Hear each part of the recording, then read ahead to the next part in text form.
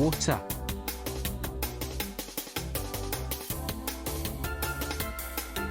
Subscribe to me, please. Please subscribe to me. Please. I eat a spaghetti dinner. Yes. Very good. Also 32 months, which is pretty crazy. A power of 2. Very good number. Subscribe to me, please.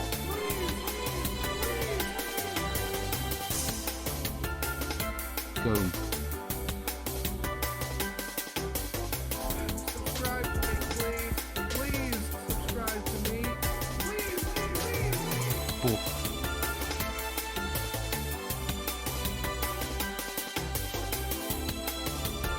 Subscribe to me, please. Please subscribe to me. Please. Ha he.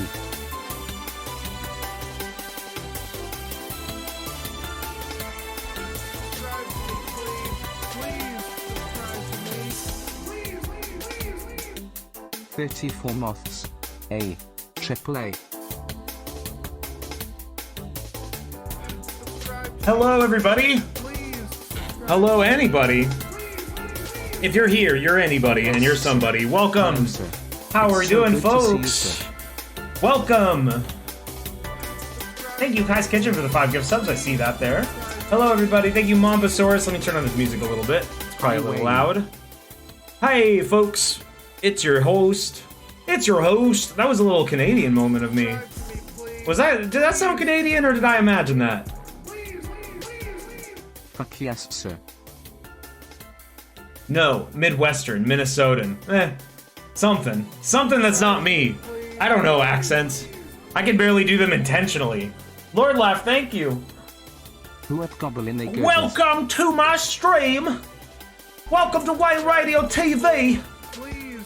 It's time for the Gnome Retrospective. Thank you, Ginger Ale. Thank you, Bunny Store, you, Apex, Parsec, Aspie Lives. Thank you, everybody. Thank you. We're already at level 6 or level 7 hype train or some shit. Thank you, everybody. Peanut Kicks, thank you. That's just a Balp voice.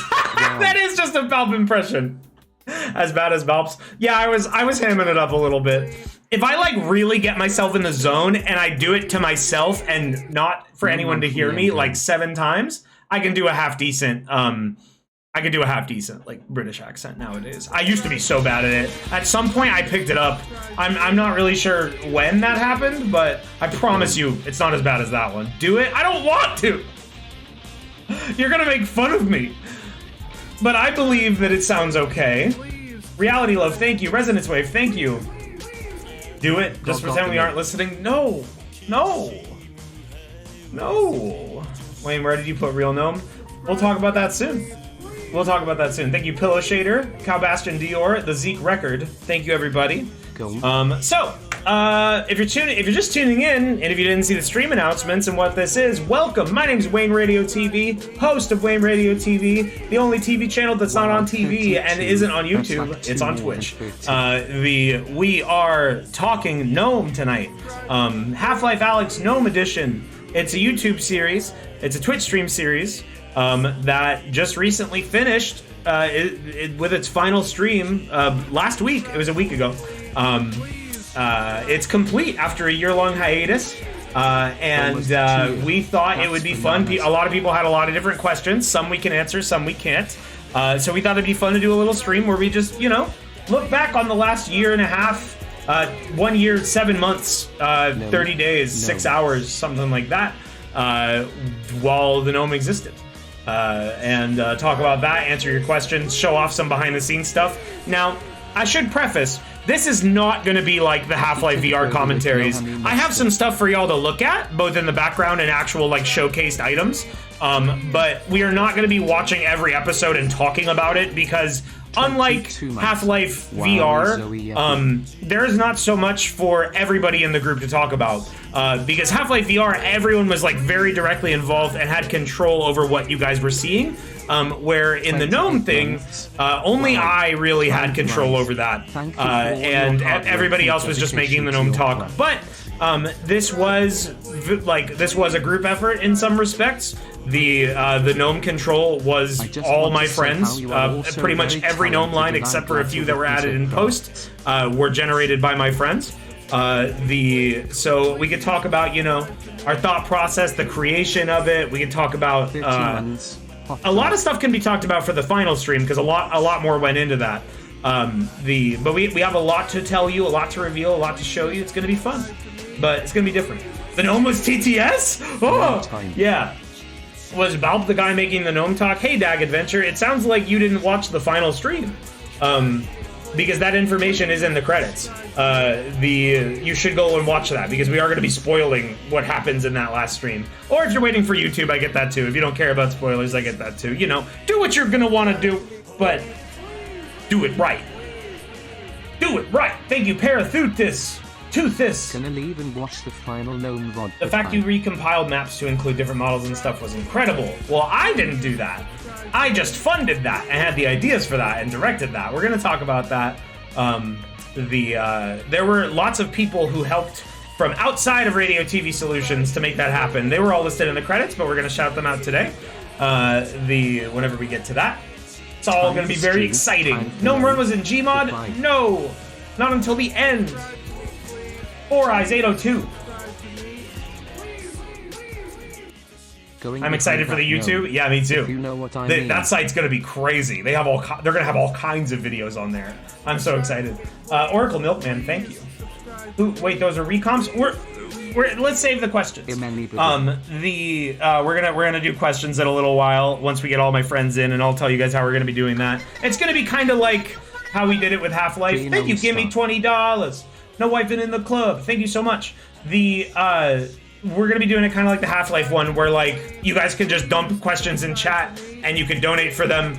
And like donated questions doesn't guarantee you're gonna get an answer, but it guarantees that I'm at least gonna see it because y'all know how chat is. Y'all know chat go crazy. And there's no minimum. Any donation works. I think you have to donate $1 for it to show up. Don't do that yet. Don't do that yet. Lush Solar, thank you so much for the Prime sub. Let's go ahead and undeafen and say hello. Hello, friends. Hey. Hi. Hello, everybody. Only Welcome, buddies and pals of Gnome of all kind. Welcome to the stream. This is Radio TV Solutions. Welcome. Enter. Dominic says thank you. Prismatic Jelly, thank you. I was watching the Joker beatboxing video. Did I miss something? That's crazy. That's was so it cool? Crazy, dude. Imagine if he could beatbox. It was scary. Can you do a demonstration for us? What? So serious.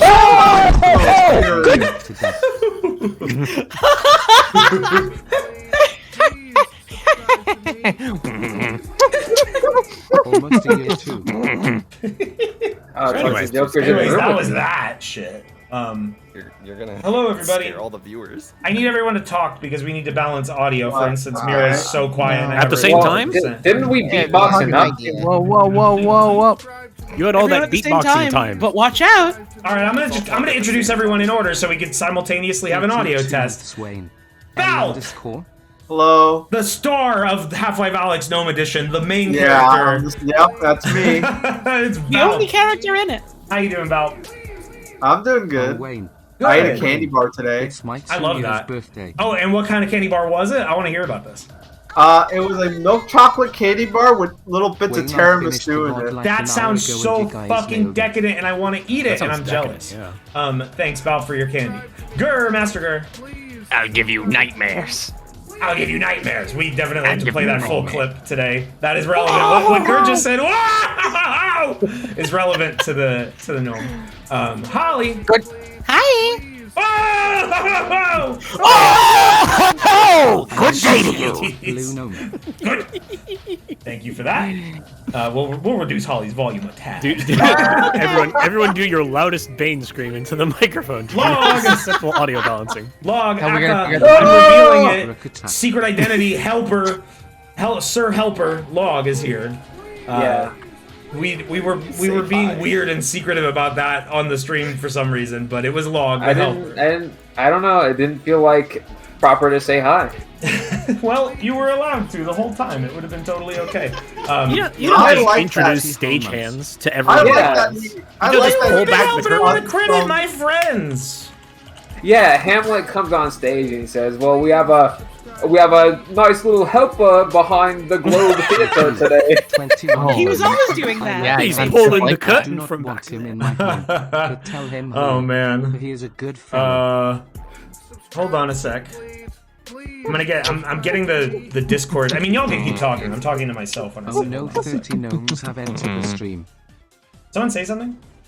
Why so serious? Okay, cool. The thing I wanted to do is working. 0 days.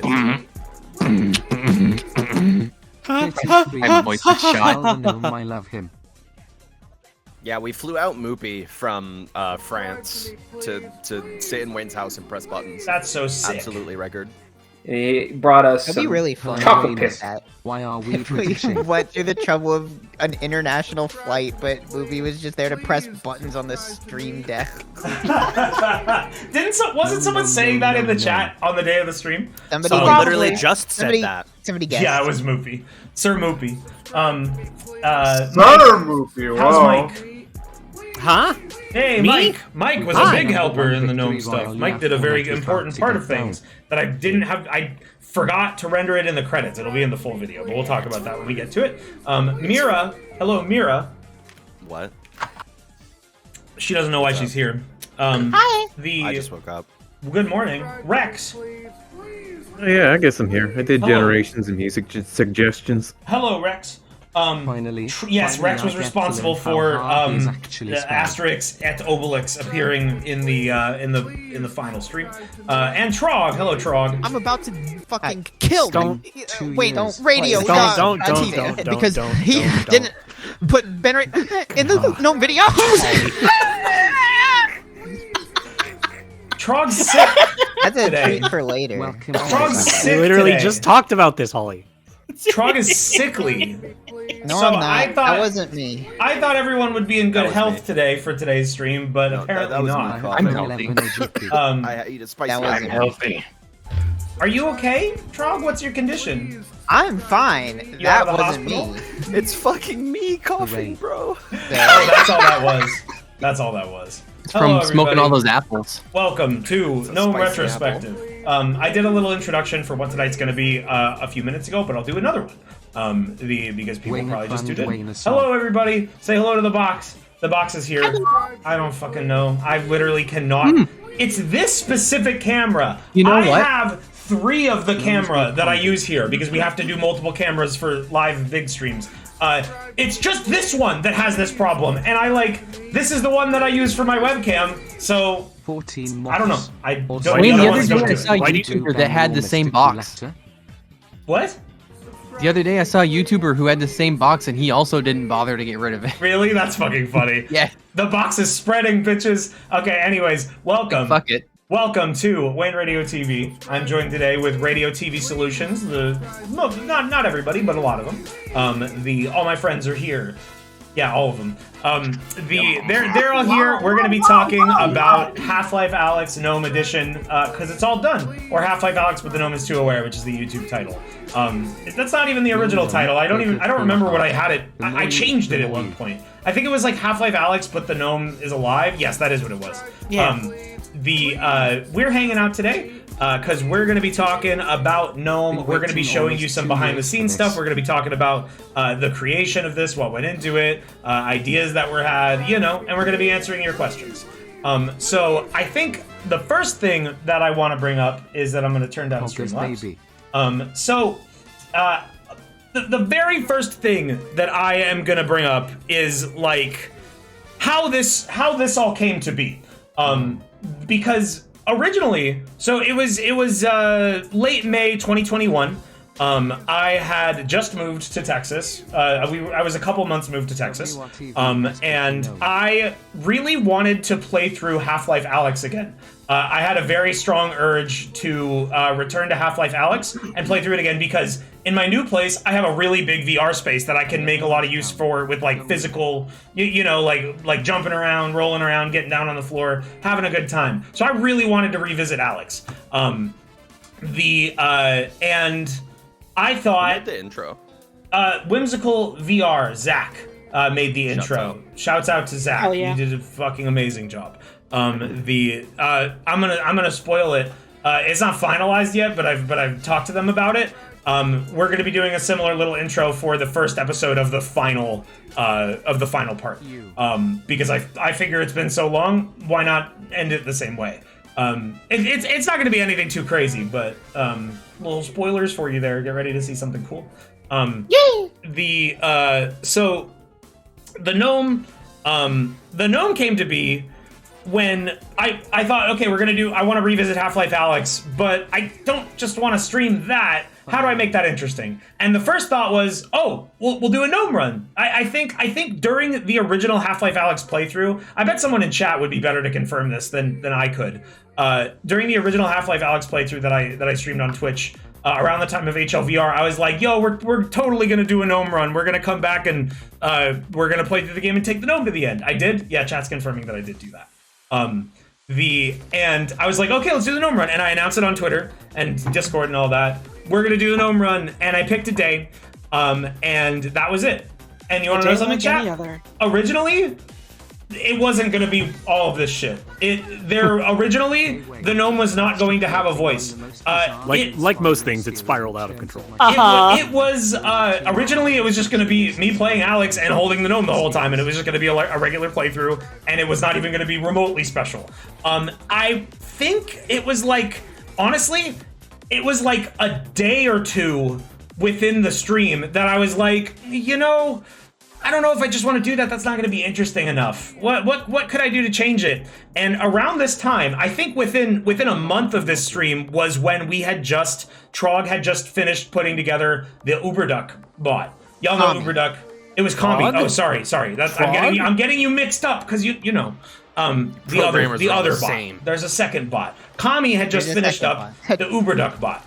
The second bot has hit the Discord. We have a custom bot. Cool. Already making this stream unmonetized. Breaking what?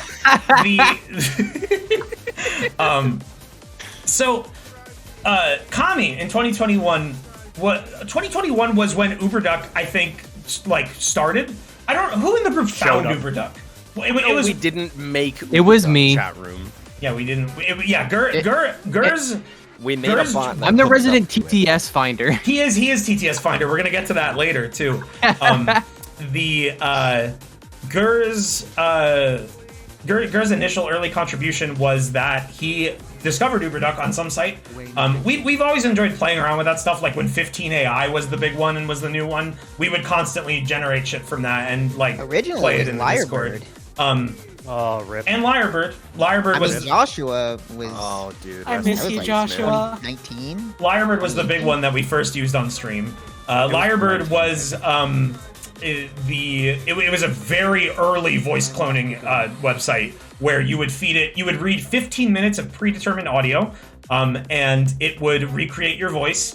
And it was rough. It was fun, but it was rough, and we love that roughness. If you want to see Lyrebird and you've never seen it before, well, you all have probably heard Joshua. Joshua, radio TV, little boy, dead and gone in the ditch. But Lyrebird had Dead and gone, yes. Lyrebird had technology that no other TTS has been able to recreate, which is I could put in an emoji of a boat and it would make a really loud foghorn. Yeah, I really miss I that. hate when you guys remind me that we could do that because that shit was like the funniest fucking part of Lyrebird. Clown mute. It had circus emoji into the gun. It had an audio. It had an audio database where almost every emoji had a sound that would match it, and some of them were fucking ridiculous. There was this entire suite of stock sounds and music you would put in a fucking clown head and it would go like da da da da da da da da da da. And there was a ghost one that would moan. There was a moan. There was the foghorn. That's the one y'all know from the Cowboys video. There was a bomb, just a really funny explosion sound that we'd use all the time. I made an entire animation based on how funny that sound was. Fun fact: the exact foghorn noise is used in Lisa the Painful. That's fucking awesome. Oh, that's great.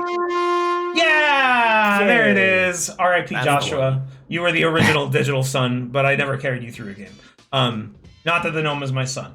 Oh, I should say, while we're going to be talking about real shit and we're not existence. lying to you today, nothing you see today is nothing we tell you today or see you today is canon to the Gnome streams or HLVR or anything else. Just so you know, this is all showbiz This is right canon. now. This is business. No, this is an ARG. This is not part of the lore. This is not an ARG. We're just saying shit.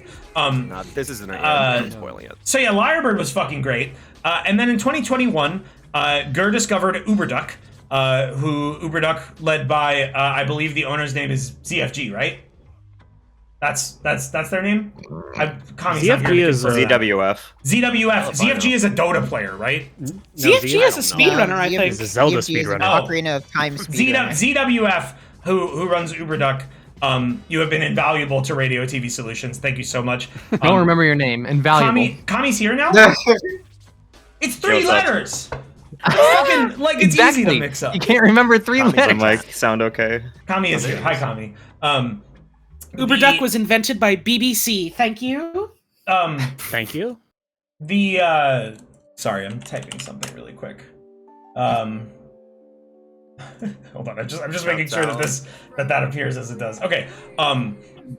Kami made the Uberduck bot in around like May of 2021, and you first saw that on Dead by Daylight streams with Biggie. And we played with it a ton off stream. But within a day or two of the Gnome stream, I was like, you know what would be really funny is what if we did another Uberduck gag and we gave the Gnome a voice. And I started looking through all of the different all of the different Uberduck voices that I wanted to find something that sounded gnomish, right? And really quickly, what I'm going to do is I'm going to go in our Discord and I'm going to search the code that we use, the command that makes the gnome talk, and I'm going to sort it to old, because I want to see what other voices that I tried before that one. Old. Hopefully, Discord search doesn't fail me. It's been kind of jank lately. Yeah, Discord search has been pretty terrible lately. Our Uberduck bot is a private utility. It's just for us to use. It runs off of fucking Trog's computer, Kami's computer, whoever the fuck. It's ours. I think you. there is Make your own. a public Uberduck. There's a public one. There's a yes. public use one. Ours predates it. We made our own, and then just like it hooks up to their API. Yeah. We needed it to be like our So- own thing because we wanted our queue. We're the mother base of weird weird voice jokes. We just make our own bots and post it ourselves. A world without borders for weird fucking TTS voices. Looking for this Clowns without information. borders. What's jokes in French? Fucking blague sans frontières. Blague sans frontières, yeah. I'm sorry, Blag? Did you find it yet, Wayne? Yes, I did. So I was picking through the different voices, because I wanted to do this.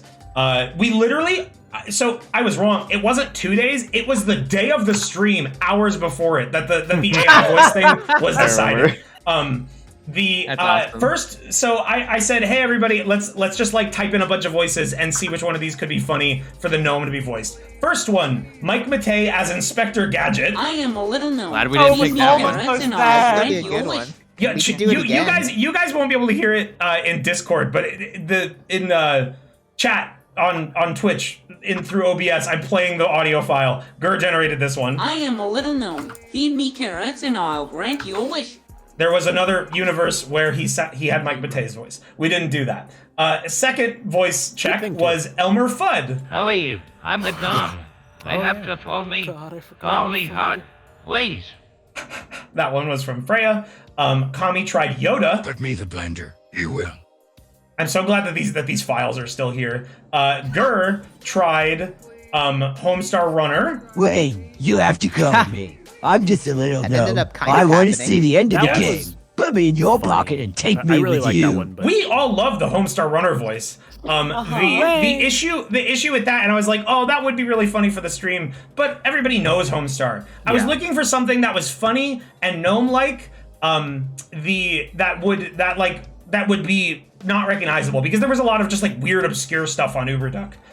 Then Gur tried TTS Bubs. is You so gotta good. take me with you. Feed me snacks and shoot the aliens. Don't let Bubs. them hurt me. You tried Bubs.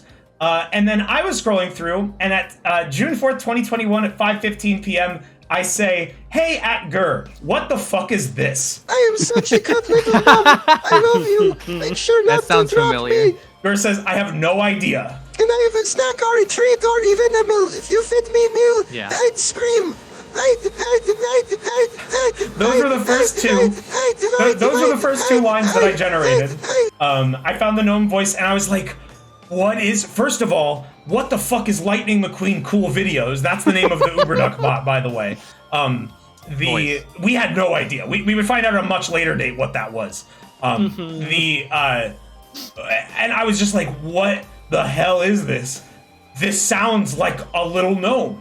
This sounds like a little fucking like mythical creature. This is perfect. And we generated more and more and more. Pick me up and I'll shit my pants. I say 5:17 p.m. This might be the one because A, it's good, and B, what the fuck is this? I know what the Cool Videos is. I don't get why this is Lightning McQueen. Can we play Fortnite when we get home? And the rest was history. We started that stream, and I set everyone up to control the bot. On the first stream, who here was here for the first stream? Yeah. I was here for all of them. I think I was. All of them. I was here. I don't remember where I was. I was a later thing, if I remember. The first stream, we didn't have that many people. It was like I want to say we had like 5 or 6. All the people who just said yes. And then Scorpy. Scorpy was here. Scorpy was on vacation at his dad's house on his phone. Ambrith says, I was there. Yes, you were. You are the only chat member in the entire series that is directly referenced. That he didn't call anyone else out after you did. So you're a part of gnome history. June 4th, 2021 was the first gnome stream.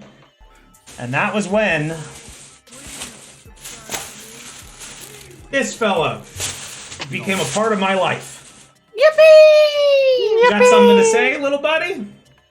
Gome. It's a prop, dude. Yeah. They don't talk. We're not. There we go. Gnome Chomsky, that guy's everybody. been standing on Wayne's dining table for like a year. The star. Get me done. Okay. Yeah, we're not. Listen, buddy, you're a fucking cast member. You're part of the crew. We're not doing the challenge right now. I saw that thing so many times, it just kind of like blended into the background. Why you leave me we and got see used that to bag? It stinks. It stinks like dog water.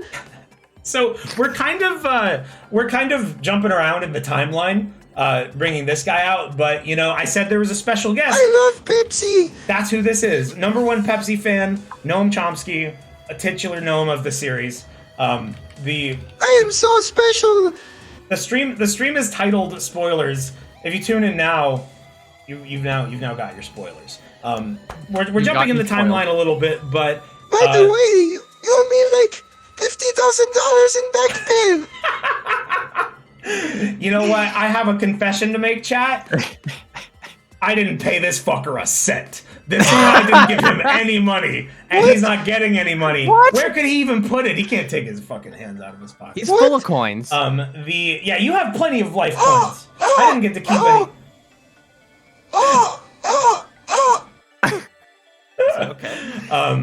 Okay. So yeah, Gnome Chomsky. This prop was created by Michelle Sleeper. Actually, I want to make sure that I get her Twitter handle proper. Hold on one sec, because I want to shout out everyone who had a big part of this. Why isn't it letting me click on your profile? Thank you, Michelle, for making me a buddy. I love it so much. Michelle Sleeper. Their Twitter is msleeper.com. I'll drop that in chat if you want to give her a follow. She did an amazing job. She makes a lot now I can cause chaos and turn it forever. Yeah, you permanently exist in this world. To be honest, I think this thing will endure the apocalypse. We're gonna talk more about that later. But Michelle makes a lot of really cool Half-Life props for like cosplay and stuff.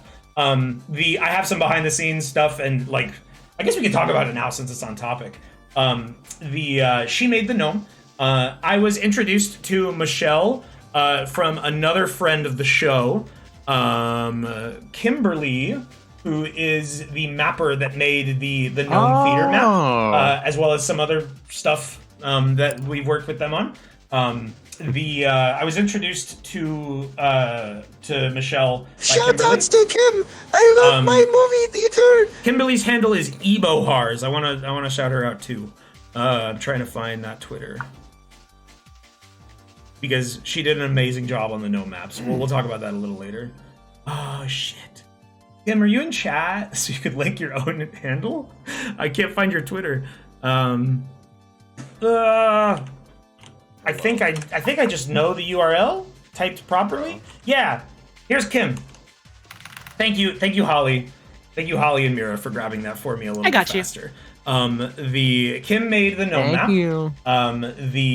We'll talk about that a little bit later. But I was connected to Michelle through Kim.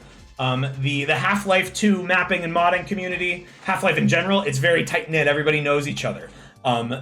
Kim also introduced me to the modders that made all of the custom content for Alyx for the final stream, which we'll talk about later. Gnome is kind of loud. Yeah, he's at 200%. I knocked him down a bit. Don't you worry. I love being led. This guy, the final stream, the finale, all of the ideas for the finale, some of them happened very early on. I think I knew, like, from the second act that I wanted him to be real. I wasn't 100% sure what I was gonna do with the real gnome, but I wanted him to be real and come into the real world and make this a reality. Originally, I was like, I trawled Etsy. I was desperately looking on Etsy to find someone that would make a life-size 3D printed gnome prop. And there is one person on Etsy who makes them, but they weren't in stock. I couldn't contact them. I couldn't reach out to them. And not to dunk on them, you know, they're a talented modeler and artist and all that. It wasn't nearly as good as this one that Michelle custom made. He is 3D printed. Now I'm going to show you guys one of the first behind-the-scene pictures that I have for you. Let me see here. Oh! Okay, this is either going to show you the right picture or the wrong picture. I don't know which one. You got The two wrong options. picture is gonna end everything tragically. Why? Oh, why did the YouTube video pause? Hold on, that's not right. Okay, well now it's moving. Why is OBS not showing you these pictures? It should be showing you pictures. Pause, stop. Is it behind your video? No. Hold on a sec. Is it because I have two windows open? OBS is rude. Capture specific window. Yes, photos. Capture Windows photos. I don't understand why it's not showing you these. Hold on a second. Sorry, everybody. If any of my friends want to talk about anything, Photos of me. Or the gnome. Yeah. What's up, YouTube? I hope you liked my co-stream. Time for me to say my famous catchphrase: chicken and carrots. yeah, the gnome can vamp for you while I troubleshoot why I can't show you pictures. I don't know. That Half-Life 2 segment kind of dragged on. Yeah, Balp talked too much. Bulb sucked. Bulb was the worst part. I'm gonna. Why did you guys put the audio in the game? That's like the entire point of the game, and you kind of ruined it. SMH. Okay, well now everyone's making me sad now. You have to caress your gnome so gently to feel better. Oh, he loves it! This was working before the stream. I swear to God. Yay! That's how that usually goes. Difficulties be light. I had it perfect. Is it the... Maybe just Kiss me on the lips. Okay, hold on. Let me try a window capture. That's my next thing. That didn't work earlier. I had to game capture this software. GameCube, the software. Not gonna work. Did you rename your GIFs as GIFs? No, I'm trying to show you the pictures in... At this point, I'm just gonna drag them into OBS, because that would be easy. That's what I was gonna say. You know what? I'm just put gonna them do in that, there. because this is taking too long. Bro, you got your J-Fifs and PNJs? So I am full of dead bugs, such as beetles and mealworms. Michelle 3D printed the gnome. The original model for the gnome is just ripped straight from the game. I'm not sure if she did any like upscaling or anything to it there was probably some amount of cleaning that had to be done. Definitely some touching up for the large beard. and real. Yeah. There was some smoothing done on the 3D model properly. The material that you're seeing there is fiberglass, and it is. Do not show my nude photos. That is. I got more nudes of you. There's a lot of gnome nudes you're gonna see tonight. So fiberglass? I'm not sure if that's fiberglass. The final product, he is made of fiberglass. That's plastic, yeah. And he is backfilled with expanding rigid foam. The original 3D print was molded in silicone. Oh, okay, yeah, that's what this is. Okay, so this is silicone. Yeah. And you make a mold. This original print is not what I'm holding right now. This was used to make a mold, which then the fiberglass and the foam was filled into. That looked like this, which is like, I love this picture. It's like borderline. It's a cocoon. Oh god, it's so foul. I love it. It's extremely foul. This is for the cast. My meal. This was him inside of a sloppy, chunky mess. Put me back there. You'll never go back Fun there. fact. You'll never return. Before his like breakout role in Half-Life Alyx, the gnome was famous for being in Ridley Scott's Alien. Just so you know, these files that are was named him popping out of John Hurt's stomach. Caked.png. Here's the other one from behind, in case you wanted to see his caked butt. His thing is swinging. His thing is out. Come on That's now. His balls. Those are his balls. That's a thing. As you, the Even gnome in has. the group, you can see how caked I am. And then he sat in the mold. I heard he sat in the mold for 30 days and 30 nights. And then he came out of it. He expanded upon your sentence dynamically, I could tell. Hold on, I have to pull this one. I don't have this one in my select. Dude, it's just like that one Adam Sandler movie, 30 Crazy Nights or whatever. What is that video Ararg put? Fuck yes. Hold on, I'm saving this picture. Oh yeah. And then the silicone gnome erupted from his cocoon and was born. And that fella you see right there, that is one of the final gnomes. Yippee! There were multiple gnomes that were made because this guy you see here is the final product. He is the prime gnome. This is the Shadow the Hedgehog ultimate life form of all of the gnomes. There were ones that did not make the cut, primarily because I don't think it was a matter of like printing issues. I'm pretty sure all of the molds were perfect, but Michelle did multiple because the paint job was the trickiest part in getting right. The paint, she really wanted to make sure that the paint job was like as accurate as you could get it.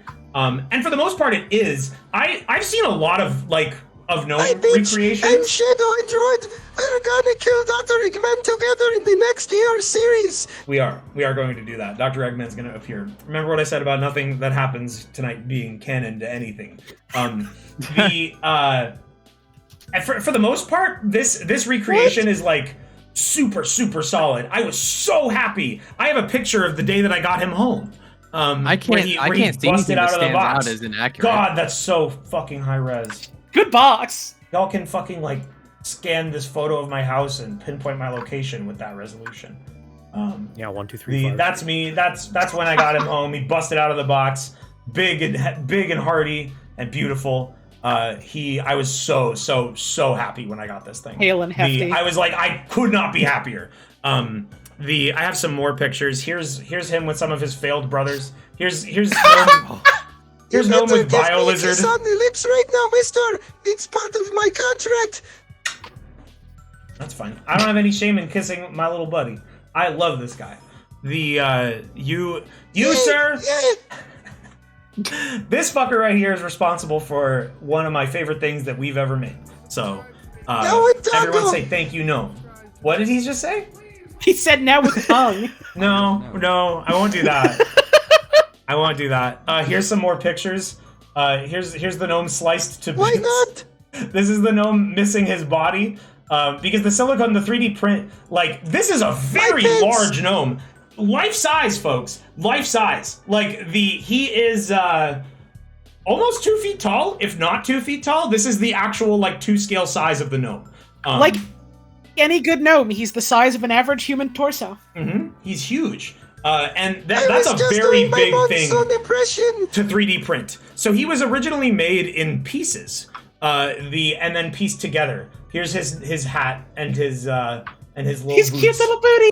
They are kind of cute. They look like they look like RuneScape shoes. Oh man, You that's get awesome. those as a rare drop from like a fucking ancient spider. Oh, there's demon. Amberith. There's Yeah, Amberith in the this guy's in the annoying. video. I hate him. Shouts out Amberith. You're the only chat member to make the gnome so mad that he called you out midstream. Until the very end, he did ban a couple people. We really played fast and loose with what the gnome would talk about at any point in time. Oh yeah, and I mean that was the beauty of it. The gnome being controlled by so many different people led to some lore bits. Like if you remember, I think it's in the third stream. The gnome talks about having 100 brains. Someone in the chat asked me like, is the gnome a hive mind? And effectively, yes. Like the gnome has. The gnome is everyone that was making him talk. Like he has so many brains and so many conflicting takes and stances, and also like I very barely restricted my friends in what they could do. I don't think I gave you guys any guidelines. Like I think I just told you like make him. I think a it was little just helper. don't get you banned. Not until the third stream, Holly. We'll talk about that. Okay. We're gonna talk about the berries. Don't worry. No, not the berries. I saw a message I had a lot of in fun chat. making the gnome talk because it was really fun to have somebody like put in a line with a certain, emotion, and then I would immediately make the gnome say something with the exact opposite emotion. Yeah. On purpose. Never mind. This was a very stupid. Yeah, some of my favorite little moments with him is him saying something insane and he just goes like, "Not really," or something. Like the contradiction is what made the gnome the great character that he was. Holly, what were you going to say? So I saw a message in chat from Weaker saying, "Holly, didn't you make the gnome say shout out for my birthday?" So on the finale, I did at some point make the gnome say shout outs to Weaker. I didn't know it was her birthday. I made him say that because someone made him talk about being weak, or Wayne said something was weak, and I was like, "Oh, weak! That sounds like Weaker." Shout outs to Weaker. Shouts out to Weaker. Complete coincidence. Shouts out. Shouts out to the whole mod team. Yes. But Happy belated birthday, by the way. Happy belated birthday, Kate. Discover card. Discover card. That was the first sponsorship. No, that's not true. American Express was the first one. The first one was American Express, and then he said we're sponsored. Did he talk about Pepsi next? Yeah, he said. Well, he talked about Pepsi and Sparrow early. Yeah. Like I said, I did not have much direction for my friends for the initial gnome stream beyond just saying like he's like this is some My Zaza shit. If you've never seen the video My Zaza, I would say that's like one of the primary inspirations for what the gnome is. Go look that video up. I'm sure there's plenty of you there is like, what the fuck is that? Hang on, let me get the link to My Zaza. Yeah, we'll link to My Zaza. It's a real Gregory Berrycorn character. My Zaza is a super ancient thing. Yeah, someone said basically like I am mean. This is the one that I made in my novel. I am mean. The I am mean stream was also a very fun stream. In some ways, the I Am Mean stream was like a proto version of the gnome stream, like a much simpler, less expanded version.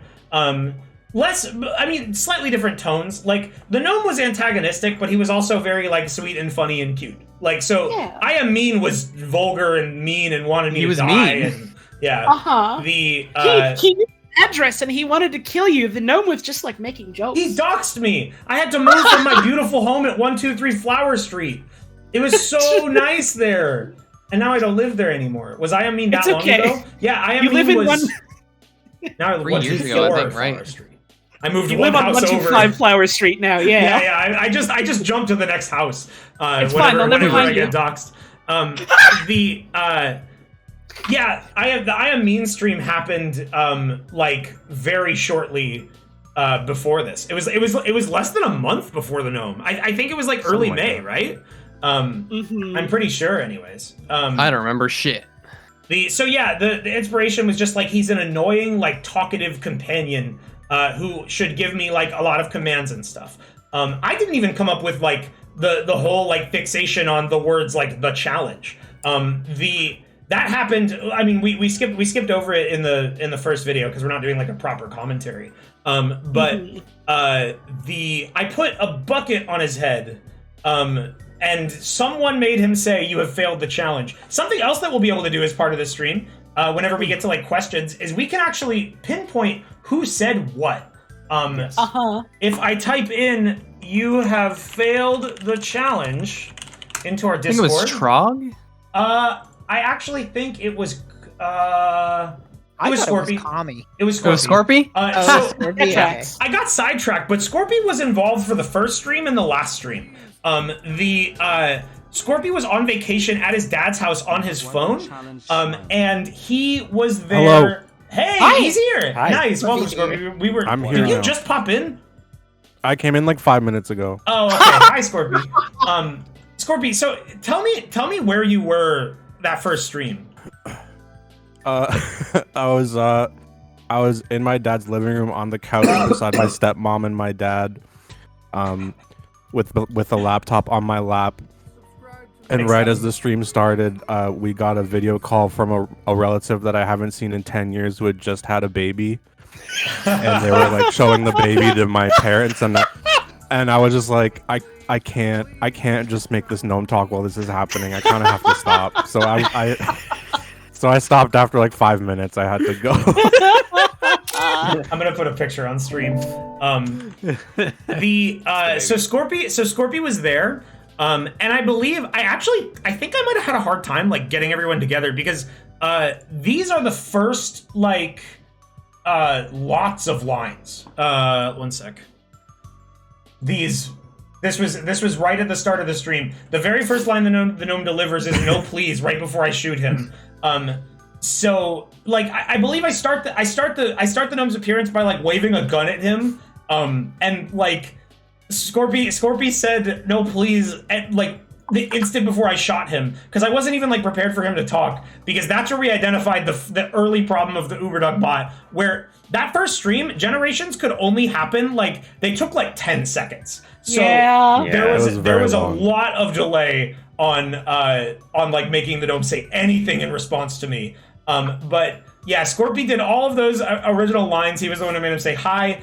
Message in chat really quick asking, why did you make his name so long? We didn't. That's the name that was given by whoever made this TTS. That's his Christian the original source we audio. We didn't make, the voices. That's what the name it was given by whoever made it. We're not affiliated with the cool videos. We're not affiliated with whoever made those videos. We just found the UberDuck voice. And we're like, this is insane. I don't know what this is. It sounds like a gnome. Let's do it. So we did it's that. the gnome now. It is the gnome now. Gnome's maiden name. Those videos, the Lightning McQueen was the original source, but at this point we've kind of Co-opted. appropriated. It's ours now. Sorry, we've kind of appropriated it.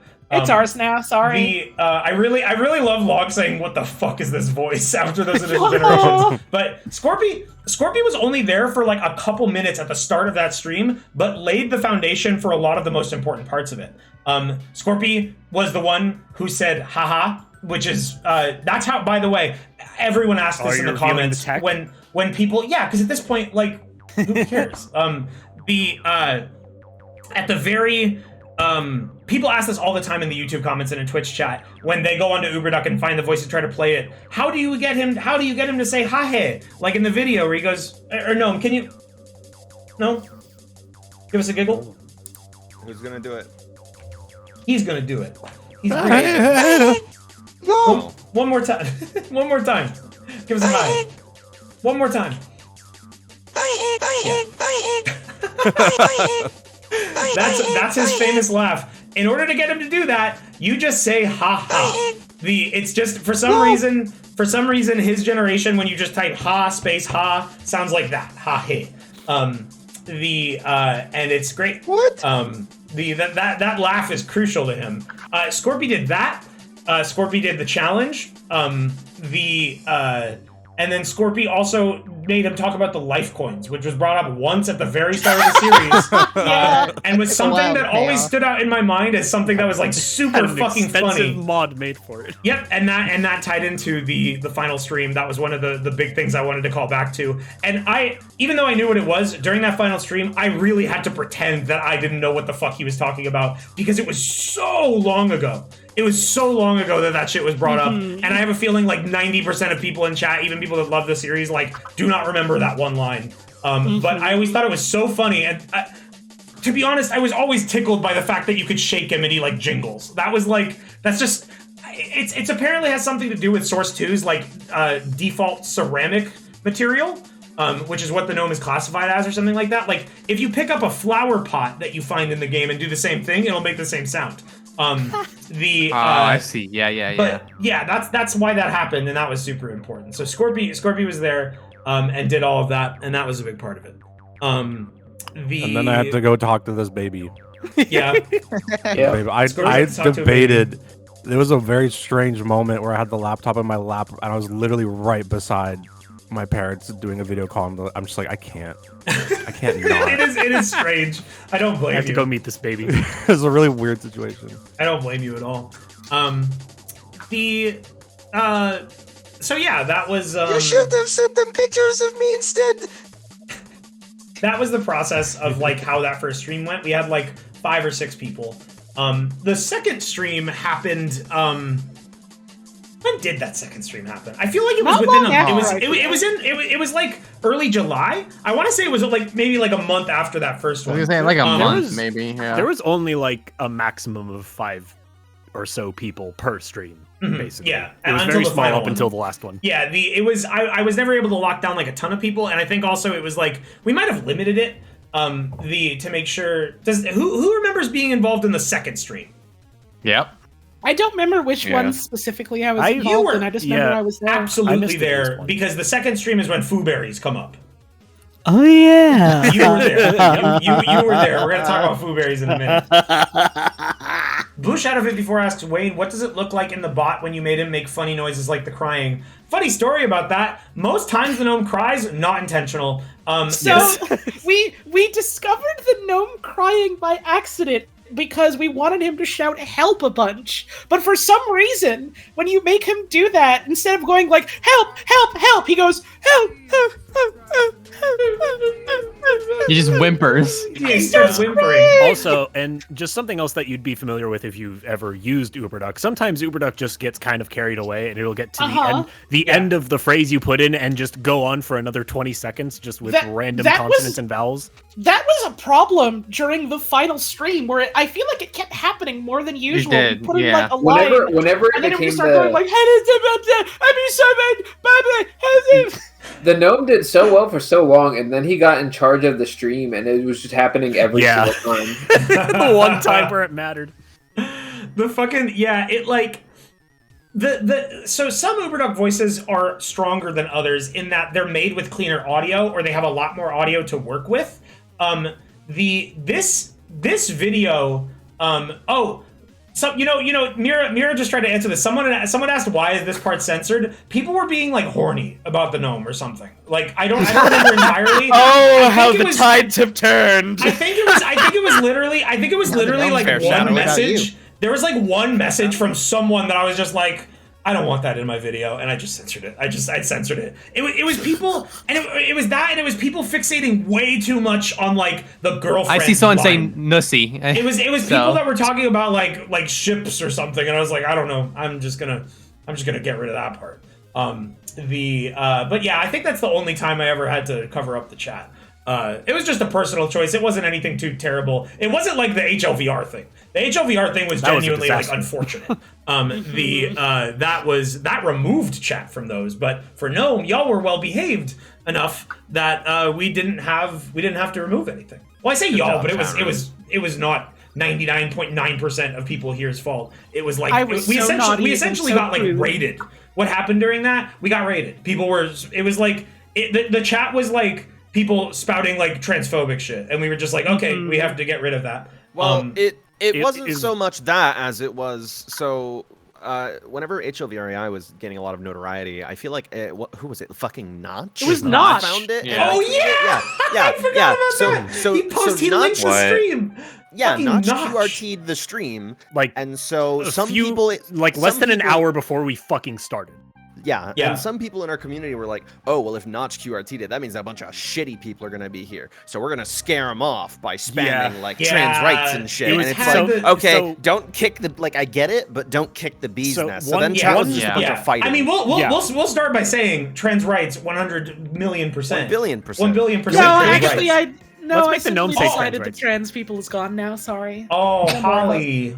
We all have to go to the moon. Let's now. make the gnome say trans rights. Hang on a second. That's so sad. Has he ever said that? You know, we did it for HLVR. We'll do it now. Oh, he's gone. He's gone. Bot dead. What? What the? Come on. What? He left. Call me. Get the defibrillator out. No, he's not. He just wasn't in the room. It's Trans rights. Oh, there we go. Oh, one more time. It's very important. Trans rights. There we go. There you It's very important that we got. And if you're mad about what just happened, fuck off. Fuck off and maybe die. Maybe die. So the problem can't do death threats on Twitch, but maybe. So the problem with the HLVR you might go to the hospital. That's how that works. Well, no, I mean, I don't know if I really want that or not. I'm not really and I'm not going to say anything definite. You're allowed to threaten I'm of people two as long minds as on you're this. unsure about it. As long as you're vague. But the problem with the HLVR thing was like 1/4, a handful of people who showed up and went, "Hey, what's this?" And then like 3/4 of like, "We're gonna bully them out," and then like chat became completely unusable. Like regardless of the reason, chat was just functionless. It just became a functionless wave of nothing. It was fucked, and yeah, like Mira said, kicking the bee's nest. It made people. It made people get way more like rabid about it. Yeah, it was way worse than it would have been if everybody just left well enough alone. You know? So yeah, and let mods do. Back on topic. Act 2, the second stream. It was about a month after. Mostly the same crew. I don't know. Maybe not completely the same crew. But the second stream was pretty much more of the same. We had started to build a character for me and the gnome and build our relationship a little bit. So pretty much all we had for the second stream that was different was we had the precedent of the first stream to go off of. You know, we played through the game. I'm trying to remember what part of the game we were at. Second act was the Northern Star. At that point, we had another month. What is that? We had another month. The Northern Star is the name of a level in Alyx. I'm the only one that ever remembers that, apparently. I think I started ratcheting up the like. Is that the name of the train or what? Oh yeah, I haven't even brought you up. It's the hotel. Balp was. Oh, okay.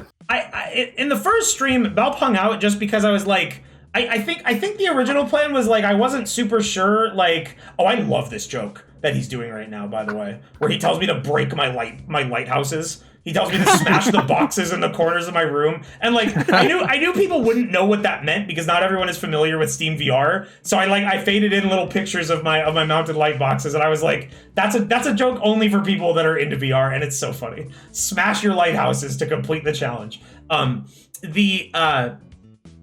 What was I talking about? Bulb. So we weren't sure. So you just invited me to like. I wasn't to 100% hang sure. out. I was like, yeah, sure, I'll hang out on stream. I've been doing that for like 4 years. So what? Sure, I've been doing that for like 4 years.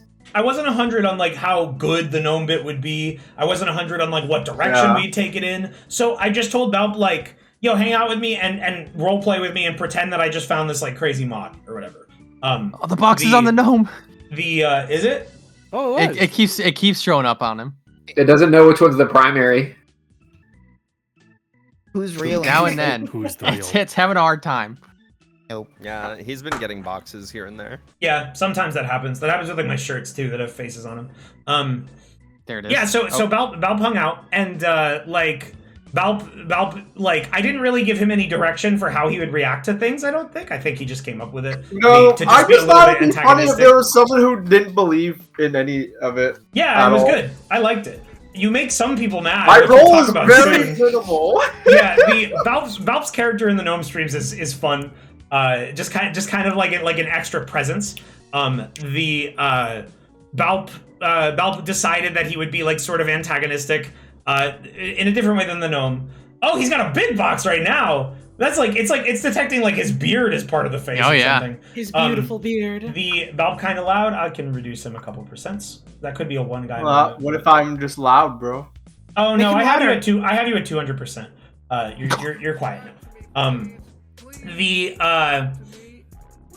So yeah, second stream, Valp decided to kind of ham up the like, dude, it's a mod. These aren't real, like fighting me on stuff. The second stream was also after a month more of playing with Uberduck and realizing some funny stuff about it. So that's where we got the, I think the only other AI voice that's introduced in Act 2 is the Alyx Trebek voice, who plays the role of, I say role, but really it's just a stupid gag. Alyx Trebek is the narrator of Half-Life Alyx. I mean, like, when you try to put it into context, I don't really understand. Like, it's what like it's like in StarCraft, the guy who says you must construct additional pilots. He's like that's Alyx. Like a guide. Alyx Trebek is the TF2 announcer for Half-Life Alyx. Yeah, either that or he's like my HEV suit Vox or something. I don't know. No, he's the guy who just pops up on the comms to go, "You have just been dominated. Kill the enemy team to get revenge." Your top tower the DC is from the under Animus attack. is easily my favorite joke in the edits. Yeah, the fucking, like... Well, that was... that. Oh, you know, I know what you mean by the edits. Thank you, Kami, for that one. Kami was the one who came up with the Animus Very joke. proud of that one. I did change it a bit. In the original edit, he said, like, he mispronounced desyncing and said, "You are desciencing from the Animus." But I got the joke, like, despite the typo or the mispronunciation. It made me laugh so hard. It fucked me up. That was so funny. Yeah. That shit was like one of my favorite gags too. But Act 2, Act 2 didn't have a ton of like crazy stuff added. I think Act 2 we did get. This is where I was shouting out ZWF, the owner of Uberduck earlier. Kami, gotta shout out Kami too, because Kami built the Uberduck bot, but Kami was also like our intermediary between us and Uberduck.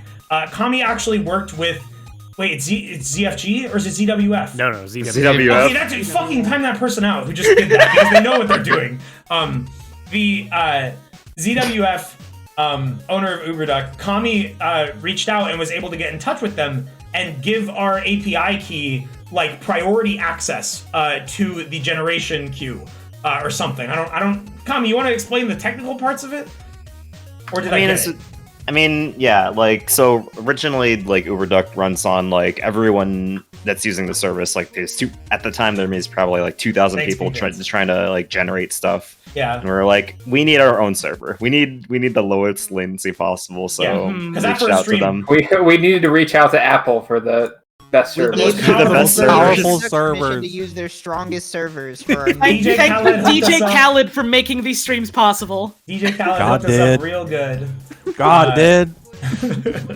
And yeah, so Uberduck helped us get a priority server where we could generate things faster. And I was very happy about that because it meant that the gnome in the second stream could more reliably talk to me and respond to me and comment on things that were happening because that was a big problem in the first stream. I mitigated it in the edits a lot, but like something would happen and then 10 seconds later the gnome would be like, "That was crazy." And it's like, oh, well, I don't even know what you're talking about anymore. The gnome, you know, I didn't give you guys a lot of direction, and you pretty much were allowed to just do whatever. In the second stream, I felt like that got even more crazy.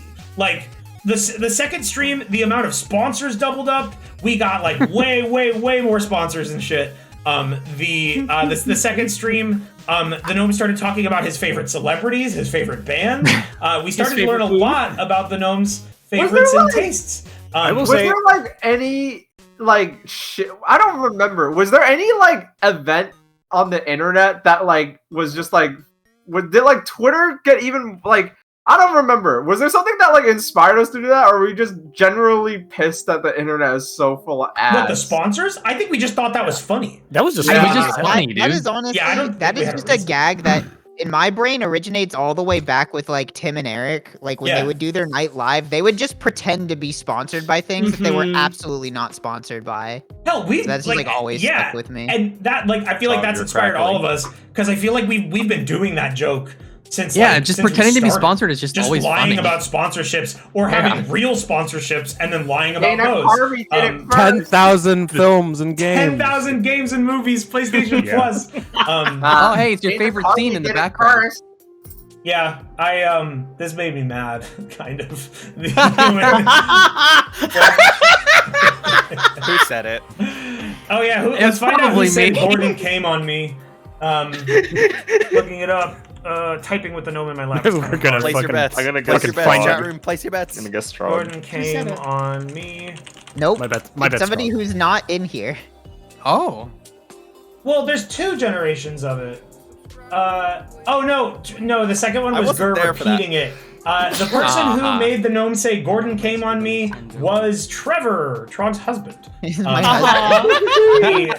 Trevor is not an official member of RTVs. Hangs out on some streams and stuff. Mira, you carried help your with weight gnome in the last generations. stream. That's all I'll say. I think, and forgive me if I'm wrong, I think this is right, because I've seen a lot of people, just because, like, at certain point, the gnome starts talking about Peppa Pig, and I had done, a couple of streams of the fucking Peppa Pig video game at various points in time, and people were like, oh my god, Holly, is this connected? Is this related to you? Does this have something to do with you? Yeah.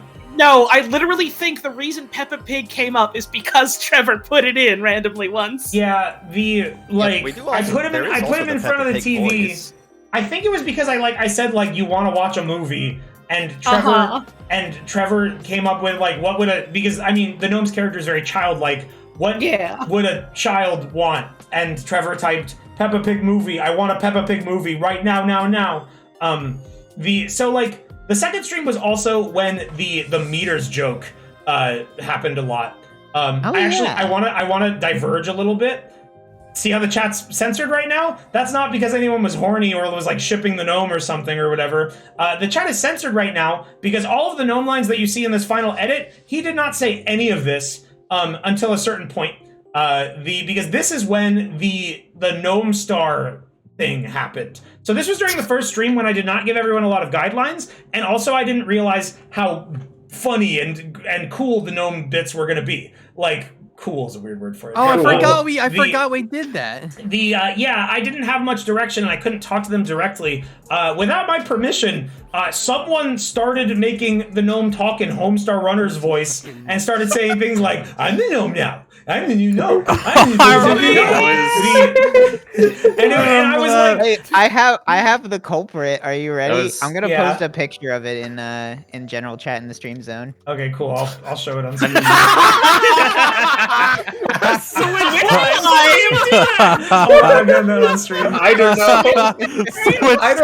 don't know. Man. Oh wait, you can see it on screen. Perfect. Yeah, there you go. Switch time!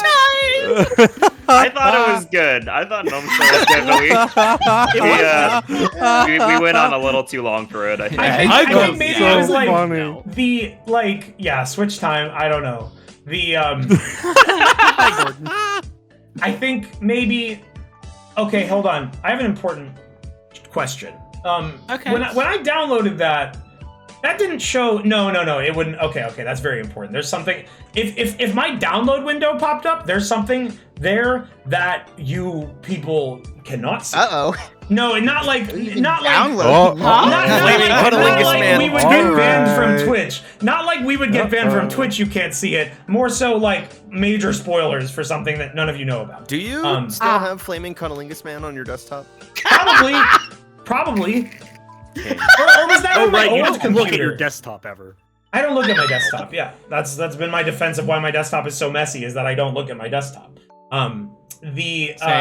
So yeah, Kami said switch time and decided to make Homestar Runner I will say, voice. Yeah, I will say the only stream that we coordinated on was the last one. Every other stream, like, we only maybe talked to each other over text. Oh, that's what. Otherwise, just said whatever. Yeah, I gave you guys tiny guidelines for the second and third streams.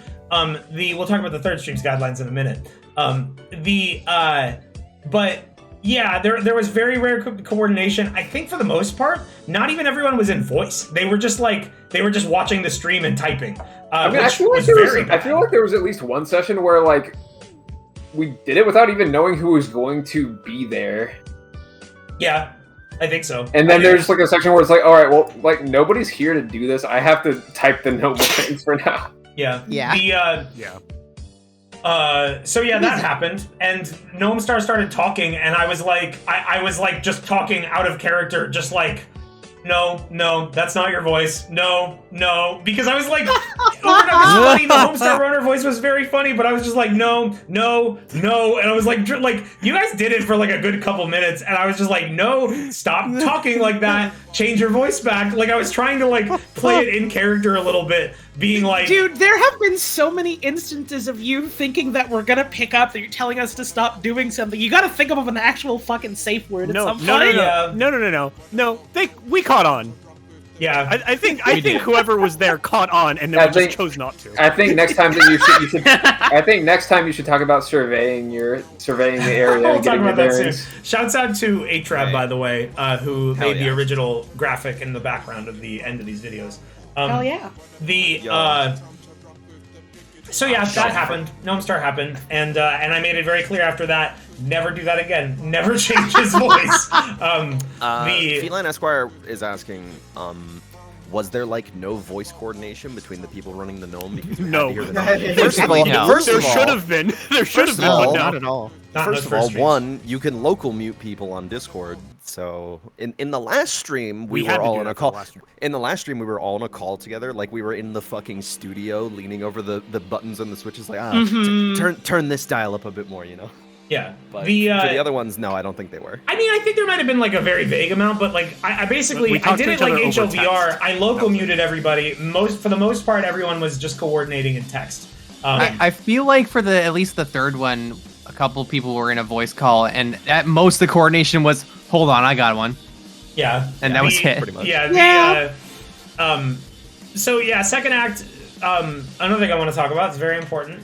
Was like when a lot of bullshit got brought up, way more sponsorships. He starts talking about real actors. That's where I put like the old version of Tom Cruise on screen. Oh yeah. And at one point, the gnome asks, "Could Wayne hear the Discord?" No, I could not. That's the only person I could hear is Balp and the gnome. Everything else is muted. I said Balp. Log. I couldn't hear Log during the streams. What? I can't hear Log. Only during the last one. I couldn't hear Log during that stream either. Only. Yeah, I can. I'm saying that I can hear him talking into the Discord. I was in another room. I had like a dungeon obstacle blocking me Don't from. tell them about that. From Wayne. Tell them. No, we'll get to that. Wait till we get to Act 4 chronologically in the talk. Okay. I mean, first a hint at what he's talking about. My house is fucked up, guys. If my landlord is watching, no, you're not. We don't have. Ban my landlord. Ban my landlord. Figure him out. We don't have to talk about it more than that. Yeah. Okay. So. Part 2, sponsored. Part 2, right. So at some point, the gnome starts talking about his favorite band. He either wanted an album or he wanted to see them in concert or something. He started talking about the Foo Fighters. The Foo Fighters were brought up, and we can thank Holly. Hi. Holly, you were the one who brought up the Foo Fighters, right? Yeah. Yeah. Do you remember what the first thing you said was? Like, what was he asking about an album? I guess we can check the Discord. I literally don't remember offhand. I'm gonna search Foo Fighters. I made him talk about Everlong because I don't think anyone else could name a Foo Fighter song. So here's the thing. Oh, it's Balp. Balp was the one who brought it up. Oh my god. The first instance of Balp was Balp made the gnome say, "I heard that the Foo Fighters are releasing a new album as a tribute band to the Bee Gees called the CGs. Can we listen to it?" Awesome. What is that? What kind of joke is that? It's good. A good one. I don't know. You made it. Pretty par for the course for you, homie. So Balp made him say that. Said, "I love the Foo Fighters." Freya made him say, "There is a Foo Fighters meter," and I was like, oh, "No, there's not."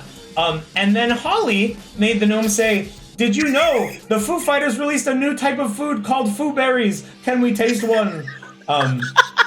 I'm sort of recreating the Gnome's inflection from memory because I heard it so much when editing. She said that. She made the Gnome say, can we taste Foo Berries? And in the edit, around once I actually started doing the edits, I embraced the Foo Berries thing. On the night of that stream, I heard him say that and was like, I don't know what you just said to me. I don't know what that was. Oh yeah, you couldn't decipher it. I couldn't decipher what Foo Berries was, and I was like, are you saying something that's real? Cheryl Baum, that was mentioned earlier in the stream if you want to go back in the VOD. But this was produced by Michelle Sleeper. I'll shout her out again. Was that a joke, or did they really do something called the CG? You said no, it! You made it! That joke you made! You're asking yourself.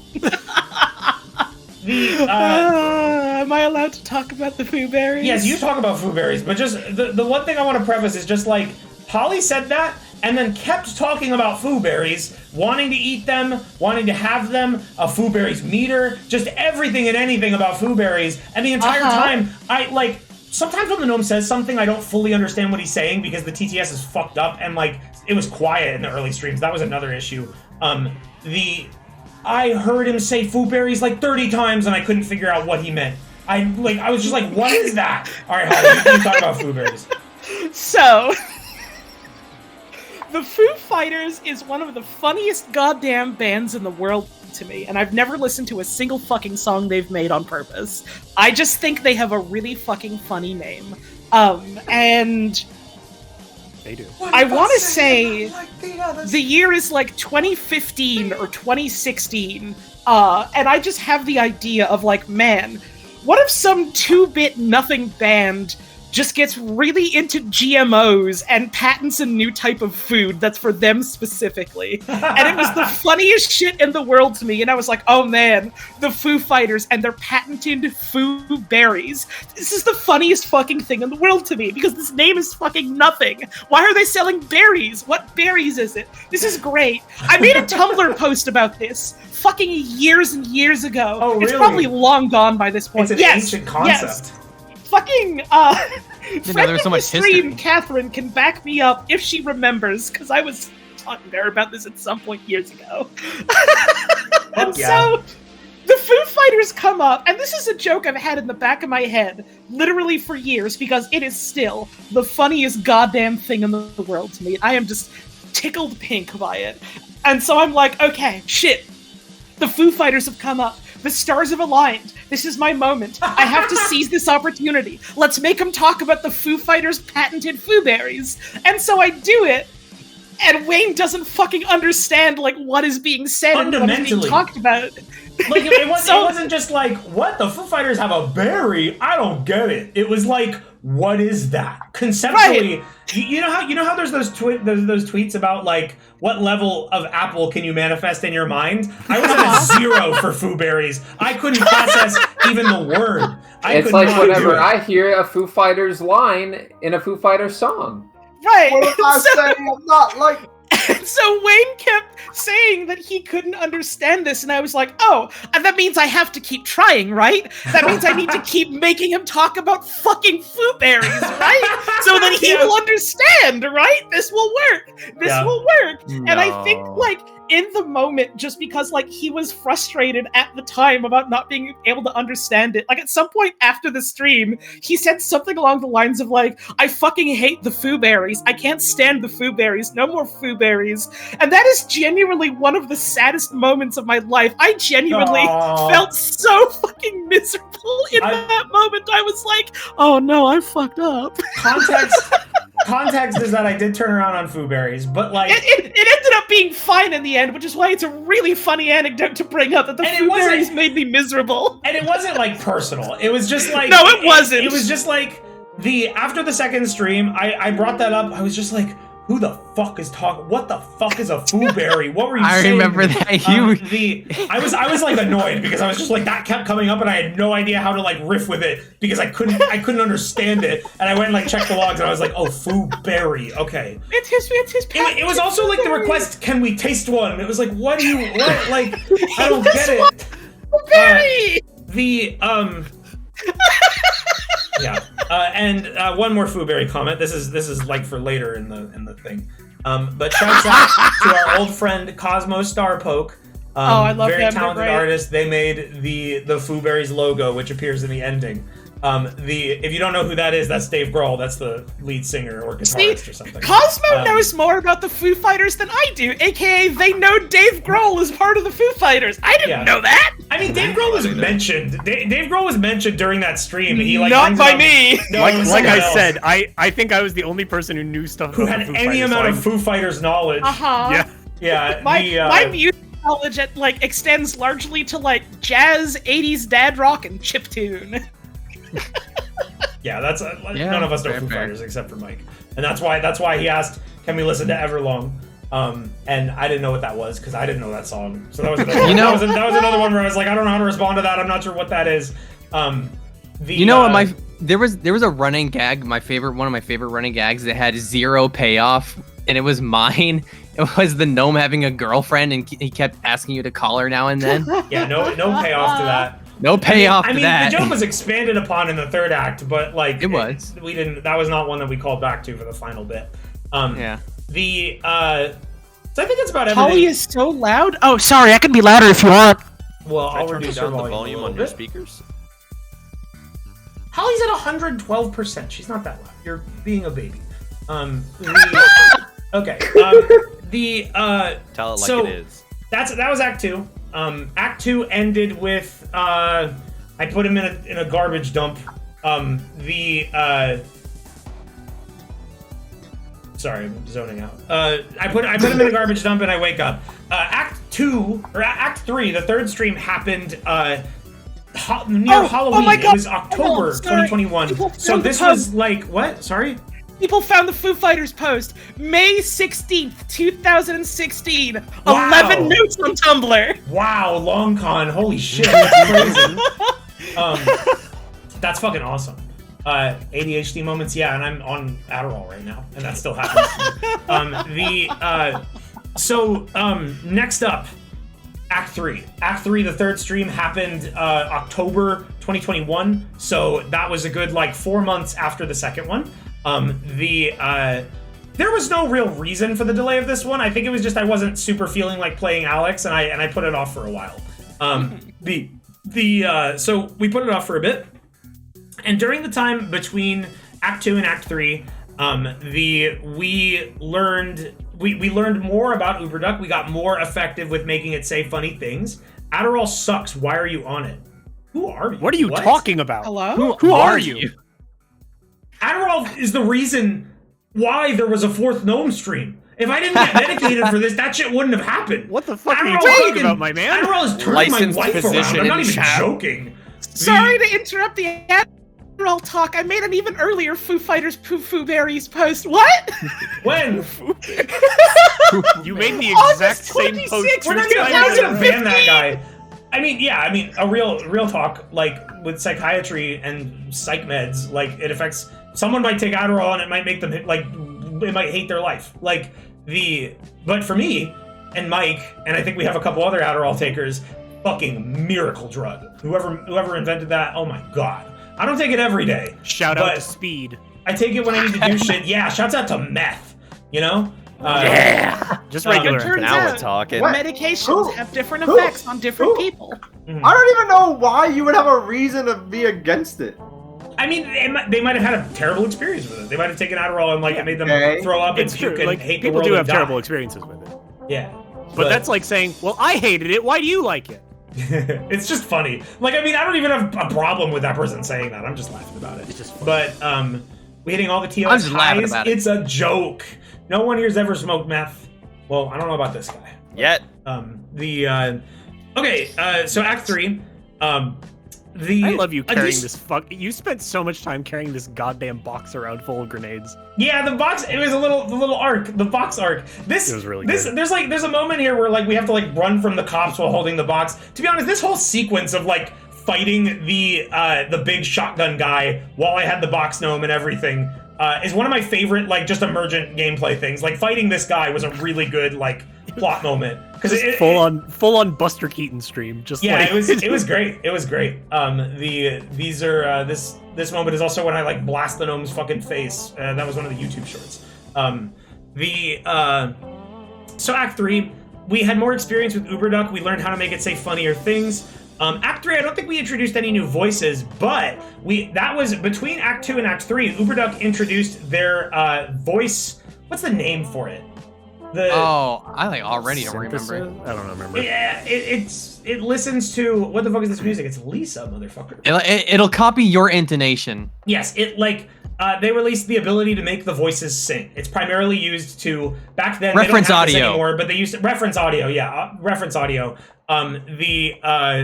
They added the ability for you to use like preset things. Like you could have it like.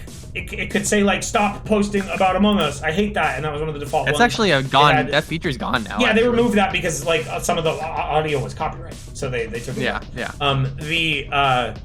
But you could also record your own thing, and as soon as that feature was released, I immediately made the gnome sing Sonic Underground. That was the very first thing I did. I was like, fuck yeah, well, let's mess with this. And I go in and I sing on my mic, triplets born, the throne awaits. And I recorded that all, and I did it all in one go, and the gnome sang it beautifully. He sounded great. And that audio was saved. For background, it was Mike. You joined a voice call when you made that, and you're like, hey, Mike, check this out, and you played it for me. And I'm like, oh, that's fucking awesome. And then without saying anything else to you, I was like, I'm going to play that the next Gnome stream. Yeah. However many months later it was, I just sat on that for a while. Yeah. It was like, that was probably like a month or two before the stream actually happened that I generated that.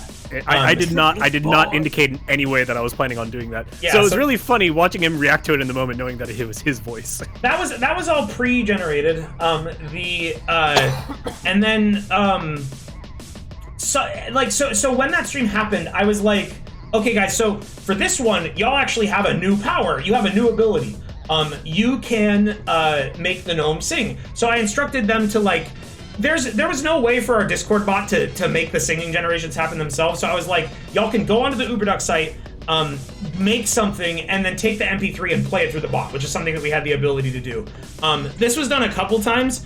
At one point, Gur made him say like, "Oh, Gordon, I think I'm going to be sick." Oh yeah, I made him sound really sick. And he sounded sick and weird, and it was like it wasn't singing. I did make him sing the Can We Pretend in Airplanes thing. Oh, that was you? You generated that? Okay, great job. That was so fucking funny. The Gur was the one who had him go, "Can we pretend that airplanes in the night sky are like shooting stars?" I want to see if I can find that audio. A good fucking luck, dude. It's really great to have to be able to just have a puppet of the most annoying person you could think of. That's also a gnome. Yeah. Can we No, I got it right here. Oh hell yeah.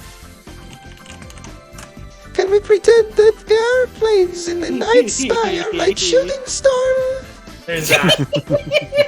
It's so soulful. He did that. I thought that was so funny. And then, so the other singing that the gnome did was Trog's doing. It was not a singing generation. It was just the gnome going, "Oh!" Literally Trog would just type, "Oh!" and he would do that. Let's get one now. Hell yeah. You just do that, and however many H's and O's you add, he would go longer. I believe that was a bit in the third act at one point. Oh yeah, there was a bit where it was really long. He was like, "Do you want to hear the world's longest note, biggest note, ear-destroying sounding note?" He says something like that, and then literally just goes "oh" for fucking 45 seconds or something like that. Oh yeah, Asparagus, I forgot about that. Over a full minute. I want to say Kami made that one, but at one point he goes like "ba la la la la la la," like he just I think Kami just saying whatever. Oh, here it is. I think I have it. I know. Take it away. I was trying to mimic Spamton's theme. Oh my god! That is vaguely Spamton's theme. Play it again. Yeah, I hear it. Yeah, now you hear it. That's strangely fucking awesome. prophetic. I didn't even know that. I didn't It's even know all that. connected. The singing gag was that was fun. That's where the gnome's love of cigarettes showed up. That was also that was also the Jeff segment in the third act, which I was always super regretful that I didn't think to reach out to modders to have them do something first, because I wanted to implement. I didn't get to do this, and I wish I could have, but I wanted, and this would have been so easy. I wanted to implement a console command that could be run in a similar way that we did for the final stream, that would just, like, run a script that would make it as if my character emitted noise, so that when the gnome would scream or something, we could make Jeff charge us. Or even better, I probably could have had it, like, emanate from the gnome. That totally would have been possible. And, like, that way the gnome screaming would have been, like, actually significant to the way that moment went. But unfortunately, I had that thought too late, and I wasn't able to make that happen. But I wish that happened, because that would have been so funny. That would have made the game impossible. Well, if it emanated from the gnome and I realized that, I could have thrown him away. And that totally could have happened. We had scripts that made things happen around the gnome for the final stream. Hey, Socks, thanks for the raid. Socks. So we will... Yeah, we could have done that, and it would have been so funny. And around that time, I was kind of like, it was around that time that I sort of started to, like, beat myself up a little bit about the gnome stuff, where I was like, oh man, that gnome sequence was not good enough. Like, that could have been way better. But we did have the funny bit with, like, the like, new player accepting the challenge. That was pretty funny. We made that hard for you anyway. Act 3 was also when supernatural things started happening. There's the Bill Murray and Tom Cruise old pics, which is one of my favorite stupid little editing one-off gags. They could be older. Tom Cruise died in their universe. It's so sad. There's Kareem Abdul-Jabbar. That was one of the first lines of the Act 4 stream, is that Tom Cruise died and the gnome ate his bones. I'm gonna make, like, a little funeral photo or something for the edit. I don't know. So R.I.P. old Tom Cruise. You were great in the Peppa Pig movie. Thank you for your roles or whatever. Damn, what was I gonna say about Act 3? Oh yeah, like, the weird shit started happening. So there was a moment in Act 3 where, like, I walked into a room, like the gnome was being antagonistic towards me. I can't remember why. He was just like being mean to me about the challenge, and, like, saying he was like threatening me and stuff. And all of a sudden, I walk into a room, and for some reason, like, all of the lighting reinitializes, and, like, the ambient noise cuts out, and it just becomes completely silent, and I'm in there with my gnome, and I was, like, genuinely kind of scared for a second, like, what just happened? Like, I never had a bug like that occur to me in Alyx, and I don't know why it happened when I walked in that room. It's never happened again either. And it gave them a perfect opportunity to have the gnome say, like, that was your soul leaving your body, or something like that. I'm getting Dutch ads, says my name is 8Ball. It's his fault. He's Dutch, remember? He said that was lore from the final stream. Too bad for you. You could be getting chocolate pick ads. You could get chocolate peak.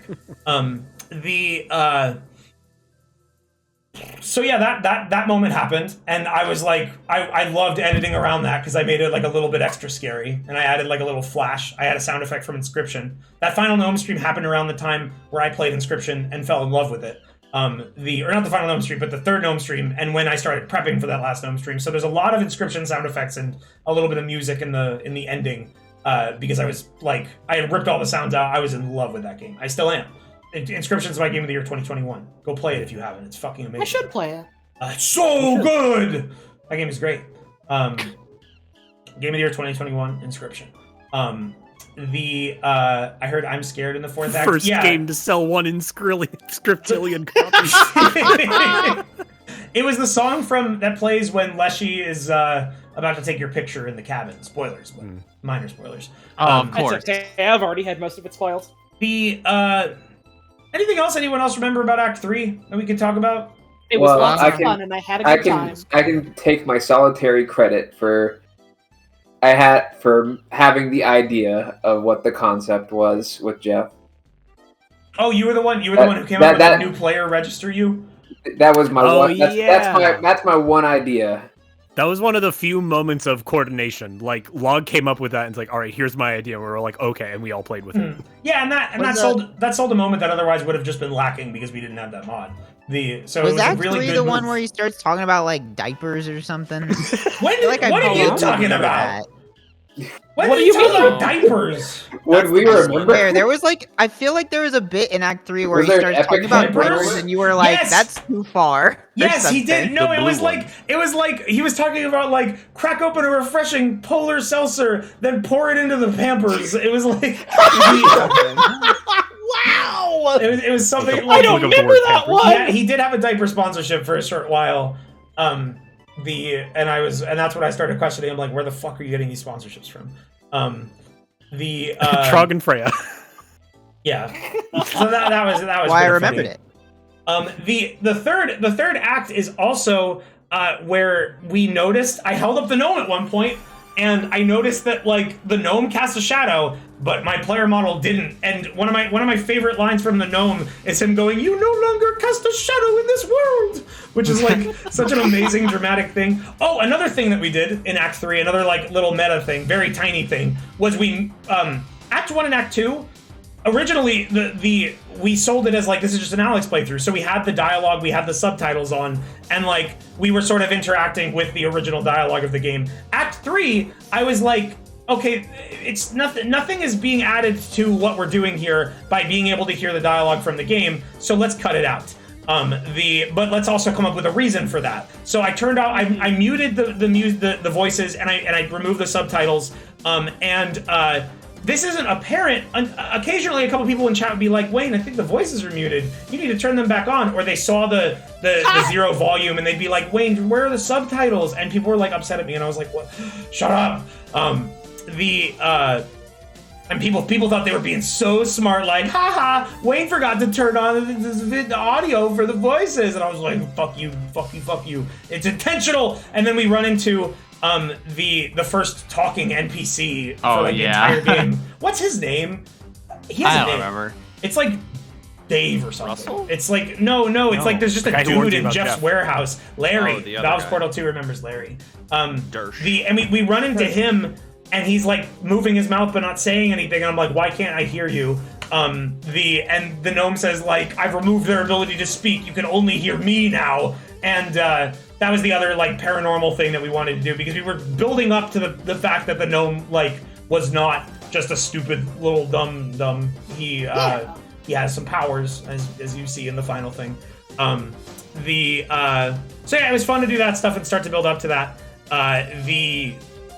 And then, that stream happened, and then Act 4, and the year between it, which we're about to talk about. It's time for a break. I need to pee so bad. I need to pee so bad. So we're gonna go to break, and then we're gonna talk about Act 4, the year hiatus, and then we'll do questions and stuff. Oh, and also I have way more behind the scenes stuff to show to you, but most of it pertains to Act 4, so I waited. 90% of the series I thought the gnome was bullshitting. I mean, it is bullshit. That is our right. Like our collective favorite what part improv about is. HLVR and the gnome thing is it's bullshitting and then taking the little scraps of bullshit that you do and then put it together in something that makes sense, or sort of does, at least. It's or like which of these threads can we tie together? Yeah, and that's what I love about like these projects that we've done is it's us going in just like, all right, let's goof around, let's make up whatever, let's like hoot and holler, and then we get like closer to the end of things, we're like, all right, what's sticking here? We're throwing everything at the wall. What's sticking? What can we like pull from here? What can we link together? What can we play with in this space that we've like set up and established? Things like that. Mm-hmm. And like we will always do that. Like future AI series that will happen. Like there might be more planned stuff because it's going to get more complicated, but like there will never not be the bullshitting and taking the bullshitting and running with it and turning it into something crazy. This is what we do. This is what we like to do. I'm bouncing him this on my is what knee. we do. This is I'm who we not are. even doing that intentionally. I'm just like like restlessly bouncing my leg, and I look over, and he's like, he's happy. He's so happy. He's been very quiet and very respectful for our commentary. I'm sure he has lots to say about the production too. He's gonna swear. I'll be right back. I'm gonna go pee. I kind of comfort a baby. Yeah, I mean that's what the stream was. All right, be right back. I fell asleep. What up, Chan? Wayne traps me in his house. Doesn't even buy me some steps for the toilet. Sickening. He said toilet so sadly. Bro, you didn't get off of I his get dining bored room when you are table for like a talking. year. It was really funny. I'm sure we'll talk more about this when we get to Act 4, but I was there for pretty much like 95% of the filming of the stuff that happened at the end. It was always really funny to just like show up somewhere and see Wayne and he's just got a gnome in a plastic bag. He would never like, I guess it was because he didn't want like the paint to like chip or anything, but he would always carry the gnome around in a plastic bag. Bringing them out in his body bag. Yeah, it Question was really funny. Question in chat from my pal Duke, who says, "Is there a buffer time between gnome lines if people type over each other?" No. Did you Well- see the finale? The only time there is buffer time is if it takes like a little bit longer to like, you know, queue like a message from the API kind of thing. There is some unique interaction with original gnome and new gnome. I think they can talk at the same time. That's something we'll get into later. But yeah, no, it literally just works on a first in, first out queue. The lines won't trample each other. They won't like cut off each other. But like It's one after the other, all in a queue. If there is like a bunch of generations already done, like they will fire like within half a second of each other. Yep. Stop giving away my secrets.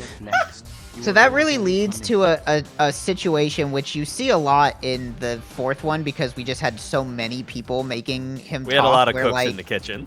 It's like not double anybody's the gnome fault. controllers. It's not anybody's fault, but it was really just like there'd He be was like excited. a lull.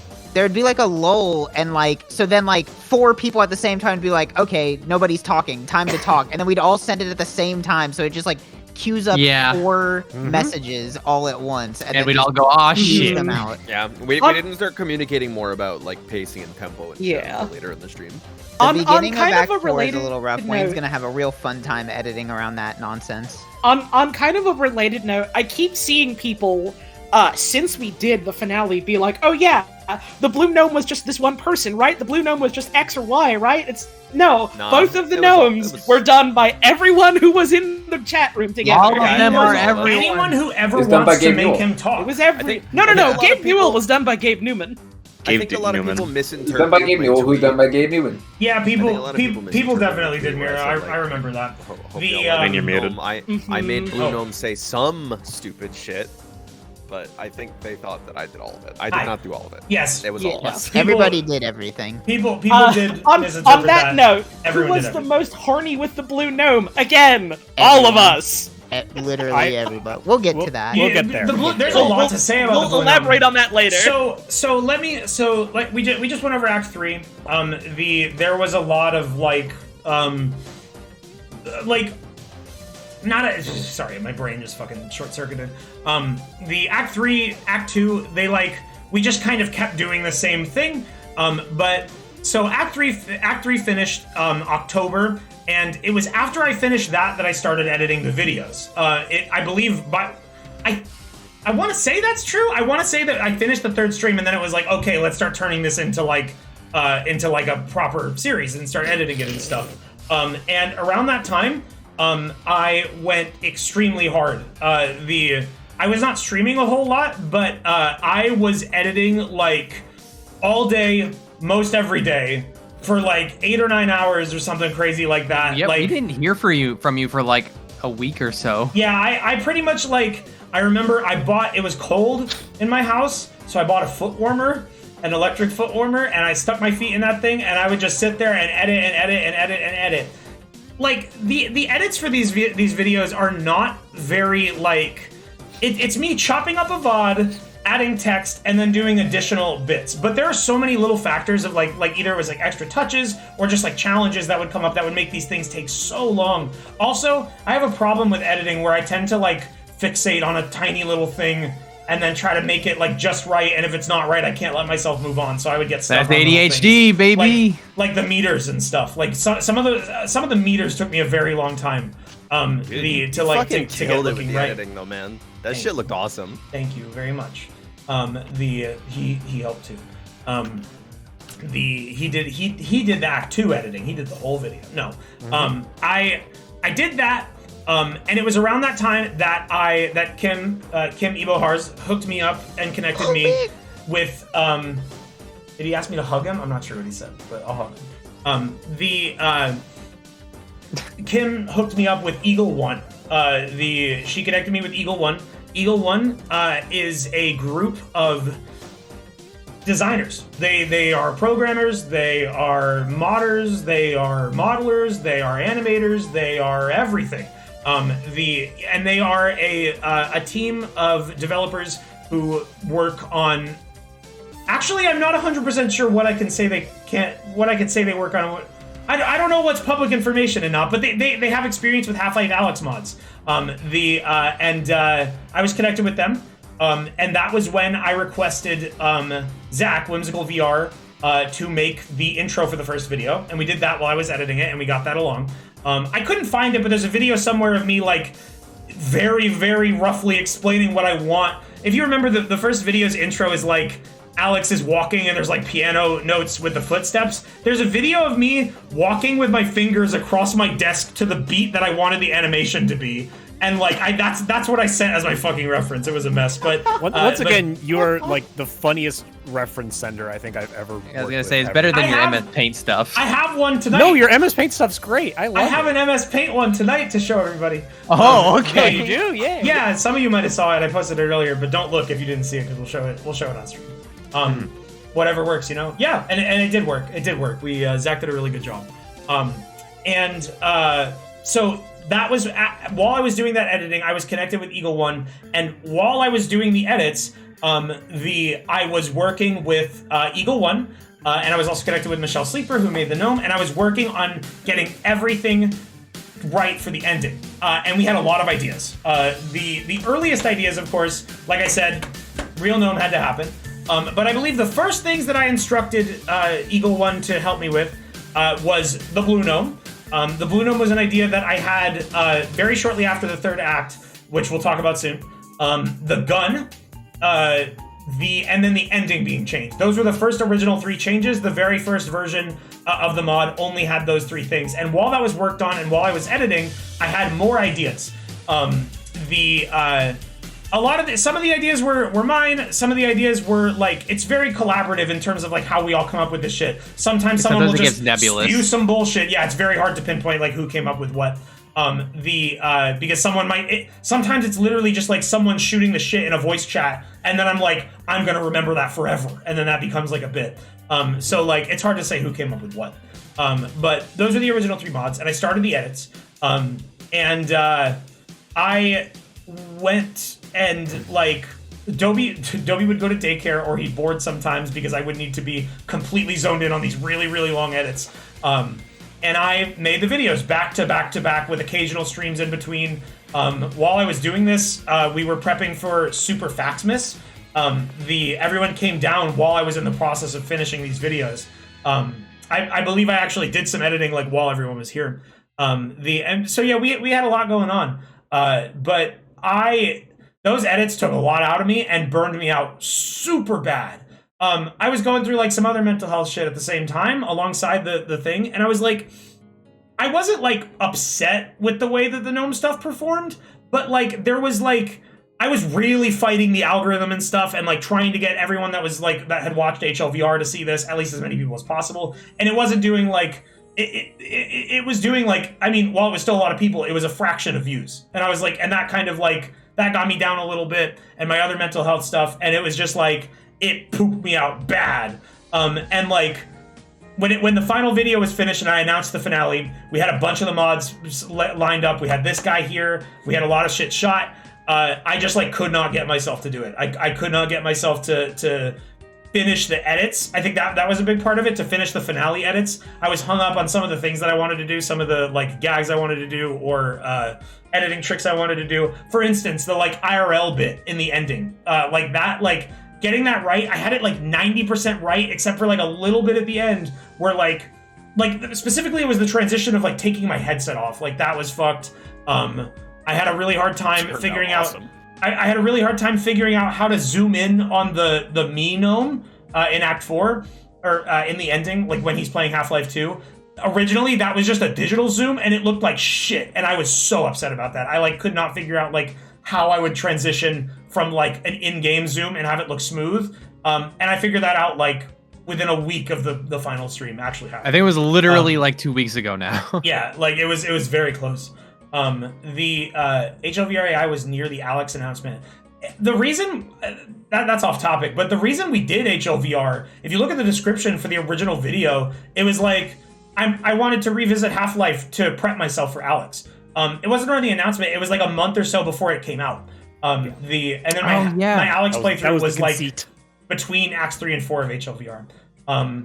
Because something, I don't know if we ever talked about this during the commentaries, but when we started HLVR, you basically knew nothing about Half-Life, nor did you really care. I don't know if I'd say I didn't care. I remember Half-Life. you specifically saying like, yeah, I like Half-Life, but it's not like, you know, no, you it wasn't like one of my favorite. Yeah, like not my favorite series, but my love for Half-Life is more so a love of Source. I love the Source engine, fair. and I love Gary's mod to death. That's why we're here today. Can you share your editing tricks? Sometimes I put in some keyframes. That seems to work good.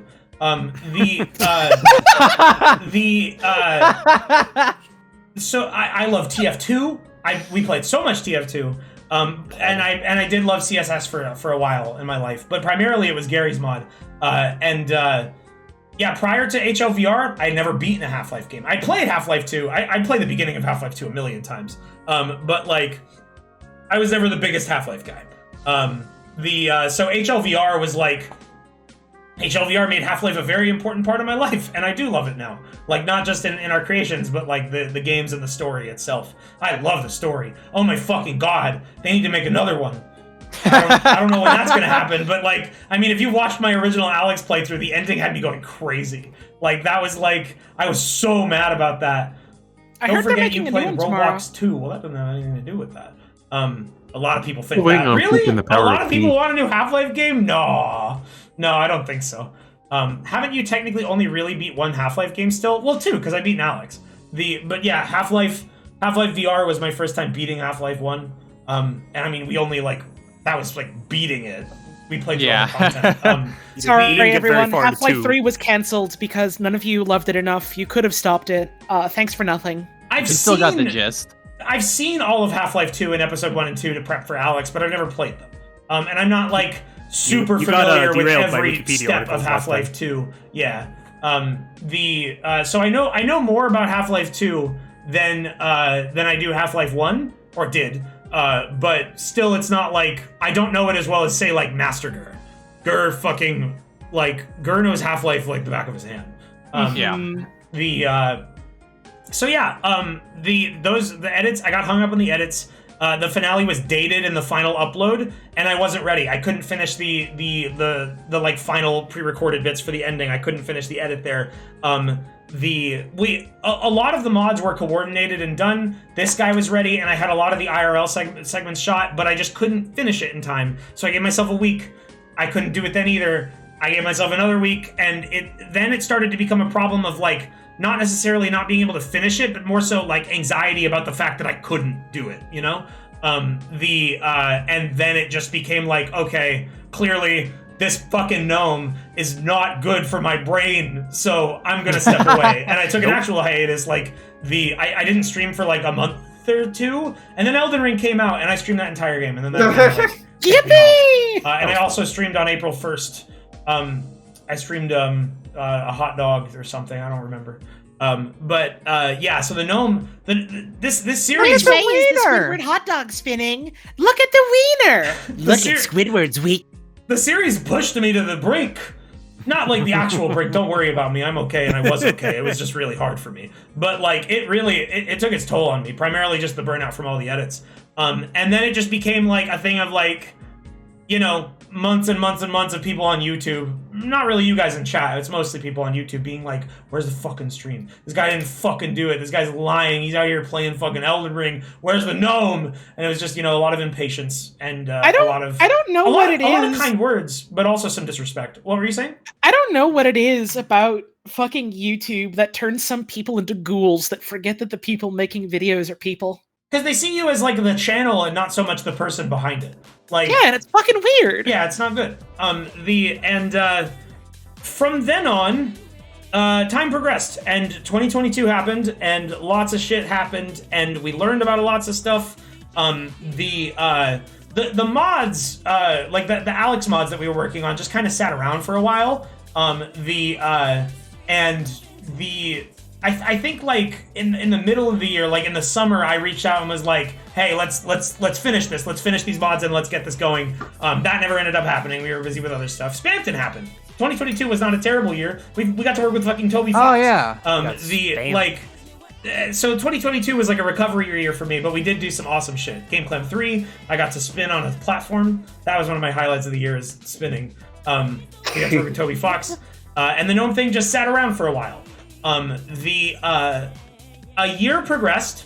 I had a really rough end of 2022. I'm not going to get into that, but the end of the year was really, really bad for me for a couple reasons. And that final break of like fucked up shit happening and me not being happy, I was like, fuck it. Time to start my life into gear. And that awful thing that happened made me work really hard at like taking therapy seriously and getting back with my psychiatrist and getting back on meds and exercising. I have lost 16 pounds, if you can believe it, since mid-December. It's a little bit slow behind my actual weight loss goals, but it's a lot. And also, I fucking love eating, man. So sometimes I do be eating a lot of pizza occasionally. Do what you gotta do. So sometimes I let myself slip a little bit, but the general trend, down in weight and up and happy. And you know, I got into Adderall and stuff, and early January, I said, or maybe it was late December, I was like, "Hey everybody, let's do the fucking gnome thing," because finishing the gnome was like this big thing looming over my head of like the expectations that were set like by myself and also the community and the people on YouTube, and like promises that I needed to uphold. It was this big symbolic thing for me, and I was like, you know, I'm doing all this other shit. This needs to happen. This needs to be the big thing to get me back and working. The other thing, without speaking too much about it, was also the gnome stuff needed to happen before anything else could happen. Yeah, so it was like something clogging the pipes that needed to. Yeah, the gnome had to get finished so that we could move on to other projects. Yeah, there was a thick blue clog for a number of reasons. not only because like the gnome like. Not only because it was a project that I needed to finish, but also because there are literally things about the gnome thing that like affect Don't talk about my penis. Who said anything about your penis? Not me. What? Okay. The stream isn't canon, by the way. It's not canon. it's not canon. I mean, we're only telling you truths tonight, but it's not canon to the lore. He's an actor, guys. It's a movie. The movies aren't real. Yeah. I am physically trained. December, late December, early January, I reached out to the modders. This stream is a cannon, and I'm about to fire at you, bitch. I reached out to the modders and said like, hey, let's wrap up this stuff, because there were a couple bugs that the original version of the mod had that were not fixed and needed to be fixed. I worked with them. And oh my god, Eagle 1, you guys are fucking amazing. Eagle 1, like, for a number of reasons, without the mods, the stream wouldn't have been nearly as funny, for one thing. But also, this last month, Eagle 1, specifically Eagle 1 member Generic 1, oh my god, wait, no, not Generic 1, Generic Icon, sorry. Generic, you are a fucking lifesaver. Generic worked with me like every single night like of the week leading to the final stream to make sure that things were right, and even like added features like within that last week. Eagle 1 was fucking amazing. But I reached out to them and got them working on the mods again, and got the bugs started to get fixed, and we had a couple more ideas. for like extra things to add. So one thing that I want to talk about is like I saw a lot of people saying like, oh man, the year between the when the stream is supposed to happen and when it actually happened was great because we got all these extra additions that wouldn't have been there. I saw someone literally say like, oh, this stream would have been so boring if it happened a year ago. Like the gnome wouldn't have had his gun. Most of what you saw in Act 4 actually was going to be there a year ago. The gun was done. The blue gnome was done. Life coins were done. The commentary note idea was also a year old. The idea for it was a year old. Yes. Yeah, the idea for it was a year old, but we're going to talk about that in a minute because that was. I'll get to that. While the stream would have been similar a year ago, it absolutely was better because we waited. Yeah. I am so glad we waited. It had to happen for a very specific reason. Two very specific reasons. If we waited even a week less, if we did it a week earlier, the stream would have been 20% worse. I'm not even joking with you. Yeah. So, you hear that? No. What? Huh? What is that? It sounds like a Dark Souls invasion sound. What? Oh shit. What the hell is that? Don't tell me. Uh-oh. Wayne, don't tell me. What is that? Can't be happening. Oh no. I'm scared, guys. Do you hear anything? Listen closely. Oh, sir. What was that? Gigots. What the fuck was that? Oh my, sir. Yoo-hoo! Sir! It's been too long, sire. No! No! I'm here! No! Yes, sir! I'm here to such a good sir. Yoo-hoo, chat room! There's two gnomes. I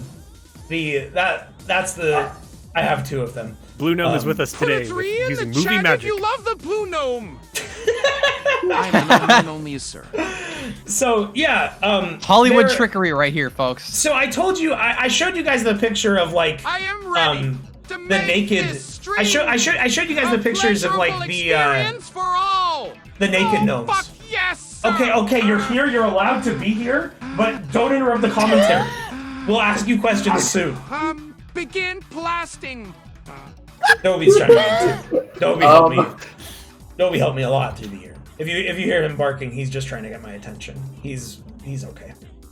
I feel like I have to preface, I worry so much about that because like, trust me guys, I love my dog with all my heart and I take the best care of him that I possibly can. His bark is so high pitched. If he does it, it sounds like he's crying out because he's being killed. Like, it's like True. he has such a sad, pitiful bark. And I worry that people are thinking like, oh my god, Wayne's dog is locked in a box in the closet or something. No, he has free reign in the living room. Wayne, nothing bad ever He's happened. not allowed in the carpeted areas. In a box. So let's talk about this a little bit. Oh, two blue gnomes. Oh, never mind. Ruining the veneer of the blue gnome for a second. We are using movie magic to make him blue. I have two of these guys. Originally this was not part of the plan. Michelle, while we were making the gnomes, there were multiple casts of the silicone because Michelle wanted to do multiple paint jobs. She wanted to like make sure if there were any imperfections that at least one of them would be perfect. And one of these is the prime gnome, and one of them is actually technically slightly a defect or a copy. Not so much a defect because it's still great, but a copy. Can you guess which one is the original gnome? Gnome Prime? The one you've been holding this whole time. Well, that's cheating. Hello, sir. Oh shit! How do I? What do you mean that's cheating? And hot blue it just didn't sheen. work. Please restore it. Please restore it soon. Oh, please. There you go. Yeah. Which gnome tells the truth? Which gnome lies? We know that from the series. I can think of which one I hate gives more. him a green shirt too. Yeah, he didn't have that in the series, but he does in real life now. It also makes him look like he had a lot of colloidal silver. Listen, it's his Zavala cosplay. He's working on it. Yeah. You've disfigured the gnome. At last, I have found you, Faker. There is only one true sir, and it is me. God, why didn't we? Oh, I'm mad that we didn't quote Sonic Adventure 2. I I'll add that in the edit. To be honest, I literally can do that. The answer of which one is the prime gnome is the one that is blue. You would never be able to tell. There are some like very slight differences in their paint job that like allow you to a little bit more gloss. I see. Is one of them glossier? I think it seems like the one on the left. Prime gnome looks glossier. Yeah, it might just be because he's I closer remember to your light. at the like the very final steps of getting these gnomes done. Michelle asked me if I wanted a matte or a glossy finish, and I think I said like whatever you think looks better. And it's possible that one of these actually does have a slightly different finish, and the other one is matte. So one of them is glossy, one of them is matte. But it's the one that we're using for the blue gnome. You want to know how you identify him as the faker? Look very closely. Let's see if my camera can focus. Do you see the circle on his cheek? Can you see that? I can't really see that on my camera. No. Nope. You can't I thought see that was supposed to be the authentic gnome, and the other one was supposed to be. No, the circle on his cheek is the. Wait, did I just? Yeah, but you said it was the blue one. You just held up the real one, dummy. No. Yeah. This is the blue gnome. This is the. That's how you identify the one in your faker. right hand. Okay, did I just mince my words? I think you minced your words. This is the faker. He has the circle on his face. The both these gnomes were used in the shooting of the ending. Sir. Oh yes.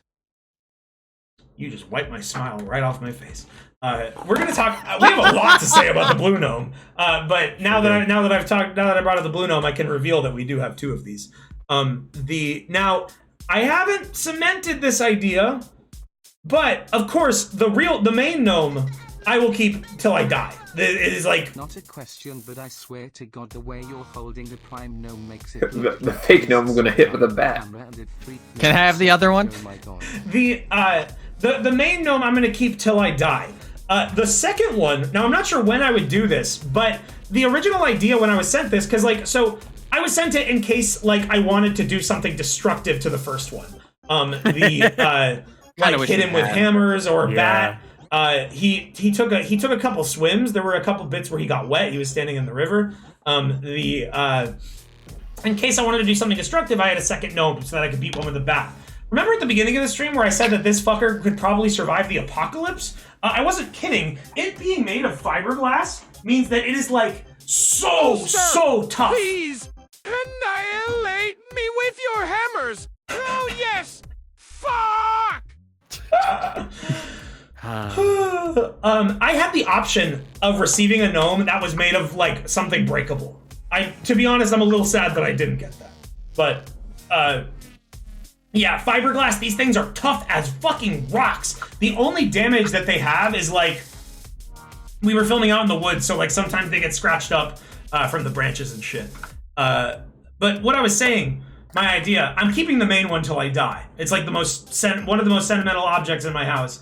I might auction this off for charity one day.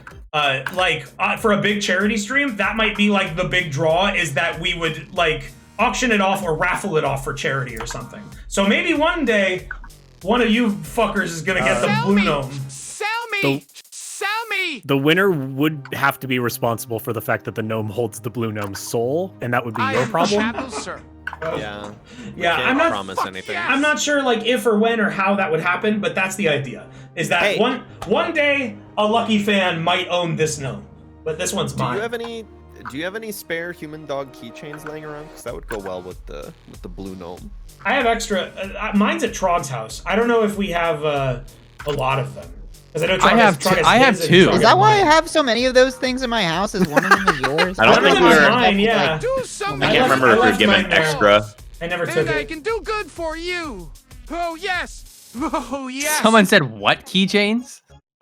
So I never got a human dog keychain. You didn't? We I thought have one got mailed to you. I'm pretty sure that's why there's a couple extras, is because one of them is for you. Like, and we just never got it to you. There was one for each member of our TVS. I'm pretty sure. Girl, I think that's why you have two. No, I was specifically just given two. Oh, okay. Well, give one to Holly, asshole. One's at your house for Holly or Trog's house. No, that one's mine. Trog has mine and his. Well, I want my two. human dog. I think we're gonna need some extra keychains. Sorry for bringing up the keychains. Yes, who gave them to us? I can't remember. Was it Nar? Nar wasn't there. Who made them? But who? I thought Nar made them. made them, but It was Nar. there. I was right. Nar made them, and then they were given to us when we saw Mega 64. Yeah. And so there are some human dog keychains that exist. Back on topic. Act 4, the year hiatus. Let's we introduced him. Let's talk about the Blue Gnome because there's so much to say about the Blue Gnome. What can you say about the Blue Gnome? Should we reveal his true name? No. Soon. Yes, because soon. Because we're gonna Talk about me. No, I don't think we shouldn't reveal his name. That's RTVS intellectual property at this point. Are you sure? I feel like we could do it. We could do it. The Blue Gnome was an idea that I had shortly after Act 3. That was one of the very first things. To be honest, my memories of like how a lot of these things happened because it's been so long are a little vague. So I had to like go into chats and see when I first mentioned it. The Blue Gnome's idea was had when I first reached out to the modders.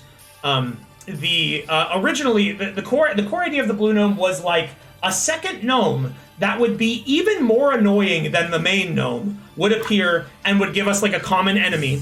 And then the main gag for the Blue Gnome is that he would like appear and reappear even though I was trying to get rid of him. That was the core base of the idea. The other thing was like, okay, we're gonna find a second Uberduck voice that would like fit this character and be even more annoying than the first one. And we went through a lot of possibilities. So now I'm gonna put actually you know what? Sir. I can play a couple. I'm annoying. There are two Blue Gnomes for a bit. No, I wanna get in there and show them off. I love it. Oh my god, We're showing your prototypes now. So originally when so we had the Blue Gnome idea a year ago. So originally the Blue Gnome was going to be a second Uberduck voice because we've done that before. If you remember the stream where Biggie piloted my stream and I wasn't there at all when I was sick, we had the ability to have two Uberduck bots going at the same time. So we were like, okay, we need to find an Uberduck voice that will fit and be perfect for what we need. So we looked and looked and looked and we found a couple that we thought might fit. The first one and one of the biggest contenders for being the gnome's voice was this.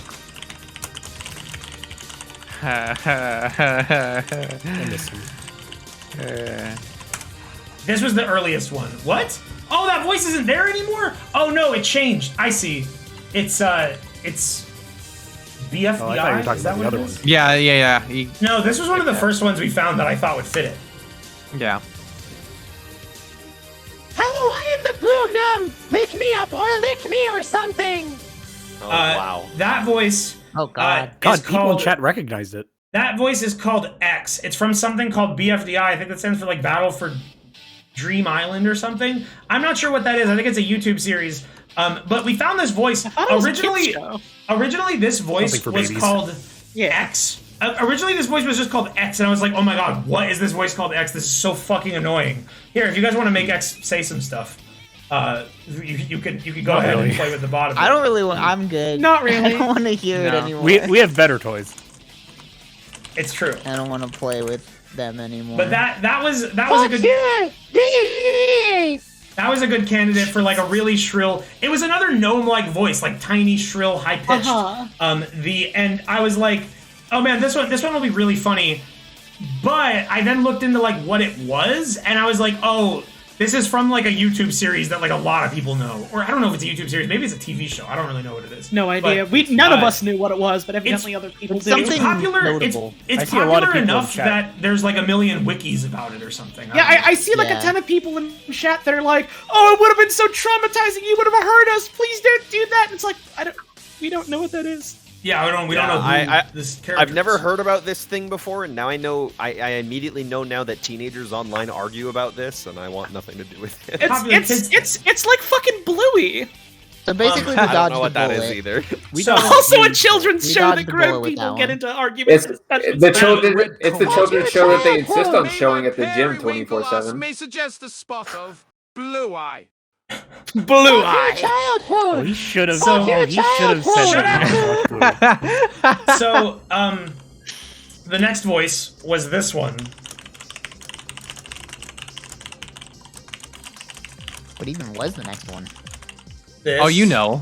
Genuinely, you know. I barely remember this, but this was on the list. Hello, everyone. I'm the Blue Gnome. Oh. I'm the real final voice they use. Fucking Toucan Sam, dude. I don't remember that. Who is it? It's Toucan Sam. It's this that was one, a contender? This one, yes, this was a contender. This voice was a little bit more like the final Blue Gnome voice that we ended up going with. A little bit. It's a little bit more, a little bit Proper. deeper. I will say, a little yeah, bit at more this- proper. For clarification, we'll get to this. The Blue Gnome's like personality was not solidified at this voice. We Yes, like we we just needed him to be annoying. Yes, we needed him. We needed him to be annoying, and we were kind of brainstorming like how he would be as we kept going through these voices. This next one is called Licorice Cookie. I don't remember this, but it's on the list. What? Another one I don't remember. Hello, everyone. I'm the Blue Gnome Eye, the real final voice. That one Yeah, was that's fucked also up. a little bit of a. That one had the more annoying voice. trait. That one had the more annoying trait. It had a little bit of the like prim and proper quality of the Blue Gnome. Apparently, that's from Cookie Run. Chat is saying, which makes sense. His name is Licorice Another Cookie. thing teenagers argue about online. Yeah. Another bullet Next dodge. one. This one would have been good. And to be honest, we could be used for something in the future. But this one is. This one was one of my favorites. This one almost would have won. Is this the one? Which one? I know and like. Yes. This one could have been it. This one honestly could have been it. This one. What? Not that one. Oh, wait. No, not that one. You keep doing ones that Hello, everyone. I am the Blue Gnome. I love the feet of my sir. I don't remember that one at all. That's I don't Omo remember Chow from Omo Sonic Chow Adventure ever 2. being I don't remember Omo Chow being a consideration. Omo Yeah, Chow's on me the list. either. I literally remember pulled a that one. list from like 2021 when we were like figuring out what voice it would be, and Omo Chow was one of the candidates. You must have we been, spent like, a lot on of there, time like, making 3 in the Omo Chow morning. say like nasty stuff. And like awful stuff. And that I think us making Omo Chow do that for whatever reason kind of stemmed into how we figured out how we would characterize the Blue Gnome.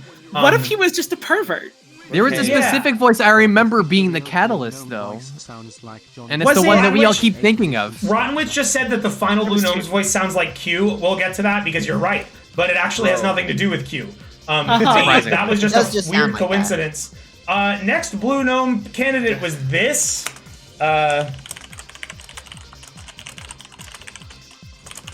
There's a lot more candidates than I remember. There were a lot. Yeah, we had a lot. There had to have been times at like 4 in the morning you were just All in of you there in making chat are No, wrong. doesn't listen to that channel. Hold on. Has nothing to do with John All of you in Delancey. chat are wrong. Hello, everyone who knows how I love my son, and I love being a gnome. That one's called Pip. I don't know what it is. I don't know what that is. I don't know what it is either. That one was very high pitched and shrilled and annoying, and we don't know. We don't know how. Oh, that was a is South it from Park South voice. Park? Yeah. Oh, that is from South Park. Okay, good thing we didn't use that. Another thing. I don't and fucking then, watch South Park. I don't know oh that. man, well we should have used this one. Oh, I hope this is the one I think it is. Is it? We'll see. We've been faked out like 3 times now by Wayne. It's I true. don't remember half of these. I Yeah, really this only one that it remember- almost was. The You, one you, twice. I think you're the only one that considered most of these. No, Yeah! we found these together. Like there was a night where we like I made the list. No, but- this was never gonna be it. Hello, everyone. I'm the Blue Gnome, and welcome to Checkers Party Quiz. That's Cheggers, famous British comedian Cheggers Awesome. from Cheggers I feel Party like Quiz. there was like literally 2 or 3 that were serious contenders, and all these other ones were just like, oh, what if? Whatever. They were considered. Yeah. They were on my list. They were, I don't and know, it was man. my decision ultimately. So I am if the they were on my Blue Gnome. list, they were candidates. And then we The came one to. who's, are you gonna say the one whose name starts with Mr.? Yes, that's the one. I'm All getting right, to. this was And the one we all was expecting. This was the voice of the Blue Gnome. If this stream happened a year ago, this is what the Blue Gnome would have sounded like. Yeah, Mr. Beast. Yeah, Definitely you're would've right, done guys. that. Fucking Mr. Beast, the I man love with the everyone most in chat. recognizable voice. I don't think any of you have been right about anything Grow up. so far. Anyone who Literally, just like, throws no. a guess in the chat. But I mean, that's what Twitch chat is for. Yeah, just people saying incorrect things. Saying anything. En masse.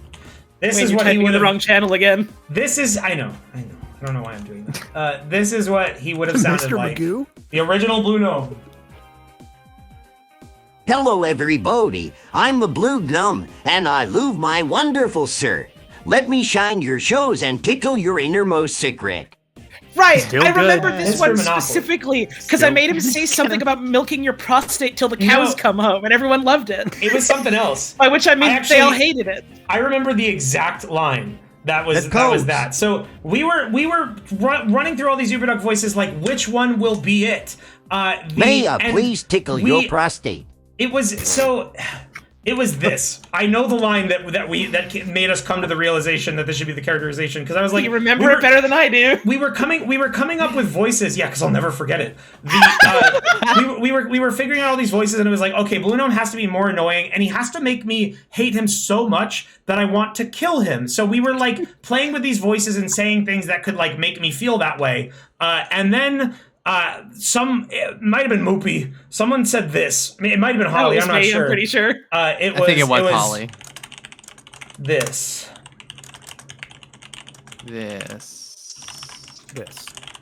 Right. This is what he said. Hello there, sir.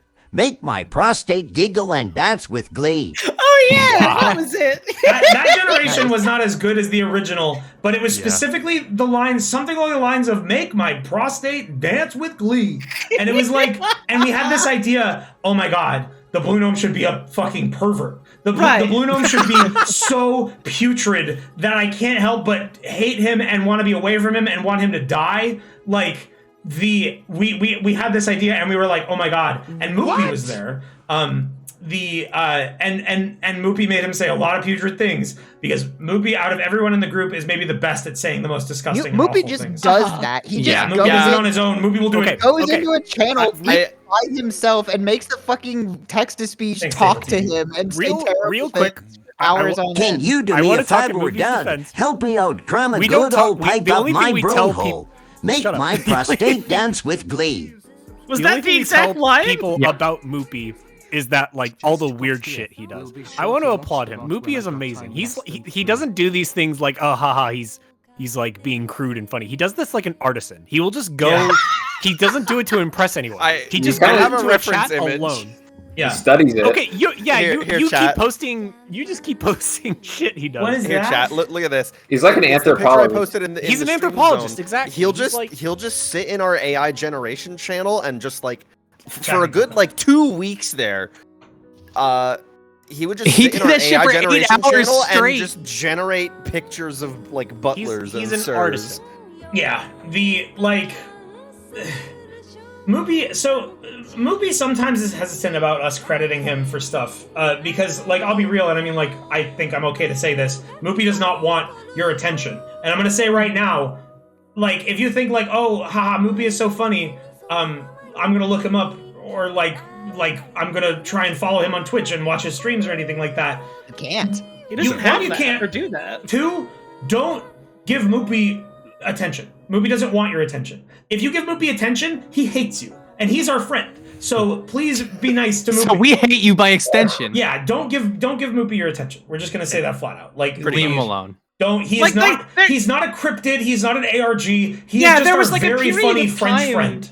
There was like a period of time years ago where I guess like a year or two ago, maybe at most, where people were like, "Oh man, I need to look more into this. This is clearly like a puzzle y'all are putting on, right? This is like some kind of thing for me to solve." And it's like, no, dude's just a fucking hermit. Leave him alone. Absolutely insufferable behavior. Just I'm gonna go off topic for a sec because I just saw the background video that we have playing.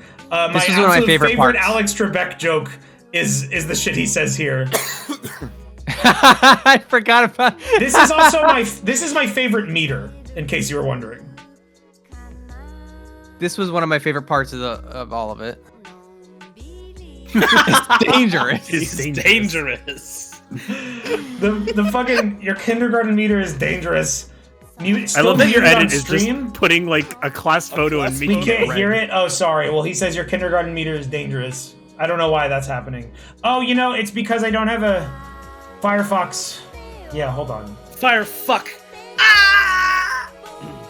Yeah, Moopy's like our Okay, if that ever happens again, you literally hear it. You know, in like the fantasy stories, there's like the wizened old smith in the mountains that will forge the legendary blade. He's like that for us, but he makes a TTS voice talk. He's a wordsmith. He's a genuine wordsmith. Logmore said it He's best that we are all students in Moopy's atelier.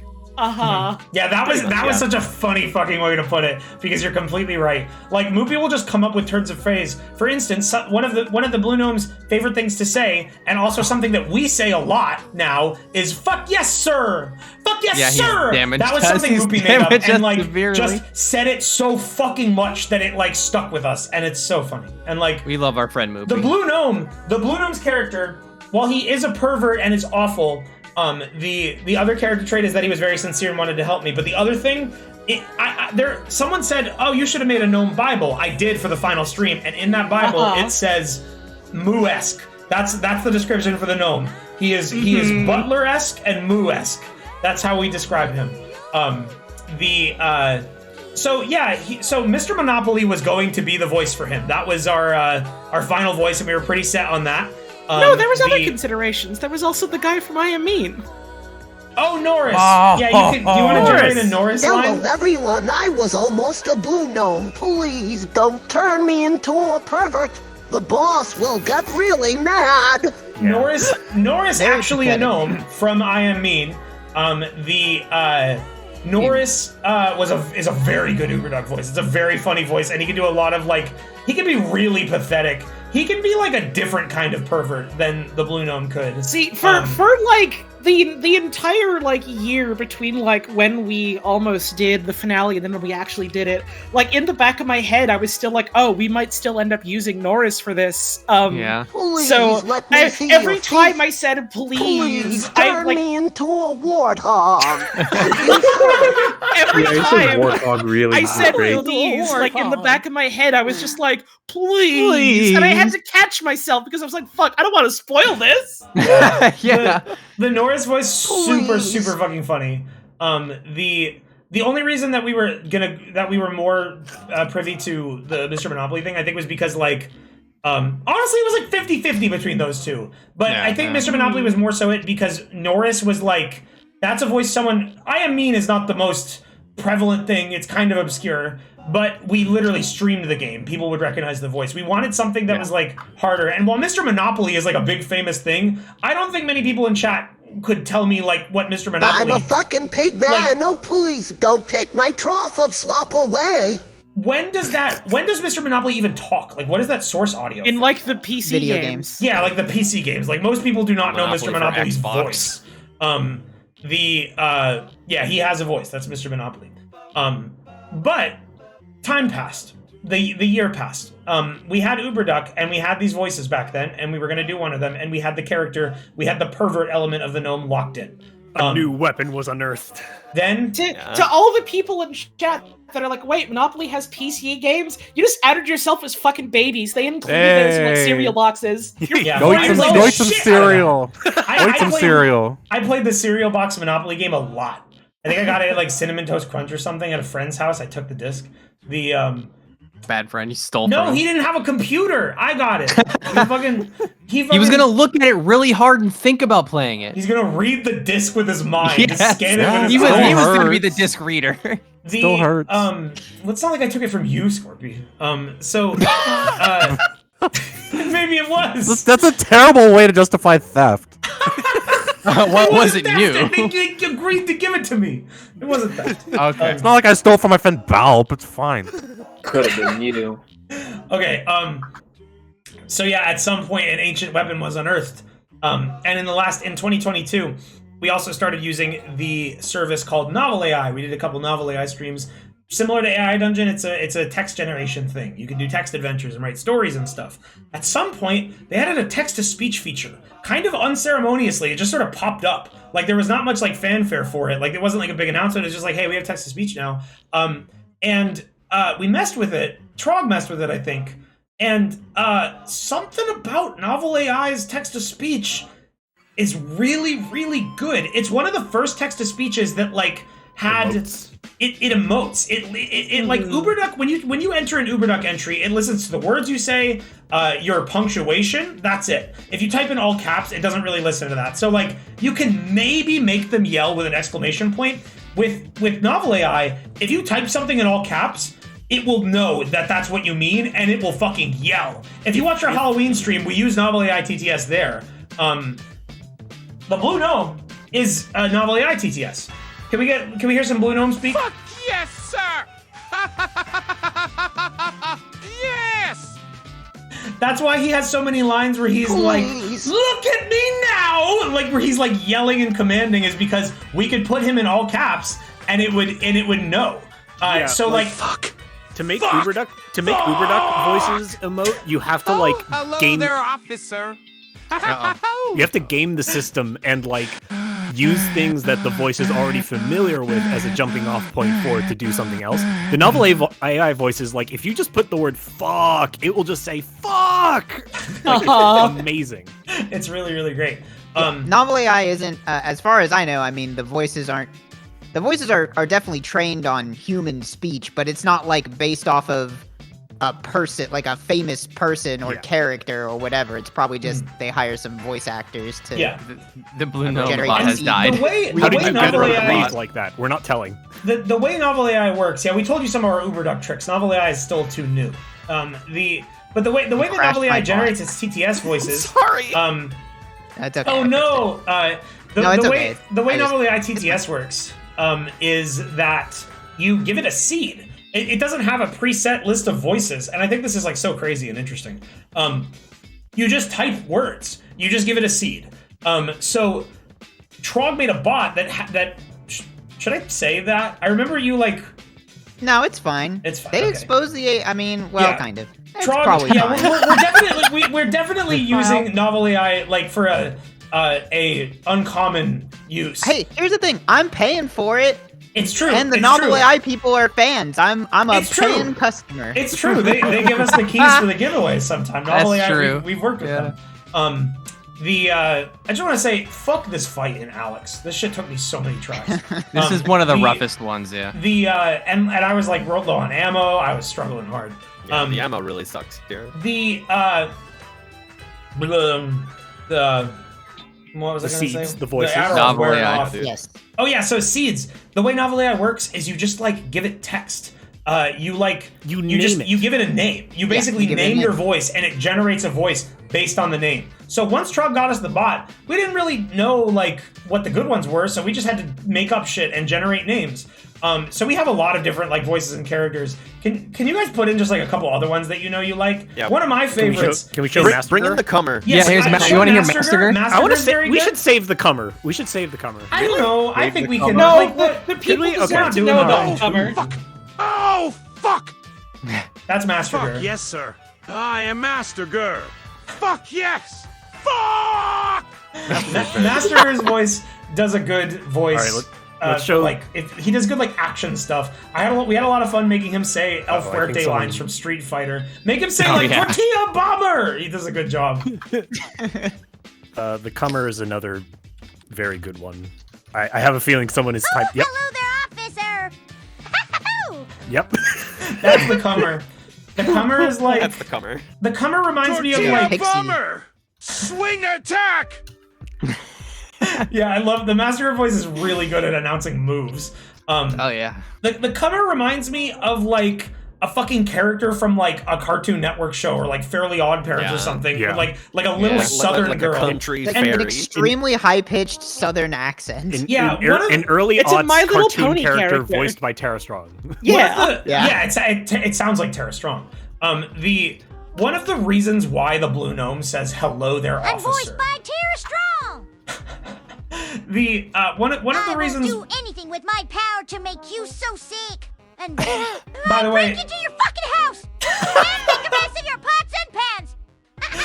the Novel AI voice So we don't need voice actors anymore. That's fucking cool. No, that is not Wrong. true. We absolutely need voice actors. Wrong. What we do here, the things that we use AI voices for is not something where we would use a voice actor instead. The reason we use AI voice, it's not to decry the fact that we think, oh, AI voices are the future, they can replace voice actors. It's because AI voices are fucking weird. They do things that voice actors can't because they're weird and bad. Like that's literally like why we mourn fucking Liarbot every day. It was because it was fucking busted and sounded weird. Half-Life 2 Our VR. favorite AI voice ever was Joshua, and we liked him because he didn't work right. We've told you a million times that at some point in the future, Half-Life 2 VR will happen.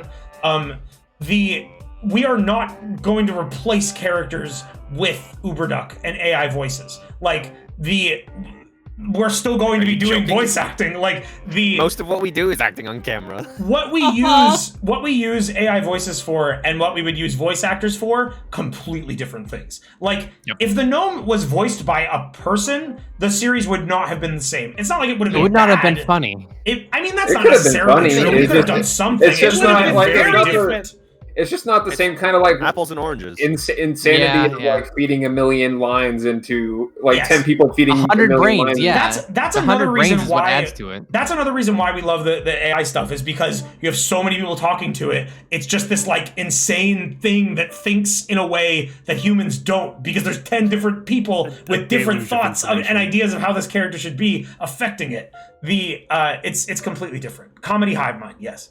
A character who is voiced by an entire writing room. Yeah, basically. exactly. Your mic is crackly. So yeah, that's Blue Gnome. Trog, are you sure we can't reveal his seed? I really we can. Okay, we'll it's keep. Fine. I was also, real quick. I noticed a lot of people in the chat misunderstood the thing with naming the novel AI things. You know, like a Minecraft world seed, how you type something and then it generates a world. Yeah, You're like, well, if it sounds like that, why did you name it the Comer? No, we name it first. We give it a name and then it spits a voice back. Someone just bullshitted and typed the Comer. I don't remember who did it. Could have been anyone. And someone typed the Comer, and it was this really funny, squeaky Southern voice. Like that's why it's the Comer. We've done Logmore, and Logmore sounds like that. Yeah, I'm like a little sprite. Yes, someone do Logmore. Hey, I'm gonna do a Twitch poll for the Blue Gnome seed. If you want to know it or not. What? No, I want to tell it. We're gonna tell it. But if you want that voice, if you want to play with that voice on Novel AI, you need to type the Comer. There's no getting around it. You have to type the Comer into your text box. That's the only way. Hello there, officer. That's not don't worry about me Logmore. screaming. Well, I caught me hand on a piece of glass and it's screaming. Okay, this specific generation. You have a good day, officer. Moopy plays this like once a week, unprompted. Wasn't just an evil dreamer. I killed the lovable old sir in a restaurant after drinking coffee. Like literally Having a every Lucas Kane single moment. day, I wake up and I get out of bed. In the back of my head, I think it wasn't just an evil dream. Anyways, this is the Logmore voice. I can do anything I want. Oh yes, my name is Logmore. Oh my God, listen to me. It is pixie-like. Yeah, it's You have to use the line that Trog put in. Yeah, here. hang on. Yeah, put that in again. I'm so small. I'm so little. I use a lace as a hat. I use a leaf as a hat. That's the most pathetic noise I've ever heard. Peppa Pig! Hello, forever! The Logmore voice is like. So are we What gonna inch reveal tall? the stupid seed or not? We're doing this? We have I to. say we do it. Fuck Poll it. says yes. We have. All right. Well, can we do Much a fanfare search and for see this. who did it first? It was had to have Real been. and It hearty had to have been Had to Moopy. have been. It was Moopy. absolutely Moopy. Really? The seed for the Blue Gnome, and it couldn't be more fitting, is a hail and hearty sir. That name is Moospeak. That's like the way that he types in all his shit. The funniest thing to me about the fact that it's called a hale and hearty sir is that the voice sounds so like shrimpy and sickly. Yeah. It's a shrimpy and sickly sir. It's like it is the best voice that we've gotten out of novel AI. Yeah. It has a wide 100%. range. If you make it speak formally and like calmly, it does sound oddly like Q from Star Trek. I think I was the first person to notice that. And like, and I showed everybody, and everyone was like, "What the? It sounds like it generated from Q." Do a line that do a Q line. Oh, sir. But throw sir in there. John Delancey. Yeah, that's his. Don. Is it John Delance or Lancey? Lancey. Oh, Lancey. Peakard, Mayan Q. Oh, Peakard. Okay, that did not achieve the Q sound effect. You can make him sound like Q. Throw down in the holodeck, sir. That's right. Gay sex. Oh, sir, you left me outside again. That one did sound like Q. It might be partially trained on him. I'm not sure. I don't think. Maybe. Who knows? This is what a shrimply I have no idea what novel AI like. Isn't novel AI like trained? Wow! Wow! A shrimply and sickly sir literally sounds like a hale and hearty sir. That's oh my crazy. god, that's awesome. fucking awesome. That's fucked. So yeah, that's the Blue Gnome. That's how he came to be. That's his characterization. Novel AI, and taking us back to what we were saying earlier, people who were saying, "Oh man, we got the stream a year ago. It wouldn't have been nearly as good. It would have been boring." Not true, but waiting a year, we wouldn't have found Novel AI. We got access to the Novel AI TTS in Q4 of 2022. And then that was true even more so. So I talked a bit about the other mods. At the start of the stream, we talked about the Lifecoin thing. That's just something Scorpy said in the first stream. That was a complete throwaway. Ooh. Don't know what that was. Let's keep the. You don't want to know his name. That's foul. The Lifecoin thing. I actually have some stuff to show you for the Lifecoins. The Lifecoin idea. It was like 2 hours ago when we brought this up. So the Lifecoin thing was just a line Scorpy shout out after I shook the gnome and he had jingling sounds, and then it was never brought up again for a year and 7 months. I had the idea because I love that line so much. I was like, what if the gnome would drop life coins when he takes damage? Like, what if he could lose his life coins? Because that first Sonic line he delivers, he's like, "You don't steal my life coins!" He's like so concerned about it, like it was a really big deal. But it's never brought up again. So I requested from Eagle One, I believe the modeler's name is Kabubu. Shouts out Kabubu. I requested kind of late into the process a life coin. Here is the mock-up for the life coin. This is what I sent Kabubu. Oh wait, real quick, replenish Marlboros immediately was my idea. Yes, thank you, Mike. I want to take credit for that. Thank you, Mike, for that. I took a while to find a good siren effect, and the noise it makes there is from Star Wars or something. It's like a really scary siren. So yeah, here's the mock-up for the life coins, and here is what they ended up looking like. This is a close-up of the actual life coin. I looked pretty closely at it at the stream, so good. but I'm not sure how much detail you can actually look at it. It's a really good. It's a really they have good model. They have like a normal map and everything, so they reflect light perfectly. Yeah, they're shiny. They're like real ass tokens. So if you want to good. see closer, like you can see this is what it looks like. If we zoom in a lot, you can see the text. Oh wow. It does say non-fungible token on it. There's like a code, like a crypt code or something. It says, "Do not take a photo of this, or you will hear from my lawyers. So help me God, I will sue you into the ground for real." That's the life coin. Kabubu, if you didn't want me to show that for some reason, I'm so sorry, but I figured it was okay. And here's the back. I don't think I actually looked at this too intently on stream, but you know, there's a health thing. It says life coin on it. I was so pleased with the model that Kabubu made. I also have this is an earlier version of the life coin where the gnome was bigger, but it looked a little bit less like noticeably token like. So I'm happy with the final one. The texture around the edge. You can show the texture made it look I good. will show you. The gnome's not gonna sue me. That's all the life coin pictures I have to show you. But yeah, it was programmed so that the life coins were toggleable. And this is actually another fun thing that I can talk about. I can show you something. So I revealed at the beginning of the stream that our helper. Here's another prop. I'll talk about that in a minute. What? Our helper's name was Log. Log came over to my house because a lot of the mods that were made for Alyx were not like automated things. A lot of what you saw that happened were not just like magically occurring things. They were console commands. They had to be ran manually, but I did not have a good way for someone to remotely input keystrokes at my computer. So Log had to come over and control the game. So Log had binds. Every single button on my numpad was bound to something. Some of them were bound to 2 things. Yeah, we'll get to that in a minute, but here is the paper that I made for Log that references everything that he could do. Log could spawn commentary notes, which we'll get to in a little bit. Log could toggle the life coin dropping on and off, which, if you heard at a certain point Log talking, you might have heard Log's voice during the stream, where he said, "I'm gonna activate coin mode soon." It was very quiet, but some of you did notice. For some reason, Toggle Gnome Aimbot, which is number 8. Not that one. It's the one that made the commentary node stop spinning. Yeah. Oh, so asterisk, the multiply button. So yeah, that's my mute key too. If Log pressed that, for some reason it unmuted my mic in OBS, my main mic, my desktop mic, which was not supposed to be. To be honest, I should have just disabled it or something instead of muting it. I was going to say, why do we even have that in the scene? We should just removed it. If you want to put the keypad on screen, I put it in the general chat. The what?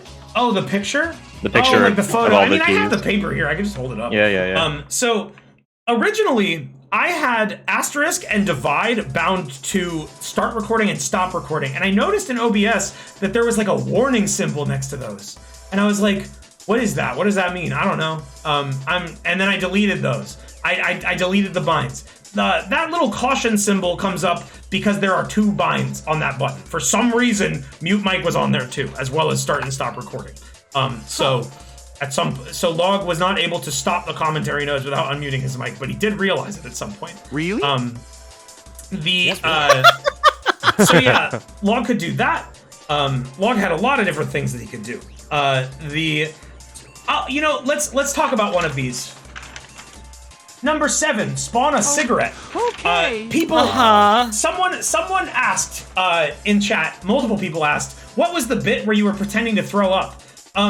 So we had the ability to spawn cigarettes because there was a part of the mod that, to be honest, I'm not sure if it broke or if the effect just wasn't apparent enough. I don't think it worked because you showed us it before and it definitely worked. Yeah, but there was a feature in the mod, the cigarettes. If you notice, when we were in the zoo very early on, we come across a pile of cigarettes. That pile of cigarettes is not there originally. It was there so that I could pick one up and hold it up to his mouth. The cigarettes, the mod, usually the cigarettes would light up like they were burning, and then smoke would appear, like he was inhaling and puffing. For some reason, that didn't work out. I'm not really sure why it didn't work. It was working even a few days before the stream happened. Yeah, looked great. Well, I don't know, because whenever I was talking to you about it, there was the thing with the unmuting the microphone and whatever, but I think that the button that spawned cigarettes was also bound to something else. What else? I don't know. I don't think it was bound to anything else. I noticed it. That's what you told me on that day. So for some reason, the changing texture of the cigarette was stuck half lit. All cigarettes looked half lit. I'm not sure what was going on with that. To be honest, I might reshoot a little segment with a fixed version of that, just so we can have that in the final video. Because it was very funny. What next? So, the cigarettes. So, the spawning cigarette thing, that moment where I started saying, "Oh, my stomach feels sick," and I started to retch. If you remember, earlier in the stream, the gnome told me to eat a cigarette, so I pretended to eat a cigarette. We found out literally within 30 minutes before the stream, if I was on the ground looking at the ground and Log spawned a cigarette, it just looks like it fell out of my mouth.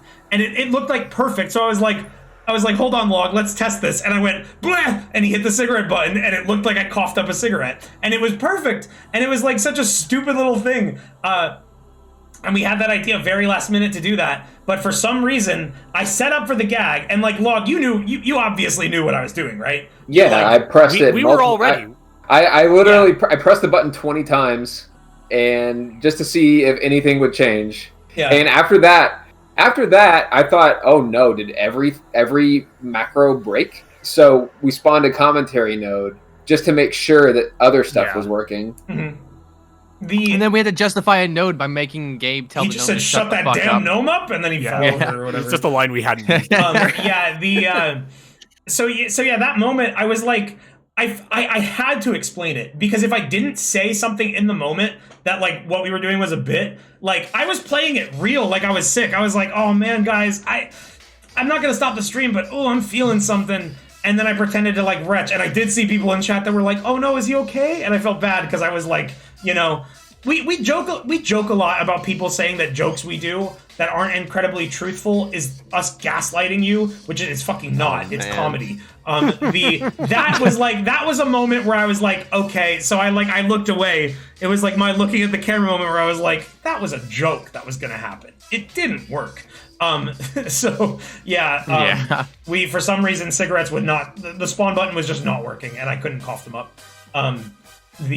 So sadly that did not happen.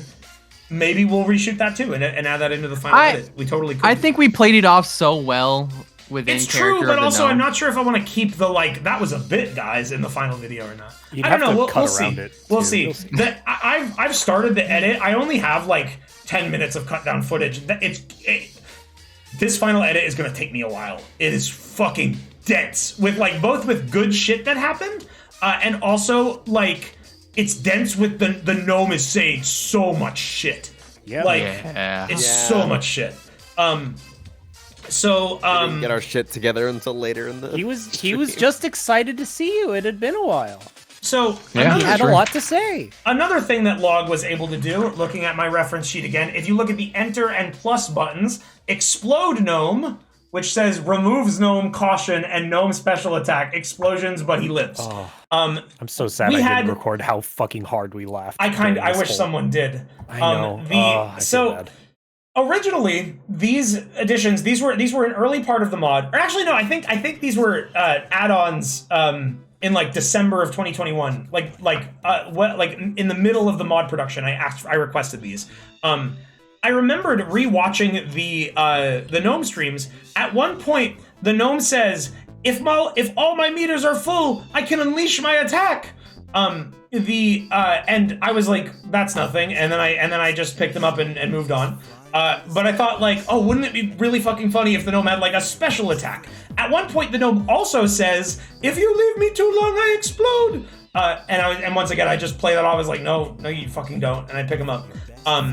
Originally, Gnome's special attack was going to specifically be for the meters being full, which it was. We did do that.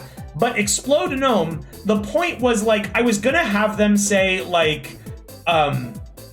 don't leave me here, Gordon, I'm gonna blow up, but he was gonna follow through this time. But the night before, someone had the idea to instead tie it into the special attack thing, but make it fuck up. So in the stream, the gnome just started saying things like, "Oh, Gordon, I'm gonna unleash my attack. Are you ready? It's gonna be crazy. Let me show you something crazy. Put me down and I'll take you to heaven." He was just saying all this stupid stuff. And at that point, I'm almost 100% certain everyone in chat was just "Oh, he's just saying some bullshit again." And my character, I'm like, "Okay, whatever. I'll put you down on the ground." And they had the idea to make him explode when he said he was gonna show us something really cool. And I put him down. And he blows up, and I'm just silent, and because I'm just my character, I'm just what do I even say about that? What do I even say?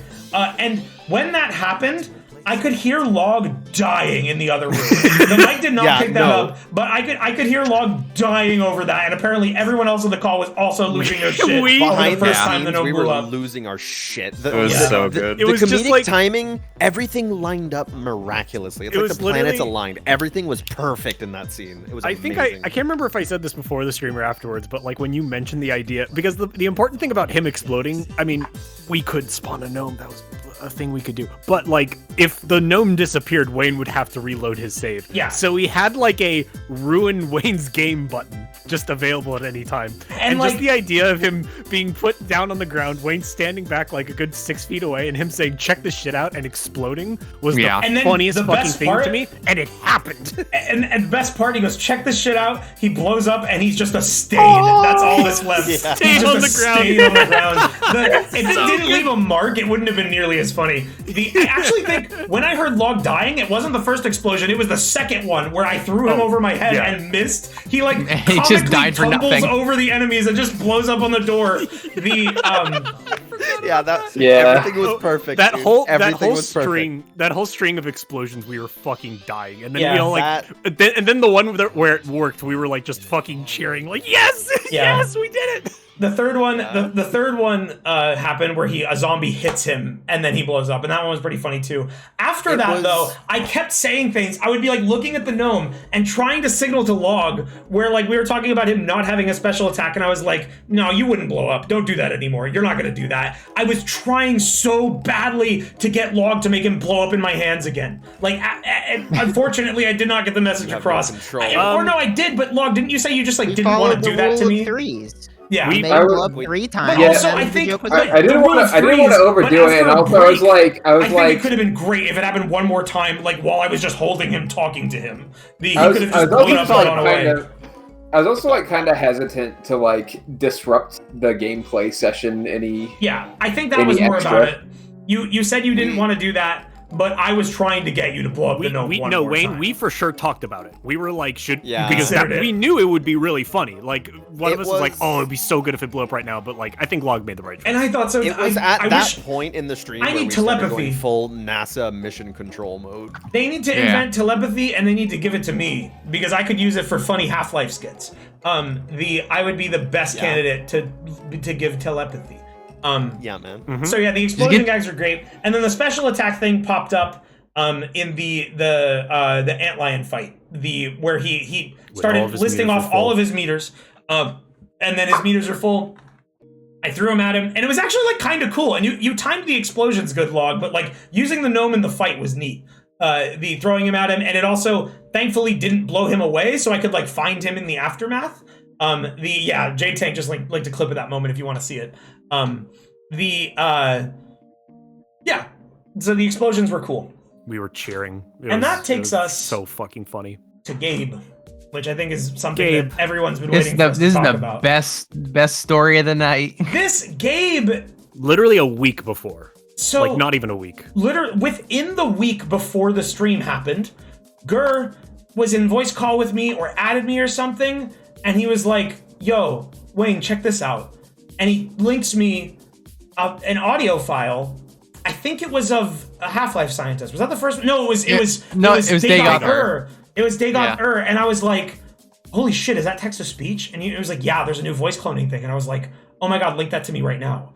And he linked me this site called 11 Labs, which is a new voice cloning service like Lyrebird or Descript. Descript, we didn't talk about Descript, but Descript is what we used for Slump the Felf. 11 Labs literally appeared and became relevant within that week before the stream.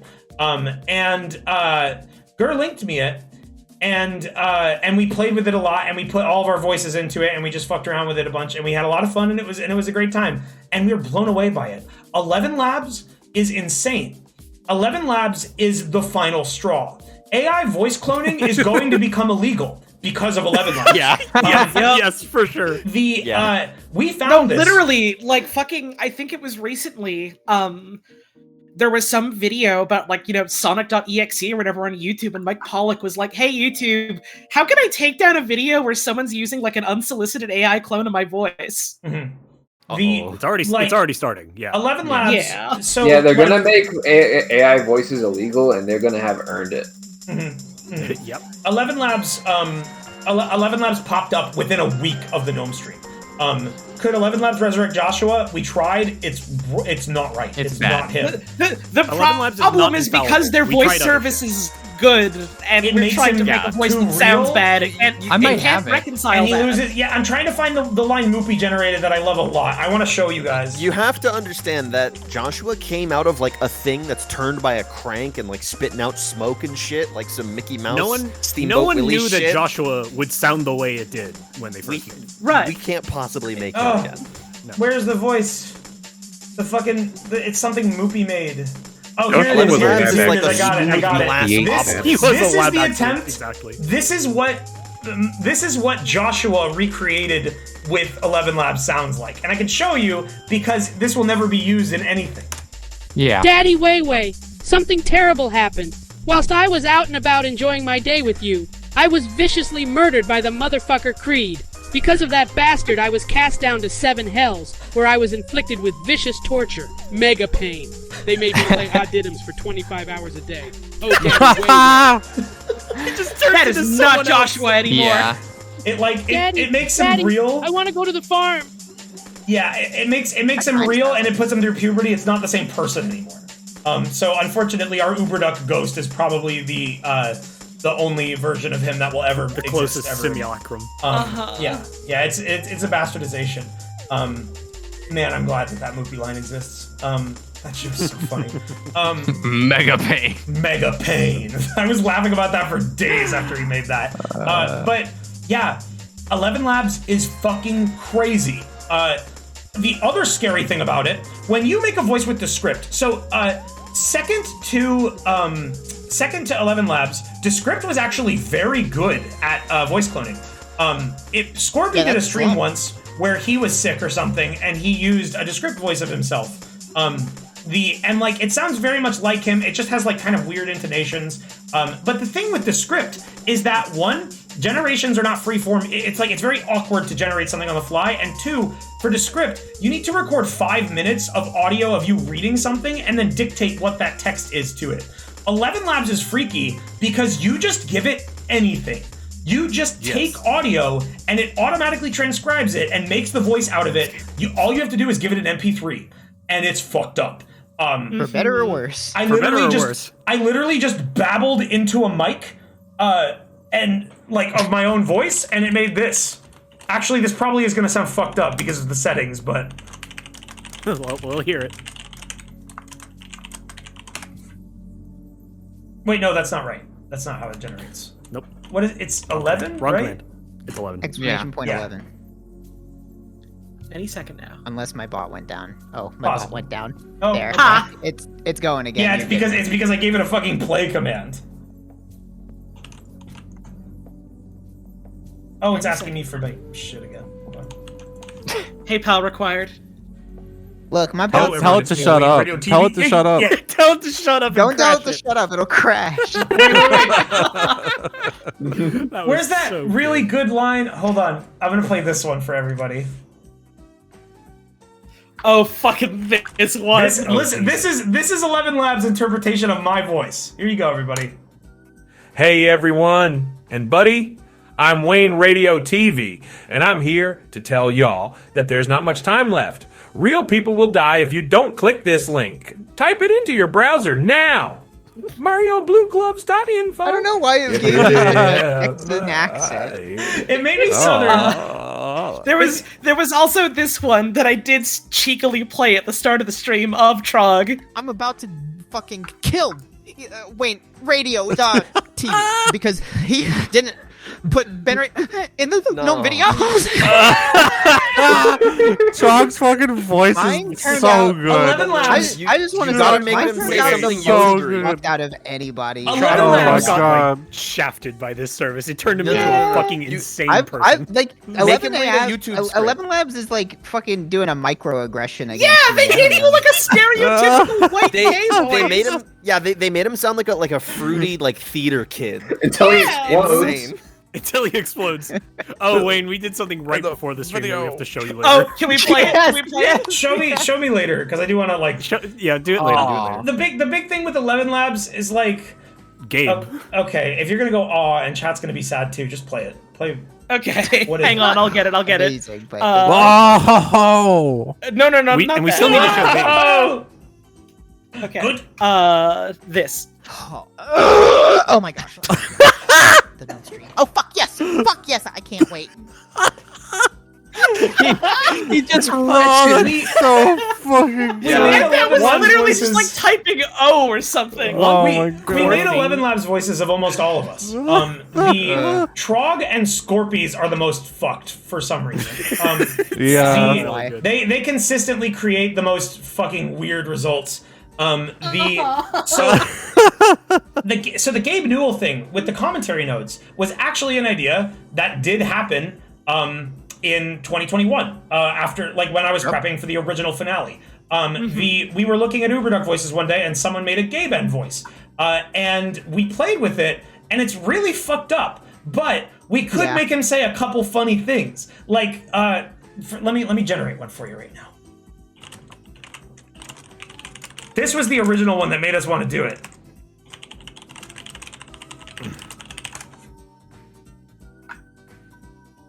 Please stop touching the commentary node. The Uberduck could say a couple things, but it was very fucked up. Can someone just make that voice say anything to make it fuck up to show you how bad it could be? Oh, don't mind if I do. I'm pretty good at making him do that. Originally, Gabe N was going to be that Uberduck voice because we thought it was really fucking funny. That Unfuck up and wait hard. Yeah, he's messed up. He's messed up. He didn't even start like going off that one. I love the gnome eating potatoes. Yeah, he's potatoes. He's wacky.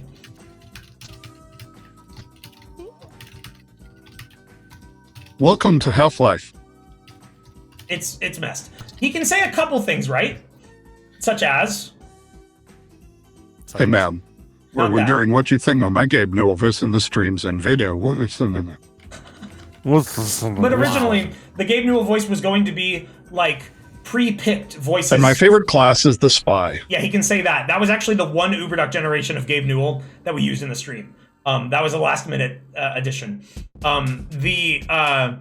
So originally we were going to use pre-picked voices that he generated in Uberduck, to make him say things. The idea, all of the stuff that he said on stream, we came up with those lines the week of, but it was all going to be stuff like that. It was going to be fake commentary, jokes, and then at the end he was going to say some scary stuff.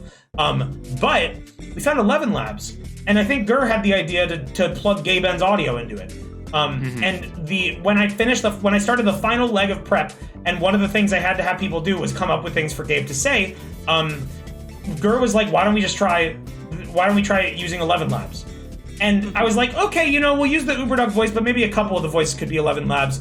And we started generating voices for Gabe N, and it was like the funniest fucking thing. It was incredible.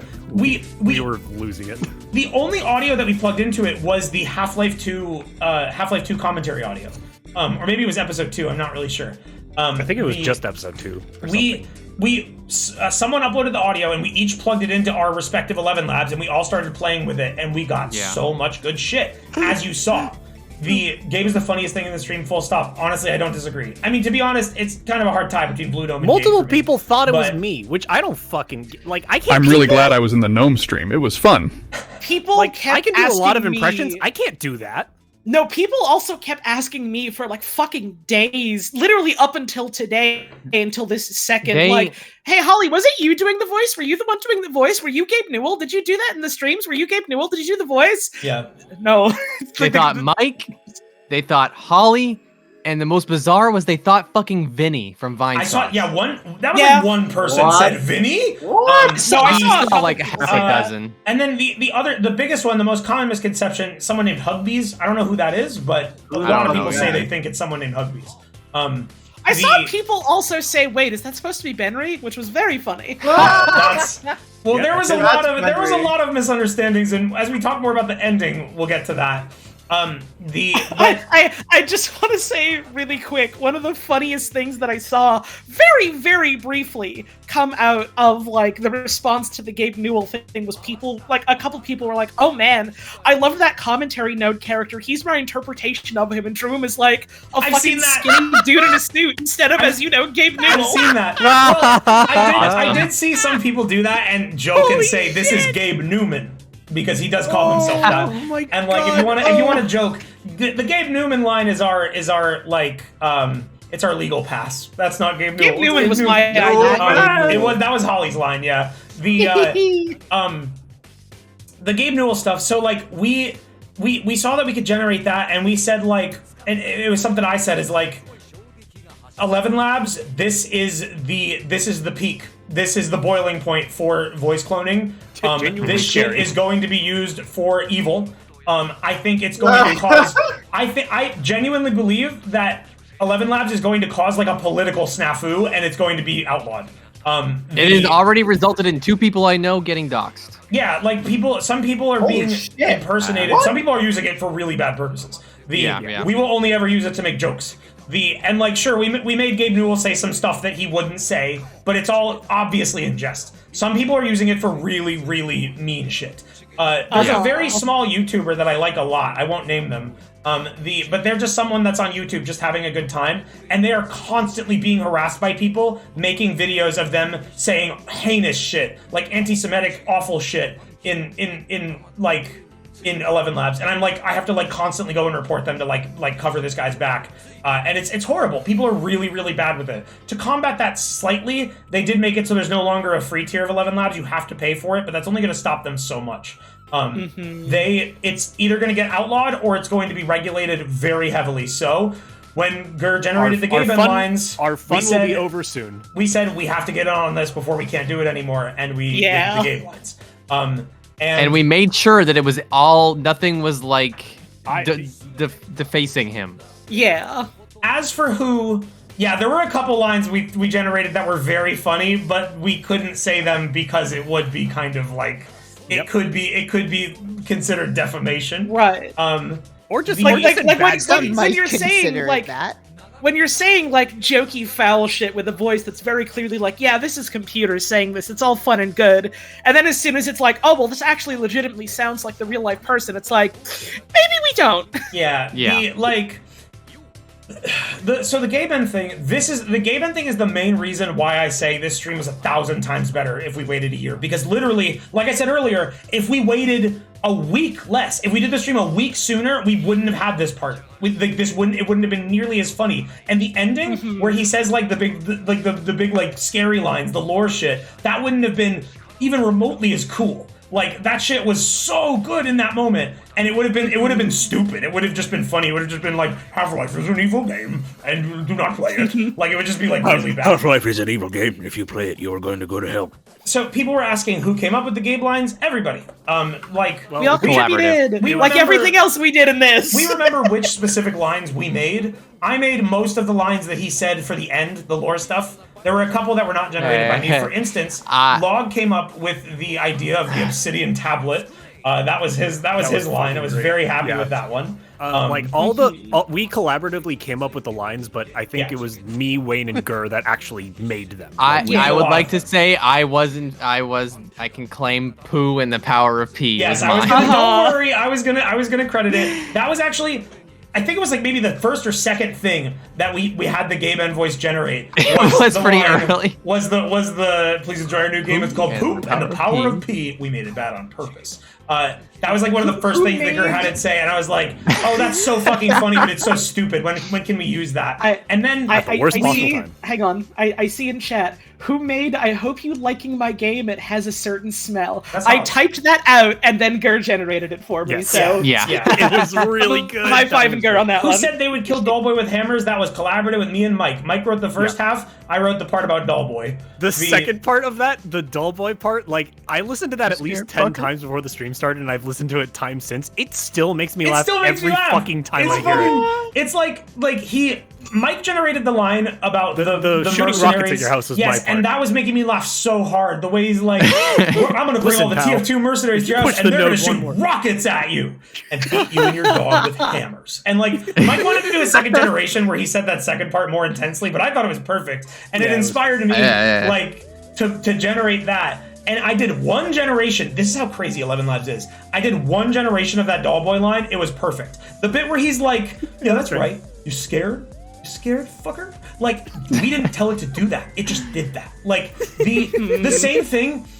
I wrote most of the lore lines at the end where he's talking about, like, scary stuff and, like, the nightmares and all that. I did most of those lines, save for one or two. And one of the ones that I generated that literally had me like awestruck was the one where he's talking about the dread and the nightmares. He's like the one thing that I knew was real was the fear. He like whispered, and it was like, how did it do that? How did it know to deliver this line so dramatically? It did that first try, and I was like blown away by it, and it was super genuine. There's a couple little hiccups here and there, but it was so good, and it helped me sell the stuff that I wrote for it, because I wasn't super confident about that at first, and then when he delivered it, I was like, oh, perfect. Sorry, I also want to claim credit. The Borealis being a tugboat with a little face on it was also me. Yes, you get your copyright to Mike and Theodore Tugboat. Canadian copyright me and Theodore Tugboat. Yes. See what I was saying about AI replacing voice actors, Wayne? But we can't ever let that happen, because there's yes, these things can do amazing things, but we have a moral obligation. Voice actors are important, and also there is still a limitation of how you can seriously. Do you think we're gonna do you're stupid if you think we're gonna do that? There is still a limitation of how much you can command it. I just got lucky. I just got lucky with how it did it there. And you can do things to direct it, but it's never gonna be the same as and also a voice actor puts their interpretation into it. It's a mental thing too, not just a performance. Did you want us to get the real Gabe Newell to do a voice for our funny stream? Hey, I would have loved that, but that's something that is so lofty that I We'll do that next time. Yeah, we'll ask Gabe later. We'll do that for Half-Life 2. We could. So the way that we did Gabe, originally the first pass of the mod, that I did in 2021 and 2022, originally there were 3 commentary nodes, only 3 that would appear. There would be one in the gorilla room. There would be one at that cutscene that would be muted, where the scientist woman talks about Gordon Freeman, and then there would be one in the vault. There were just going to be those 3. While we were finishing the mod and making sure everything was good, we realized that something that was wrong. We had the model imported for the commentary node and the spinning and all that. But for some reason, they weren't in the final map things. And because recompiling the maps would have been such a bitch that late in the stage, once again, I'm gonna shout them out. Generic Icon, my fucking hero. Generic implemented a command that would spawn a commentary node wherever we wanted it. They implemented the ability for us to make it stop spinning and turn off. They implemented the ability for us to make it ragdoll. They did that in the last 3 days before the stream started. Generic was my fucking lifesaver. I cannot hype up Generic's help enough with all of this. Shouts out again, Eagle One. Y'all are fucking talented and incredible and amazing. Hell yeah. And they do other stuff than Half-Life Alyx mods. I just don't know what I'm allowed to talk about. The commentary nodes would be spawned like that, and I'm glad that it worked that way too, because it allowed us to do more than 3, and it turned out that we wanted more than 3. The jamming all of the hilarious fucking lines that we generated into just 3 spots would have been hell. In fact, there were lines that we didn't even get to play. The way that we did it is Log would spawn them, Gur was in charge of telling them when to spawn, and we also, Log mentioned this earlier kind of cheekily, sort of all were, but I had a keyword. I only did this once, I think, but if I stopped moving and looked around, and if I said, let me survey my surroundings, that would mean that Log would need to spawn a commentary node. We did that once. It ended up not being the one that we needed. I did say that. I'm not sure if he spawned it there or not. Mike was the one who was in charge of playing the audio.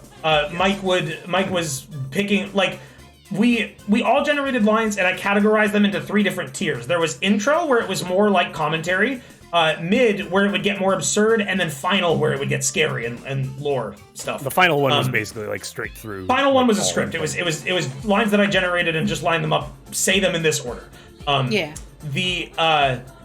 it was at the very last moment of setting up the scary lines, the final batch, where I was talking to Gur, and it was we need to include the poop and power of P line.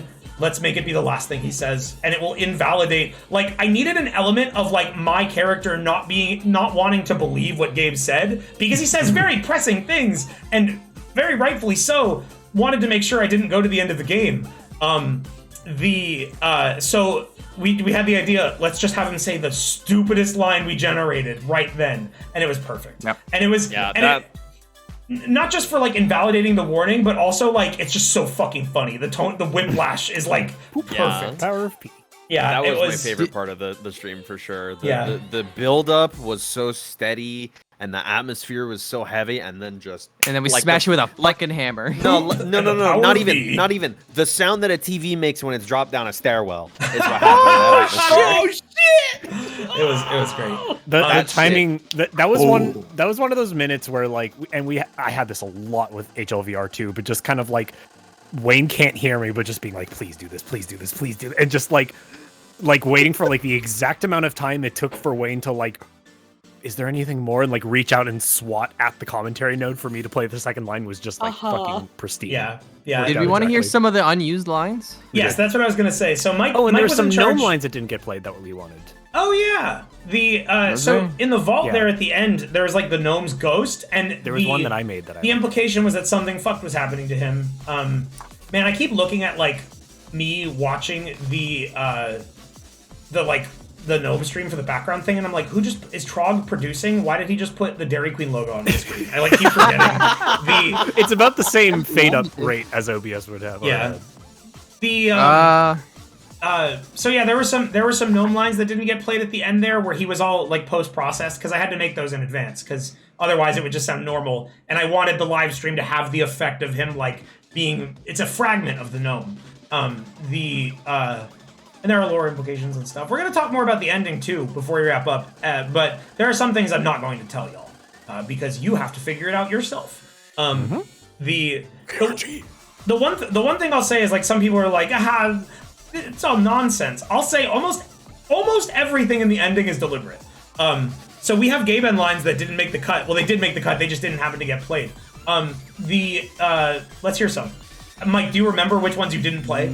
For this part of the game, we wanted to have a cameo from Dr. Bubby, but he was unavailable at the time. I missed that one. That one was really funny. We didn't get to play that one, sadly. Who is the girl Peppa talks about? It's Holly. No! We literally said that at the start of the stream. Stop asking. Literally specified so many fucking times the fact that it's Peppa Pig and talks about dulcet tones and mentions the word hollow is the world's biggest fucking coincidence. Like, That's the I one don't question like about being that like, stuff we'll oh, answer. I straight up hate being like, oh, can you confirm this or can you deny this? I like people figuring things out for themselves. No, this one's a false flag. And Stop. there was also apparently a lot of our fans you got a Tumblr really Ask Holly that was like, can you explain the gnome ending? And it's like, 1, no, 2. Like, why would you do that? Like, a lot of our viewers don't understand the point of media. Questions. Yeah, because I like answering Tumblr questions, so people assume yes, you'll answer anything, right? And it's like, no. Will you read me a book? The gnome ending explained. Yeah, I genuinely want Scorpy to make a video like that fucking Texas Chainsaw Massacre video that we love, where it's just like a really kind of creepy text-to-speech voice, like monotonely explaining the most basic things about the movie. If you're one of these people out here, watch a movie. If you're one of these people out here watching Mr. Bean and going like, but what does this mean? Like, get it together. No, listen, everyone can develop critical media skills. Get them and develop them. And if you want to use our stupid thing to get them, then do it well. You watch the video and information is revealed. Get them. Get them. Yeah. So shout out to Fake Factory for these character models. So that line was a point of contention. That was a point of contention. Fake Factory. That was one of the ones I didn't want to fucking play, dude. I know. I don't think we were supposed to play that today. We had the gnome say that in the Half-Life 2 segment. Explain what that is. Thank you. You're the only one who thinks it's okay. Who thinks it's okay? Fine. No, it's fine. No, it's not. Here's another one. Here's another one that I didn't say. Gabe Newell did not say that, and I did not choose to put that on my stream. We got hijacked. Gabe Newell never said Here's that. another one that I wanted to play, but I couldn't find a good opportunity for it because it had to do with like pacing out with the gnome. Are you having fun so far? We were afraid the gnome's inability to shut up would make players upset. But you keep coming back, so I guess it's all right. Didn't you play that? I don't remember playing. You might have. I swear you played that. Is that familiar to you? someone in chat says, I don't know about you guys, but I love stringing together a little Pepe Sylvia style board in my head about the funny gnome stream. Right, because we're setting things up for people to do that. There's things there that you can look into and think about and link together if that's how you want to enjoy the series. Like, all I'm gonna that say stuff about is it- there. All I'm going to say But about this it is is also just a funny video. all I'm going to say about it is it's all deliberate. Yeah, the- like you're noticing things and putting things together for a reason. Congratulations, you're enjoying media. Yeah, Like I'm Enjoy not those about questions. to be here Enjoy and like those pretend that we're on like the same level of it's like fucking David Lynch or something. But like, you gotta look at this stuff and think about it, not just go. You gotta tell me what it all means. Oh my fucking god! Someone in chat said, Doodle Guy said, "Wait, was that the factory you freaked out about on the podcast?" No, that's Donkey Factory, and we will not tell you any more about that. I'll explain Fake Factory because the gnome does say that. It is one of the raunchier jokes. Fake Factory is Technically, a it's person, not. It's just a mod.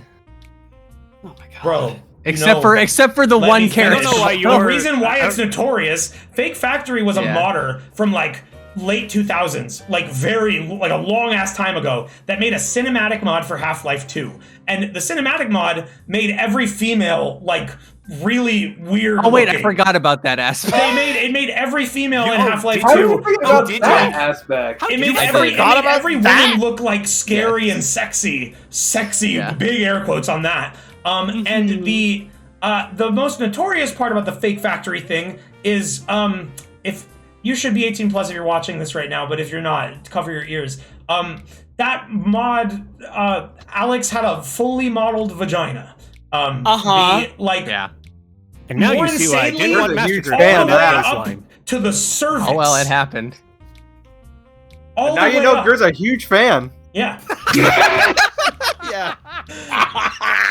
I'm not joking about what I just said. You know what? Fair enough. Throw me under the bus. I made a mistake. You can throw me under the bus. That mod is a fucked up, funny little part of Half-Life 2's history. And you know why I forgot? You can still find people that have uploaded like Let's Plays or full playthroughs that use that stupid cinematic mod. It's terrible. They're wrong for it. It's garbage. It's really You want to bad. know why I forgot, other than Alex specifically, you want to know I forgot about the women? I forgot because I was too focused on how fucked up Breen looks in that mod. Yeah, he does. I was gonna ask, didn't they yassify him in that or something? Yeah, they like yassify him.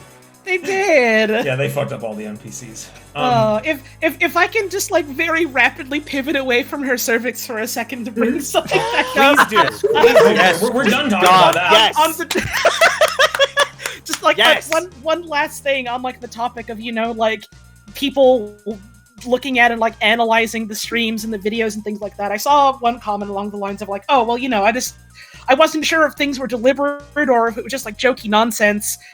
It can be both. It's very often both. Sometimes things are both, actually. Like there's basically everything we do to some degree is deliberate in some way or another, and sometimes it's also absurd because that's what we do is we do absurd comedy among other things. Like I said, the questions are good. You anyone who's asking this is like, oh, I have to have the answer. No, you don't. The questions are good.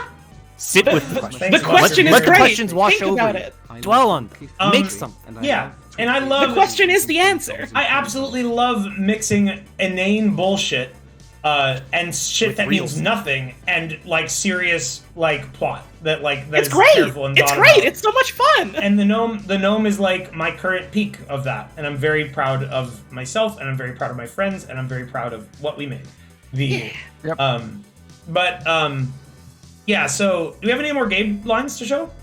I'm not touching anymore because you didn't put a lot in the comment and didn't tell me what I couldn't touch. That's the only. Just don't. If it's I thought it was something pretty about fucking implicitly clear that was the one. We were forgot about the that was the survey. only one. You know what? Fucking post the forgot. Post the one about sex at this point. Fuck it. The barrier's I don't been think we crossed. have any other one. No, it's there. That was the only one we saved. The one about Team Fortress 2. It's there. Is it in there? It's there somewhere. I Someone has it. Oh, I know what you're talking about. That line is awesome. You It's have so to play funny, that. and I wish we could. You have to play that. Like, That's the funniest thing that the game thing has ever said. You gotta play it. I don't know. If it's the We don't know where it funniest is. thing said, We'll find it later. Anyway, I love that line. there's one gnome line. Oh, Hang this on. one never got played. Oh, one? this one was one of my favorites. I made this one. It didn't make it in. Hey, this is Gabe Newell. You are our 1 millionth commentary listener. Yay! Congratulations. Yay. You've won every game on Steam. Go ahead and Google Pack Steam. Oh, yeah, to claim that's what your I fucking prize. forgot. Hey, don't fucking bring up Pack Steam while I'm in so here. sad I forgot that one. That was a Another huge one ball that's drop. maybe good that we didn't That's end also- up using Nah, that's for a funny. different reason. That one, That's just funny. That one. Distracted by the dog food. That one was like a deep cut. When I generated that and put that in, I went and asked everybody, do people even know what Pack Steam is? Is that like a widespread I don't thing? think that's like we known talked about it on anymore. stream. Who would? I want to ask chat. Who here knows Pack Steam without us having explained it to you if we talked about it? Wow, Basically, it's everyone is lots saying of no's. no. I There's a see couple like 3 yeses. yeses. No, a couple yeses. Pack Steam was a virus. What Pack Steam was Pack Steam was Child Me's amazing dream. Yeah. It was so what Pack Steam was a program that touted itself as being able to let you play every Steam game for free offline. It would let you a virus. It would let you Sounds download. amazing. I think it That actually sound amazing. I think it actually did work, but the software was malicious. Like it would let you download anything. It half worked. Yeah, it would let you download some games that you didn't own from Steam servers, and you could play them offline. The issue was that it was malware, and okay, at this point, Scorpion, just tell your story. I don't remember how I found it. I think I was just looking for free Steam games because I was tired of asking people to gift me games on Steam. Oh my god. Yeah. So I found something called Pack Steam. Someone was like, install this and it'll unlock every game on Steam for you to play. I was like, oh fuck yeah. So I just downloaded it and I go on my main account on it, just like not even thinking. And I got to play 5 minutes of Plants vs. Zombies Game of the Year edition. And then I got kicked out of my account. And then I was like, what the fuck happened? And then I think what happened is the hacker went into the chat room that we had and With was Scorpion's like account. with my account. And so I made an alternate account. I made a different Steam account to go into the chat room and try to bargain for my account back from this hacker in front of everyone in our group chat. And I forget how long that lasted. I think that lasted a couple of days. How And then how did it he was a know couple of days. to go into the YouTube poop chat? Was that I like have no clue. Oh no! Oh no! What happened was I made an alternate account and I went to the chat being like, "Fuck! I got hacked. Like, what do I do?" And I invited the hacker into the chat. Oh my god. yeah, that fucking rules. That's awesome. So there was someone with my account talking in the chat that wasn't me, and I was on my alternate account being like, "Please give it back." And I remember everyone else in the chat was like, "Hey man, that's not cool. Give him back his account." Everyone was like defending me. And then the hacker asked for my email password and my banking information, and they'll give me back my Steam account. And thankfully, Child Me was not dumb enough to fall for that. Yeah, so you just started a new account. Isn't I had a when we were all, similar like, thing happen to 15? me. I don't even remember how this happened, but I lost my original Steam account, like in the process of trying to get like a RuneScape or a Combat Arms account or something, and someone took it and they used my account for a while, and I would DM them like, "Can I have this back?" And they would send me pictures of that big weird monster from Pingu. The walrus. Is it like an intimidation tactic? I don't know. That person, the person who took my account was weird. Scare this 11-year-old away. And that account, and like back then, I was like so sad about having lost that account because I was like, oh my god, I had so many games. I had TF2 and Gmod and CSS and Fallout 3, and that was it. That was like the entire account. That was like all I had. Hey, that's like $1 billion. That is $1 billion. Yeah, that was fucked up. I was especially sad about losing Fallout 3. One time I went on a TF2 server that I guess had some vulnerability exploit, and I ended up getting ransomware on my computer, and it was like, oh, we've archived all your files and encrypted them, send us this money in the next 2 hours or else it's all gone. And then fucking Windows Defender was like, yeah, we've stopped it, we've taken out the virus. We've quarantined it within like 10 minutes, which was really fucking funny. I do have one unused Gabe line that I didn't even get posted into that one channel, and it's not a bad one. That was your chance. We added the gnome to this section as a treat for curious players. If you pick it up, it'll scream at you. Playtesters hated this, so we kept it in the game. Man, someone find the fucking Team Fortress one. It's there somewhere. Okay, one that I just really find it. This was a gnome vault line, like one of the echoey ones played at the end. I just really like this one. I'm just small potatoes. I'm not that important. Oh, he didn't say that? It was just really funny hearing him say that, like, echoed out during the vault segment. I'm looking at all of the inputs because I feel like someone would have put oh, you know, I'm gonna play this one. Says I'm this just small potatoes. I'm not that important. I'm just small potatoes. Some people are better at understanding the gnome. What it said. Some people are better at understanding the gnome than others. I can hear it. I'm trained. Some people in chat are. Quiet. Some people don't get it. So this is a Gabe line that Moopy generated when trying to just come up with shit for the final thing. It did not go in, and everything you hear here, this is not, like I said, not canon. This is not the lore. This is not what we Stuff on the cutting room floor is not necessarily indicative of the final product. So it's just like video games. This I'm mainly sending this because he says something funny at the end that I love. But with the Source 2 engine, we experimented on transposing souls to the digital realm with our patented soul transposition technique. This one's good. We tested this out with Gnome Chomsky. The gnome has actually 0 lines of coding, and all of its dialogue is generated by a digitized soul, kind of like a ghost or poltergeist. However, the results were quite scary. So we disabled it in the final GOM, so you can say, phew! I'll never be haunted by a digital ghost. So you could say phew. It So you can was say phew. I love that line because of the ending, but that's not the lore, so we didn't. We didn't put that in. I found it. Well, but also, I will say, what that line you just heard is indicative of nothing. I'm not even going to say that that's not what it is, but we didn't use it for some reason. That's all I'll say. Just because I don't want you getting any ideas. You heard that for funny reasons only. The fact that we had to address a whole, like, hey, don't question everything you see in media is indicative of why we didn't put that in there. Did we use this one? This one's good. I think we might have. The gnomes makes me nervous. I'm scared of him. We did. Did we play that? No, did we? I don't think so. We made him whisper at least once. I think there was a couple of whispering ones. Oh, it was one of the ones where he got mad. Yeah. Oh yeah, there's this one. I don't think we used this one. If you close your eyes and wish really hard, you can transform into Shadow the Hedgehog. What? Oh, I don't remember that one. That was mine. I don't remember that one. Damn, that's funny. We didn't use this one. The 10th class of Team Fortress 2 was supposed to be the heaving weapons guy. He was going to pick up and throw everyone's weapons. I fucking hated it, so it was removed. I think I generated that one. That was mine. I just pulled it out of my account. Are you? Oh, okay. I did something. Yeah. I could have sworn I wrote the. I think you regenerated it. I feel like I typed that one. You said something similar. I definitely heaving weapons guy or having weapons guy. That was You did having not weapons heaving. guy. Having weapons This guy. one. We're removing Air Blast from Team Fortress 2 because it made Wayne too angry. Oh, we should have said that one. We should have said that one. I fucking hate Air Blast. Fuck pyros. Did he say this one?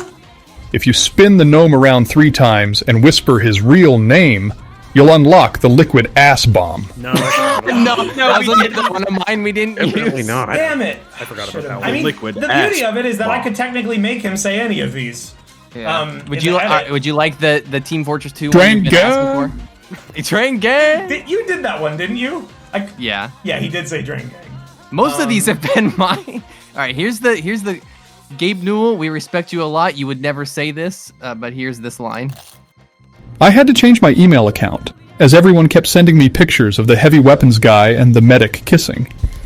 While I do find that erotic, I was unable to see many other important messages. I can now be reached at gaymen@valvesoftware.com. That one is so funny, but you can see what we didn't want to put that one. Right. We don't Yeah, want to. it wasn't going to. When you Newell did have not say voices that. like this, and it was parody. it starts to like veer on the edge of slander, and so it's like, Yeah. It is very funny. Must be mindful. Did this one is one that I made. It was one of my favorites. I feel like we might have put this. Did we make him say this? In Half-Life 2, Episode 2, Eli Vance is murdered by a Combine advisor. This was not our original idea, which was scrapped days before release. Originally, Eli would eat a really spicy wasabi pea, and he does not survive. Oh, I fucking forgot about this one. We didn't put that one in. Oh, I'm gonna have to edit a bunch of these in. You have to edit it. You have to edit it. I'm just gonna make fake footage of me standing there reacting and laughing to include more. Yes, of them. please do. Because I like fucking forgot about some the of these are wasabi pea so line. good. Damn it. Wasabi. Okay, if you labeled that file wasabi pea, I probably would have played it. Yeah, I think I got titled, confused. I titled it Eli Vance True Death. Wasabi pea. Yeah. That line fucking cracked me up. Damn it, I forgot about that one. I think that's most of the ones that we didn't use. Yeah, I think that's most of them. There might have been like one or two gnome vault lines. I'm looking at Team Fortress 3. Did we play this one? What is this? Hold on, I'm just gonna play it. Okay. In Team Fortress 3, the mercs will finally take off all their clothes and have hot, incredible, steamy sex. No, we didn't play that one. Didn't play that one. I wonder That one why. should have been labeled better. See, when you were talking about the Team Fortress line, that's what I thought you were talking about. I definitely. I think this one might have been past 2. These cigarettes were added so that your gnome could increase his abilities. Those were his words. I don't know what it means. Oh, dude, I wanted to play that one, but you never had cigarettes near a commentary. It's true. It's true. Gasping whimper is so That one was fucking. Wow, Wayne, you're doing a great job. I'm glad you're my best friend. Oh, how sweet. I really have to pee, so I'm gonna take one last break, and then we'll talk about the final stuff. We only have a couple Oh more. shit, things I to gotta go do that over. too. Oh my gosh. Hey, while I'm gone, Oh god. while I'm gone, can y'all talk about? Oh fuck. Okay. Let's introduce What is Bane. there to talk All about? right. just explain it. So, Let's bring in Bane. Atropos the Bane is the Bane Elemental. Sorry, is a hero in Defense of the Ancients 2. Moopy made a text-to-speech voice Someone based interrupt off her. of him. Hang on. Does anyone? Which have I the thought that link was to it? supposed to be like Batman Bane. No, No! Dota hero Oh, Bane. not even close. It doesn't even sound that much like Bane. I mean, it does, but like It kind of sounds like. it sounds vaguely like him. Anyway, Okay. Moopy made a Bane from Dota 2 voice, and like the very first generation he did, it made. Oh, good day to you. I am Bane. I'll give you nightmares. How about a dream where you're forced to live as a human and not a pig? How evil!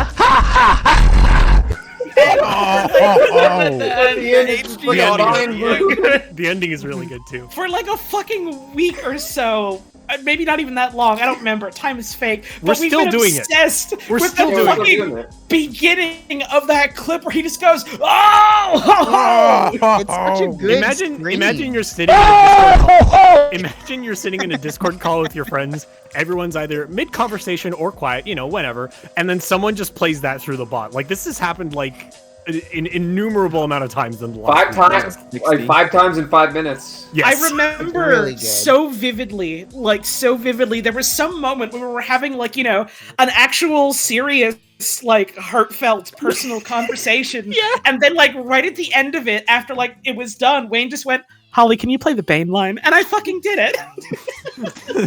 Hey, does anybody have the clip that Aragi's talking about? Oh, the brown hole one where you get sucked in? Oh, Jesus, yeah, we have to play the I punch don't ones. know. Where's that one? I have to go to the bathroom. Good luck finding it. I mean, that's a Bane one too. Is that Bane? Because Pudge, he's reacting. Pudge is chasing it. Oh yeah, it's about Pudge. Oh, we need to play the Pudge ones I too. am not where's playing that? the Pudge line. not that Pudge line. We're talking about the Bane one where he gets chased by Pudge. You know what? Hold on. I have something I have that no was. idea how to find that. Oh my god. I have something that's tangentially related. This is specifically for our friend Log, actually. We're proud to announce we'll be making a game based on Logmore's comic Gather Ye Power. I like how he hesitates, like he doesn't know how to read Gather. it. Neon Test, I have no idea. We're not going to talk about It's that. the most simple word. So, So now, like, the stream is running a lot longer than I thought it would, and I still do have a good deal to talk about. So I do want to kind of get back on track. We spent a lot of time on the game. We kind of did. The game was really important and was one of the funniest parts of the stream. And then like the big lore bit was like so cool. I was so happy with all of that. So really quickly, I'm gonna put something on in the background for you. Is it muted? It should be muted. Yeah. This is just some footage to look at. This is just something I pulled from my recordings folder. It was me like testing out the add-ons, the mods for the first time. This is me testing out like a very early version of the mod in like a test zone. I guess the other thing I didn't talk about with the Blue Gnome is that the garbage compactor we threw him into is specially placed and specially scripted so that it will kill him and turn him into those little chunks. It doesn't do that by default, and it's not there by default. So the other mod that I didn't bring up too much was the gun, which perfect timing. This is from a fucked up early version where like for some reason I had a hard time like grabbing the gun gnome, but that's not really important. So the gun was one of the earliest ideas. I think I want to say that this was inspired by some fan art. You know what? I mean, I had the idea of like giving the gnome some means of like playing the game with me, but Rainbow Fishin', who might be in chat, I remember specifically pretty early on. This art might have been later than the mod being made, but if it was earlier, then that was part of the inspiration. Rainbow Fishin' definitely drew that before you. It was like one of the early acts. Yeah. They drew a picture of the gnome like just with a big pistol next to them. And I was like, oh man, it would be so fucking awesome if the gnome had a gun. And as soon as I had that idea, I had to think, okay, how does he get the gun? We put him in a trash can, and I open it, and that's a perfect cover-up for the transition of the gnome gun spawning in and swapping. And then I saw it. I saw it in a dream.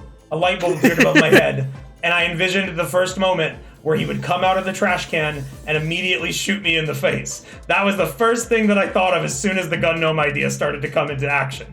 The gun gnome was the way that was operated. I saw some people saying like, "Oh my god, the way he's shooting is so perfect. Like he's always shooting at Wayne. Is he programmed to target him?" To break the illusion, the way that it works is if I'm holding the gnome and I pull the trigger, he'll fire. That was the original version of the gnome. When I pull the trigger, he'll fire. So what I would do is I would grab the gnome, turn him towards me, pull the trigger, and he'd shoot me in the face. There was a good number of times where you can see like your index controller reacting to you pulling the trigger. So you'd like hold him up with both hands and your index finger would just be wiggling a little. Yeah, there's small signs. Some people knew about it. However, in the last month, as we finished the mod and hammered out some of the bugs, once again, shout out Generic Icon, decided it would be fun to add new shit that I didn't even ask for. So Generic added multiple firing modes, which you saw like when I first pick up the gun gnome. The alternate firing modes, there was the single fire, he could do burst fire, and then there was full auto. Full auto was fucking funny. I could only do it for like a second, and then it just broke forever. I'm not sure why. Oh, no! That's not Generic's fault. I think that actually had to do with something with a solid that they did at the very, very end. But the full auto mode broke after I first did it. I did it once and someone said minigun gnome, and then he could never do it again. Generic also added, without me asking, a fucking aimbot. He gave the gnome the ability to automatically fire without being held. So when aimbot was activated, that was a toggle that Log could control. Thanks, Abrogon.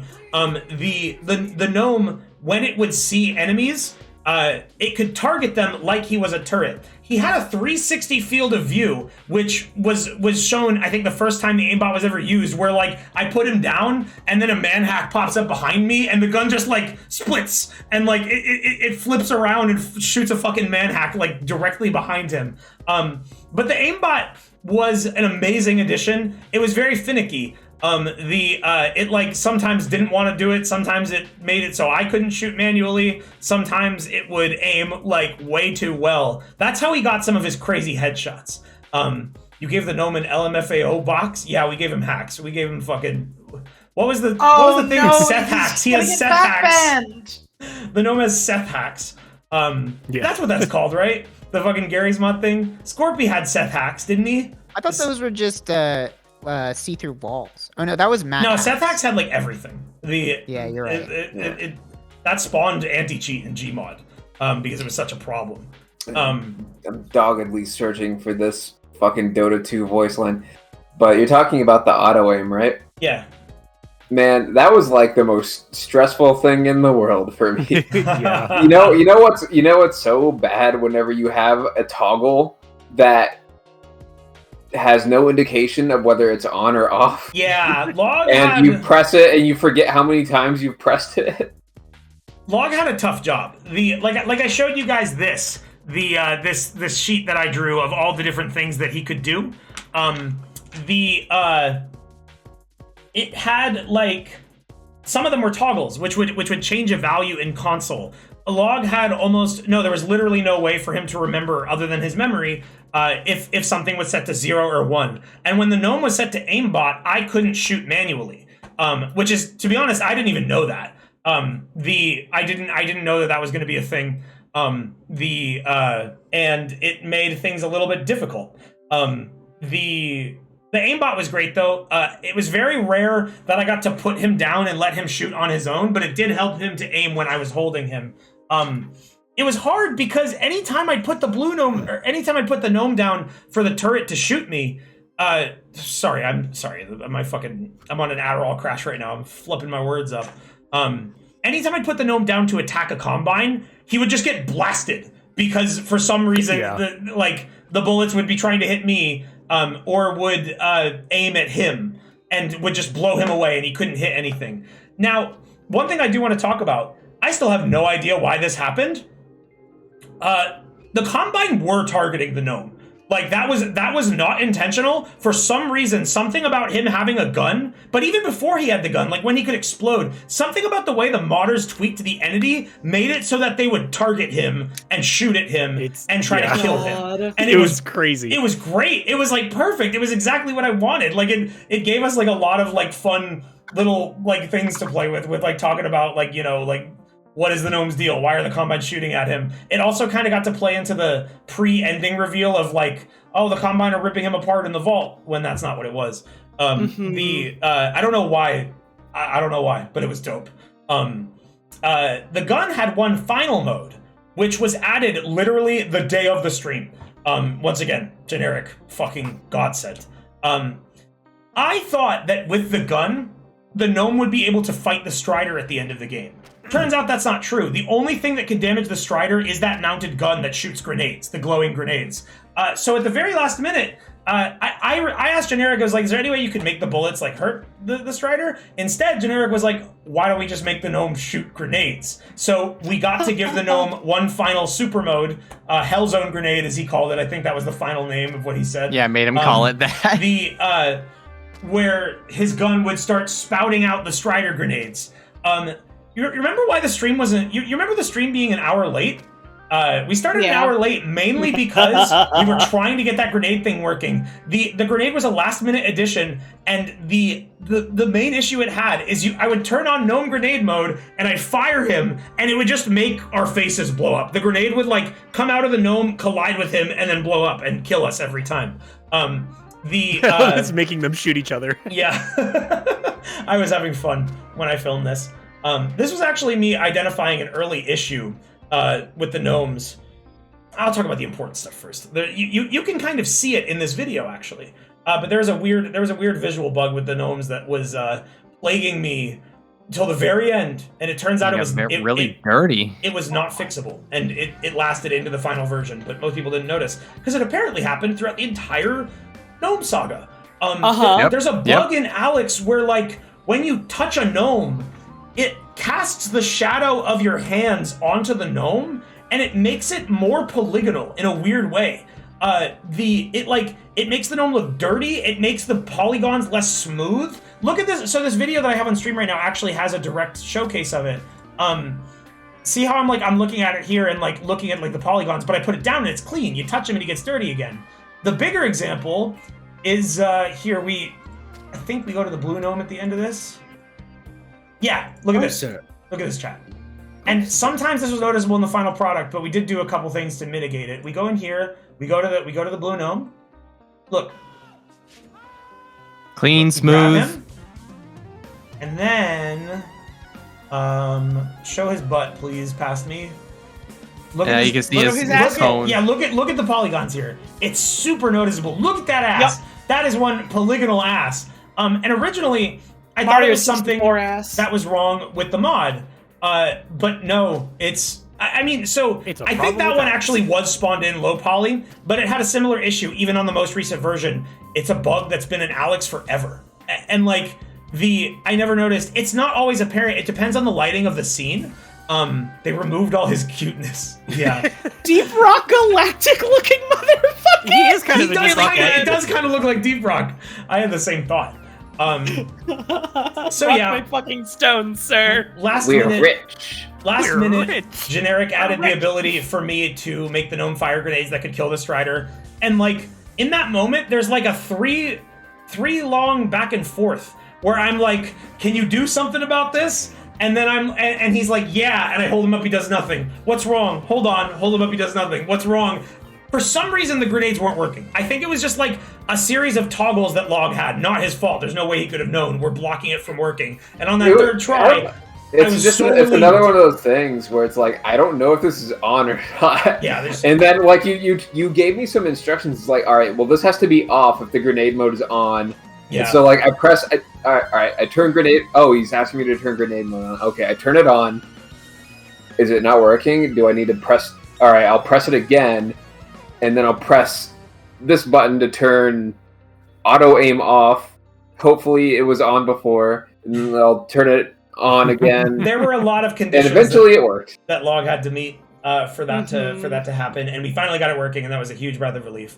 And then with that, I think we covered everything that happened in the ending except for the ending itself. Before we get to that, were you still looking for the fucking voice clip of Bane talking about Pudge? I found that wasn't me. Oh my goodness! I am Bane. I need to run away because I am being chased by Pudge, whose ultimate is off cooldown. And Pudge's ultimate is Brown Hole, the most powerful and dreadful ultimate of them all. Oh my god! Pudge is using his haste rune. No, he's catching up. Ah! He's using Brown Hole on me. No, I don't want to be sucked into Pudge's Brown Hole. No.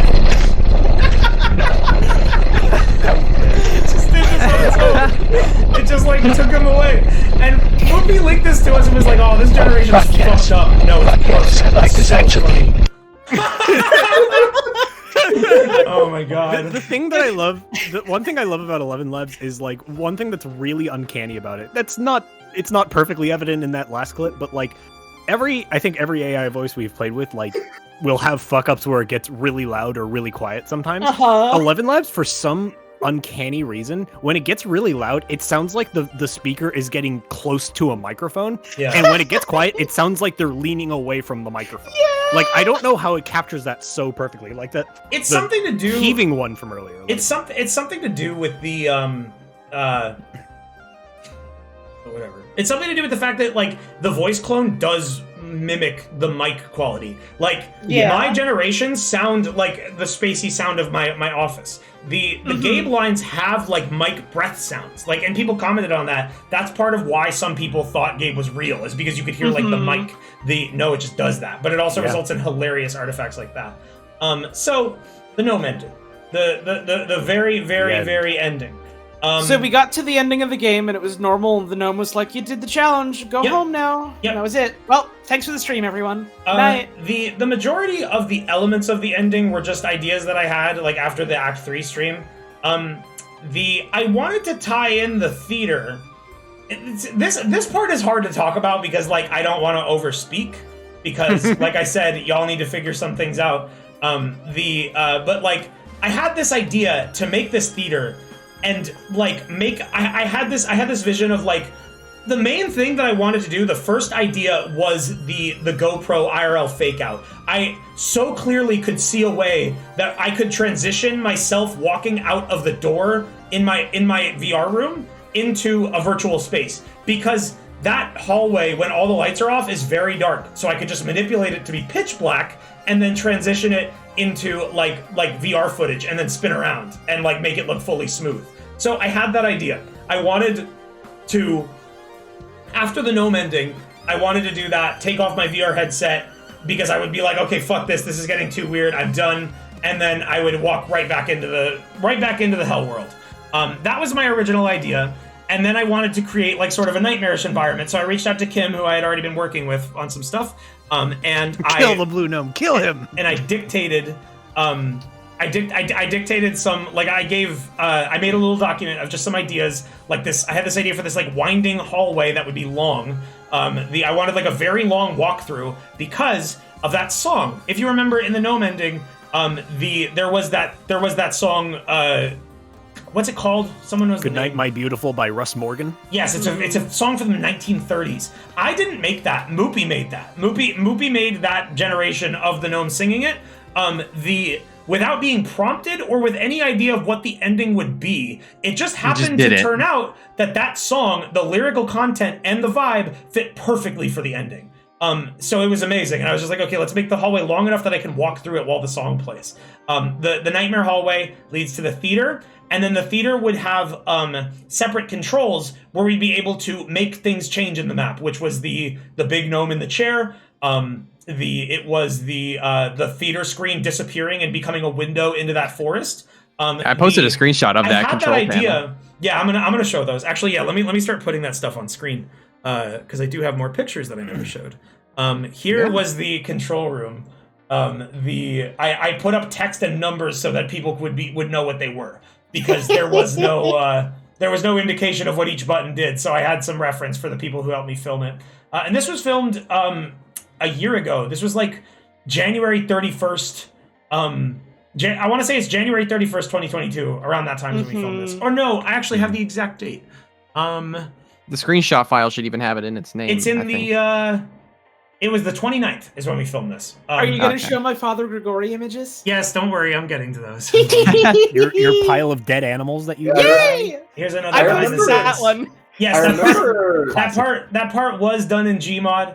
The maps were made by Kim for Source 1, and we put them in Gmod. Thank God. I don't know, I can't credit them directly, I'm sorry. Thank God for whoever made the mod that was the VR player model for the Alyx hands. The illusion wouldn't have worked without that. They don't look perfect, they're a little messed up, but it was enough. It was enough. Combining that with me leaving the UI over the GoPro parts, it worked perfectly. It was awesome. I haven't been able to stream Gary's mod for like a fucking year because I haven't figured out how to turn those off, and I didn't want to give anything away. Oh yeah, you have to fully remove them. You have to delete the files. They overwrite everything. I don't know where they are for some reason. Some other pictures. Here's another theater behind the scenes image. Someone was Gandalf. I remember helping out with this and going into your little like control room and seeing a wall labeled 1221, and I'm just what the fuck? Yeah. This was what Holly was doing in the control room. I was waiting so slaughtering patiently, innocent animals. Literally waiting so patiently for like my cue to do things. There was a discussion happening that I didn't have to be a part of, so I was just like, okay, what if I set up my hell machine for slaughtering all animals? And you killed them all. And you did. Here's another Grigori in the. I'm not sure. I don't remember how that one happened. I don't remember what happened there, but I did take that Grigori picture. actually thwarted a recording. Like that's so that's in the hallway, and the gnome theater segment. We did that in 2 takes. That was the first take lasted about like a minute, and then something happened, and I said like, hold on, we gotta redo it. The hallway took like a million takes. There were so many. I think it took a half hour. There were longer or more because there were 2 sessions. We had to do it twice. Oh shit, you're right. One of them got. I can actually put up. I'm going to put up footage. Yeah, show them that picture of us recording the hallway segment.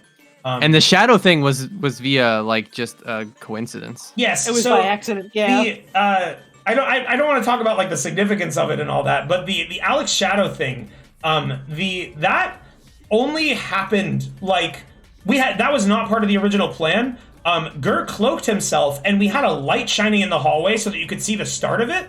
And his player model just happened to be Alyx. And the way that the shadow was cast created this super cool effect of like the shadow being like a separate entity. And and like when I noticed that, I was just like, oh my god, fucking Eureka. That's perfect. That's amazing. Mhm. And then it became mistakes into miracles. Yeah, then that became important.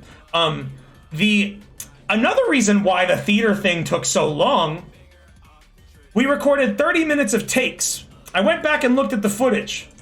This was all I saw. For some reason, when I went into VR, it opened up this box that like wants to prompt you for permission to activate voice record. And that was the entire recording for the first 30 minutes of footage. Oh for that. man, Also, I forgot about that. If you zoom in on that screenshot, you'll see that's my server history. My only 2 servers are Gur's server and something called Furry like Build Furry RP. /Kill. I don't know what that is. I don't know why that's in my history. I don't know what Awesome. Build /Kill is. I don't remember ever going to that server, but it's in there. So the hallway segment took us a lot of tries. I actually want to show you a specific thing. I'm going to unmute this footage because there was something funny that happens like in this take. So like Gur played the shadow, and we had specific things that we needed the shadow to do, and getting that right was so hard. So here, I'm going to unmute this just so you can hear us talking. We had the audio of the song playing while we filmed, so I could sync it up. We walk up to this. I think this is the one I want to show sick you. of this song. We had to do this so many times. Okay. I'll never get sick of this. I love this song. I mean, it's been a year. I'm good with it now. I'm way good. Close the door.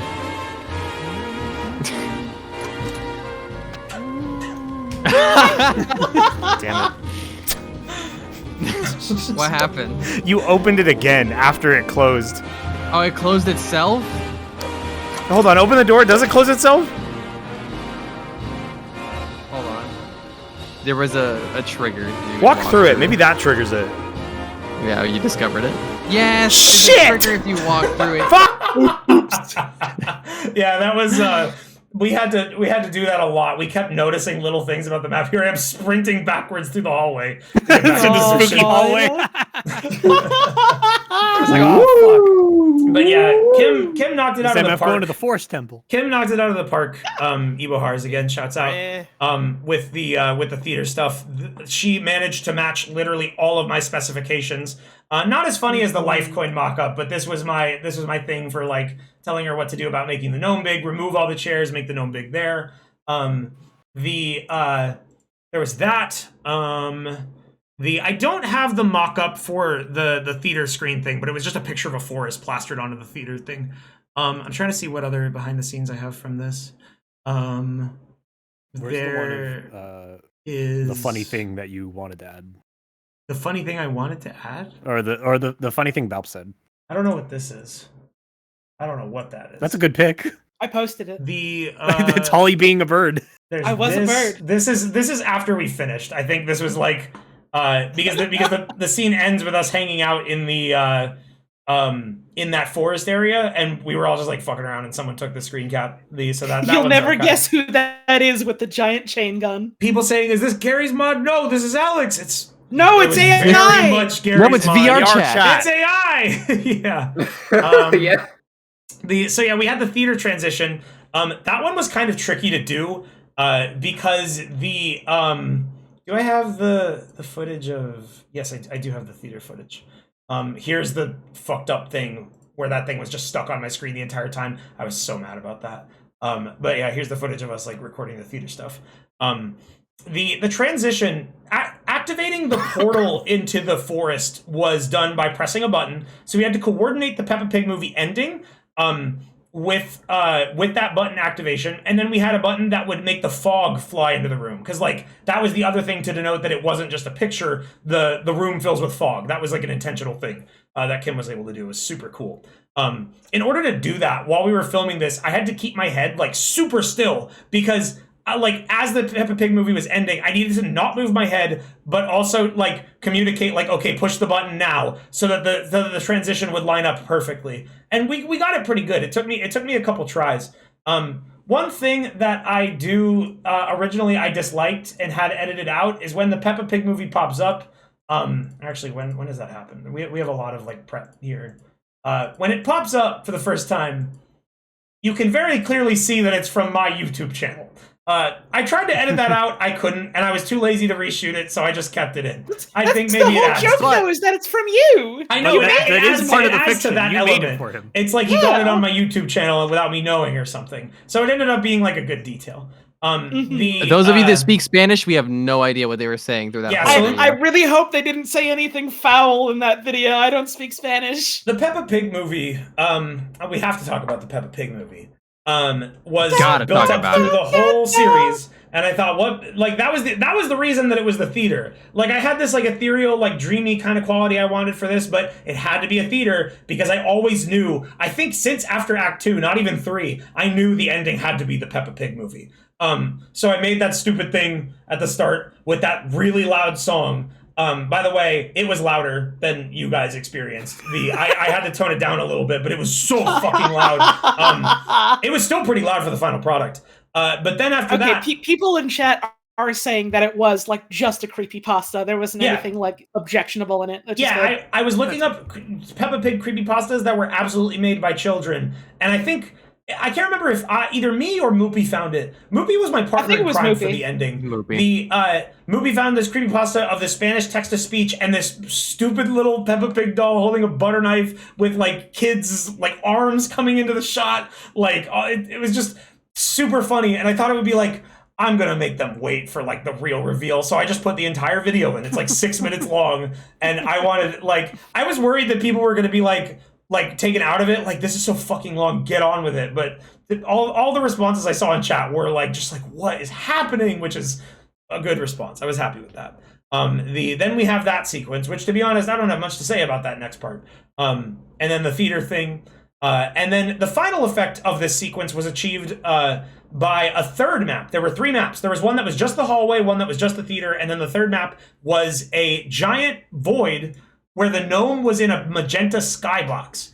What you're seeing here is in the background is the gnome in the skybox, and then in the front is the actual gnome that appears in the map. This allowed us to create the illusion that he was giant. Default background images that Gmod has.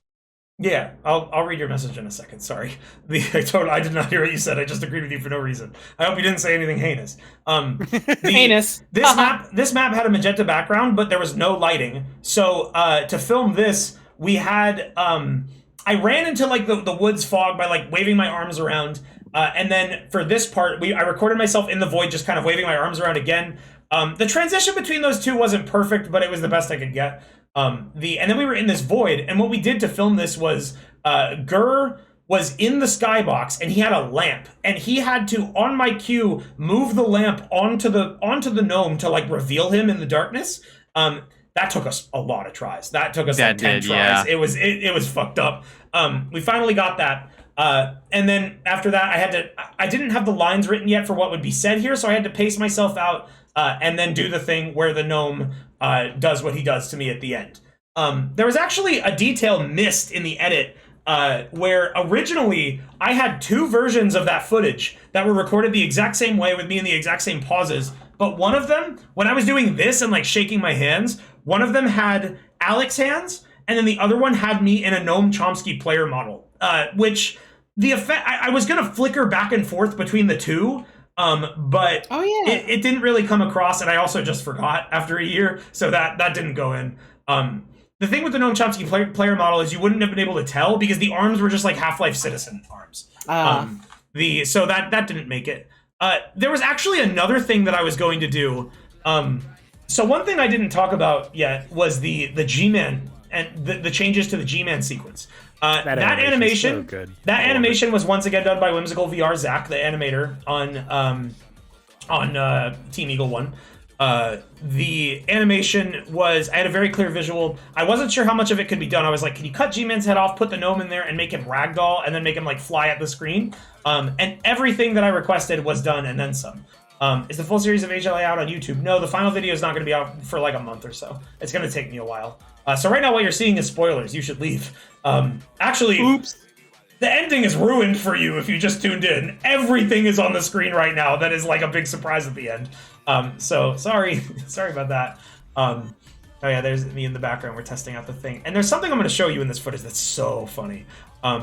It's something that almost made it to the final cut, but not quite. So that G-Man ending was like they got exactly what I wanted out of it perfectly. The gnome flies into my face.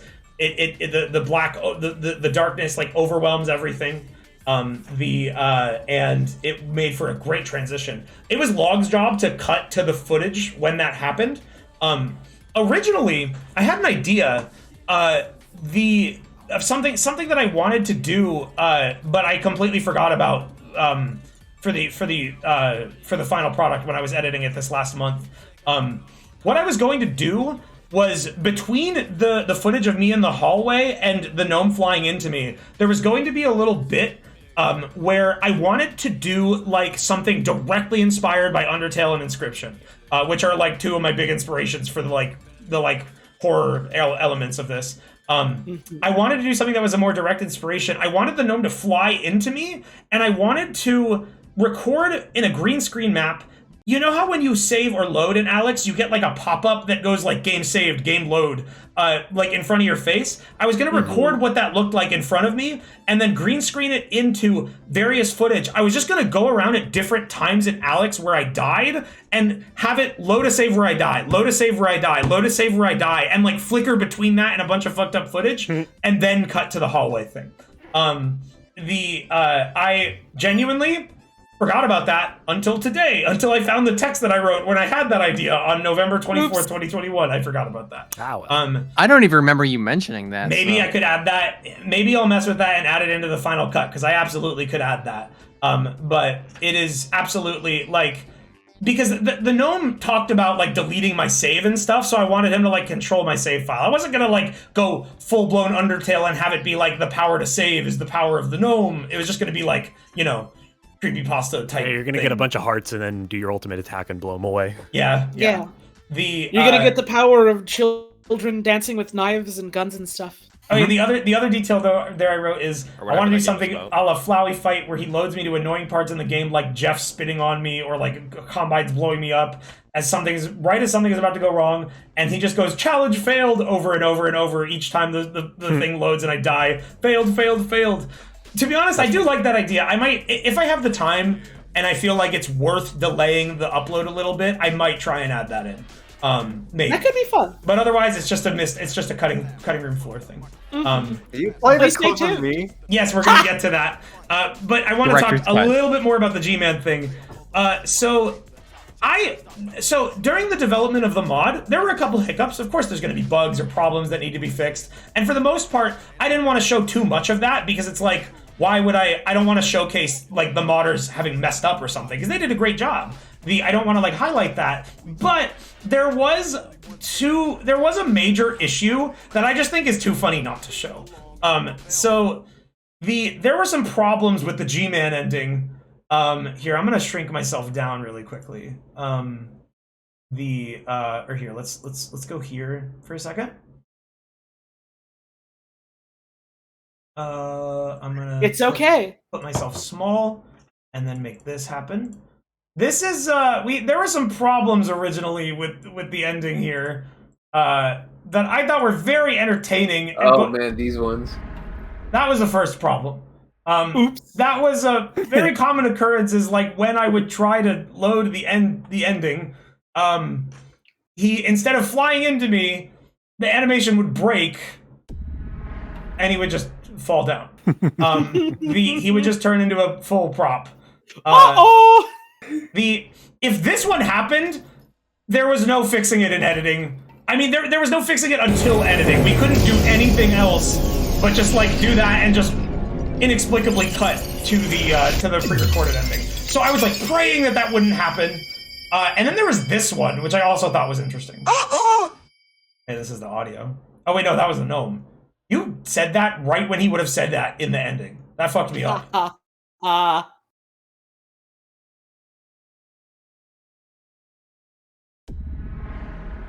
Flies at me, but then he would rubber band for some reason. He's teabagging and also I you. could still move around and then this happened, and then he starts like it's like my head at a center of gravity, and he's just like flying all over the fucking place. To be honest, he's no clipping around you like an admin. If that one happened, I could have made something out of that. Like that one was a little bit more workable if it happened to us live. But that first one would have been like a very obviously like we fucked up moment. Okay, so now we're almost done.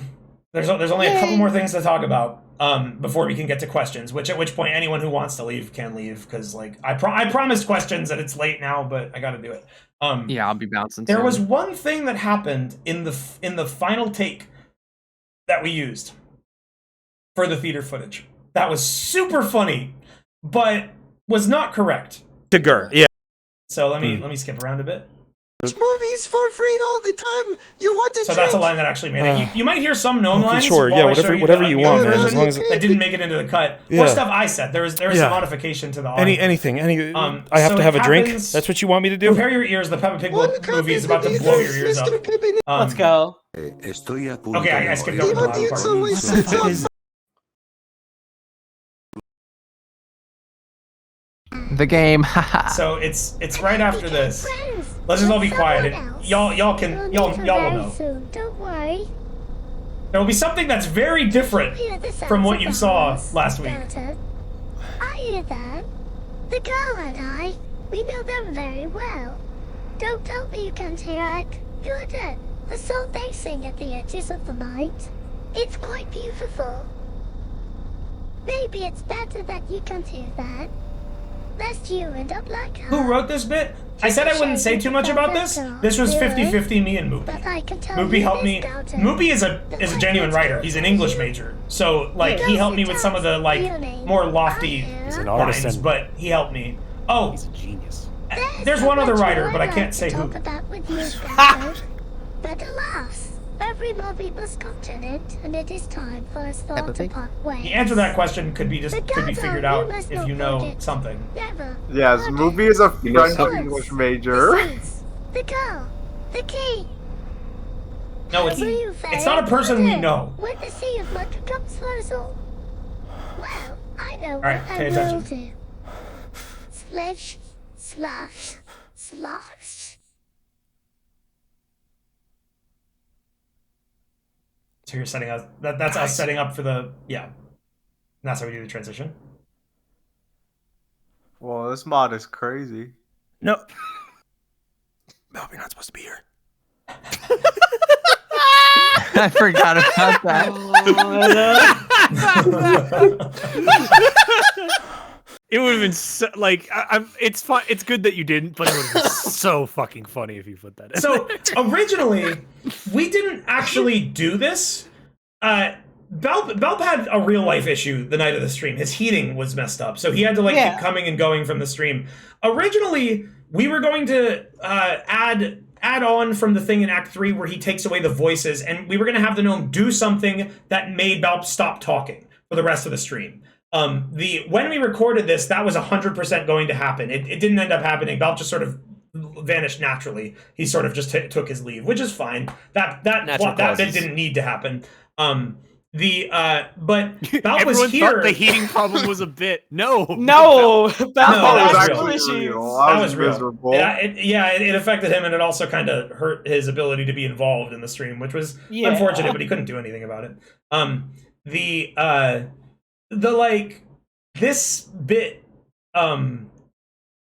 he was there for the entire filming thing to help, but I never told him that he wasn't there in character, and he did that, and I had to whisper so that my head didn't bob too much from me talking, but he did that, and I was just like, oh man, that is so fucking funny, but you are not supposed to do that, and this take has been perfect for 10 minutes. I cannot ruin it now.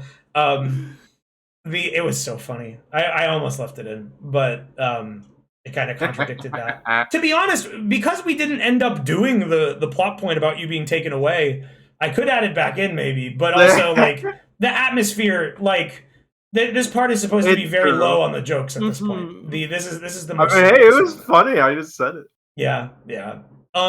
You can't.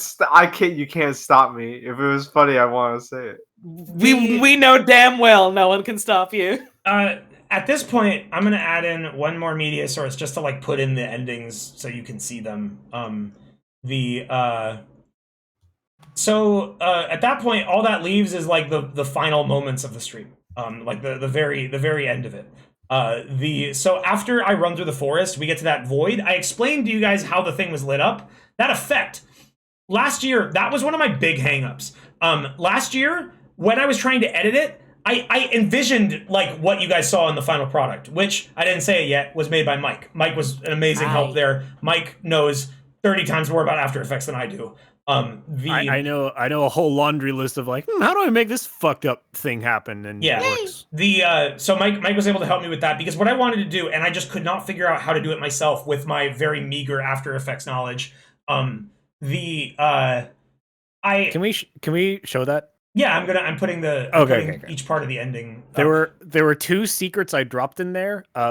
The bigger secret didn't make it in because I put it at the wrong part of the clip that Wayne. One of them is very noticeable, but the one that's very noticeable is the one that got left in, which is very funny to me. Yeah. This might be loud for a second. Sorry if it is. Oh wait, no, it's gonna be loud. Sorry. Oh wait, no, it'll be normal volume because this is the volume that was normalized for the stream. No. You know what? We're done. We're done. That's the stream, guys. That's the end. Why can't I hear it? Can I mute it? Fuck that. Fuck that. I can't hear it. What did I do? Oh, wait, no, I see. Chat can hear it. Here we go. Yeah. Okay, there we go. So we get to this ending bit here. Oh, what's gonna happen? Spoilers. We do this. But this was always going to happen, wasn't it? No, what? So this effect, this was my vision from the very start. I wanted like a crazy fucking portal to symbolize the gnome doing something like otherworldly and insane to me.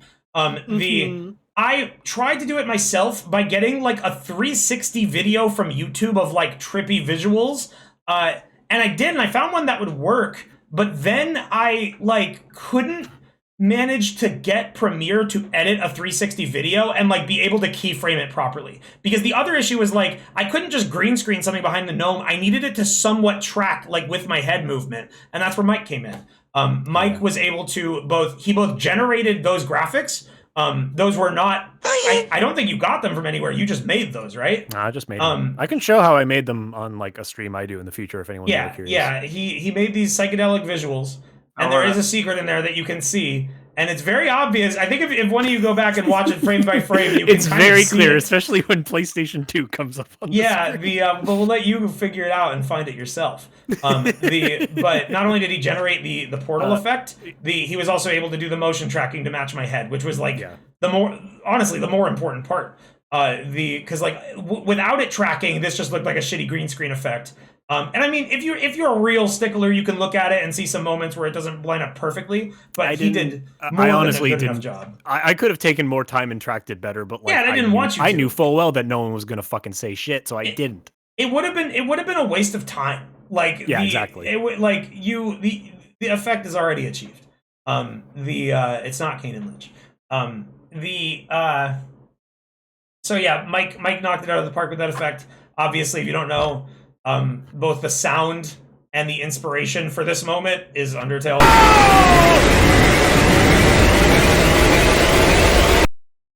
Literally, this is like a direct homage to Undertale. Sorry for jump scaring you by your best scream yet, too. By the way,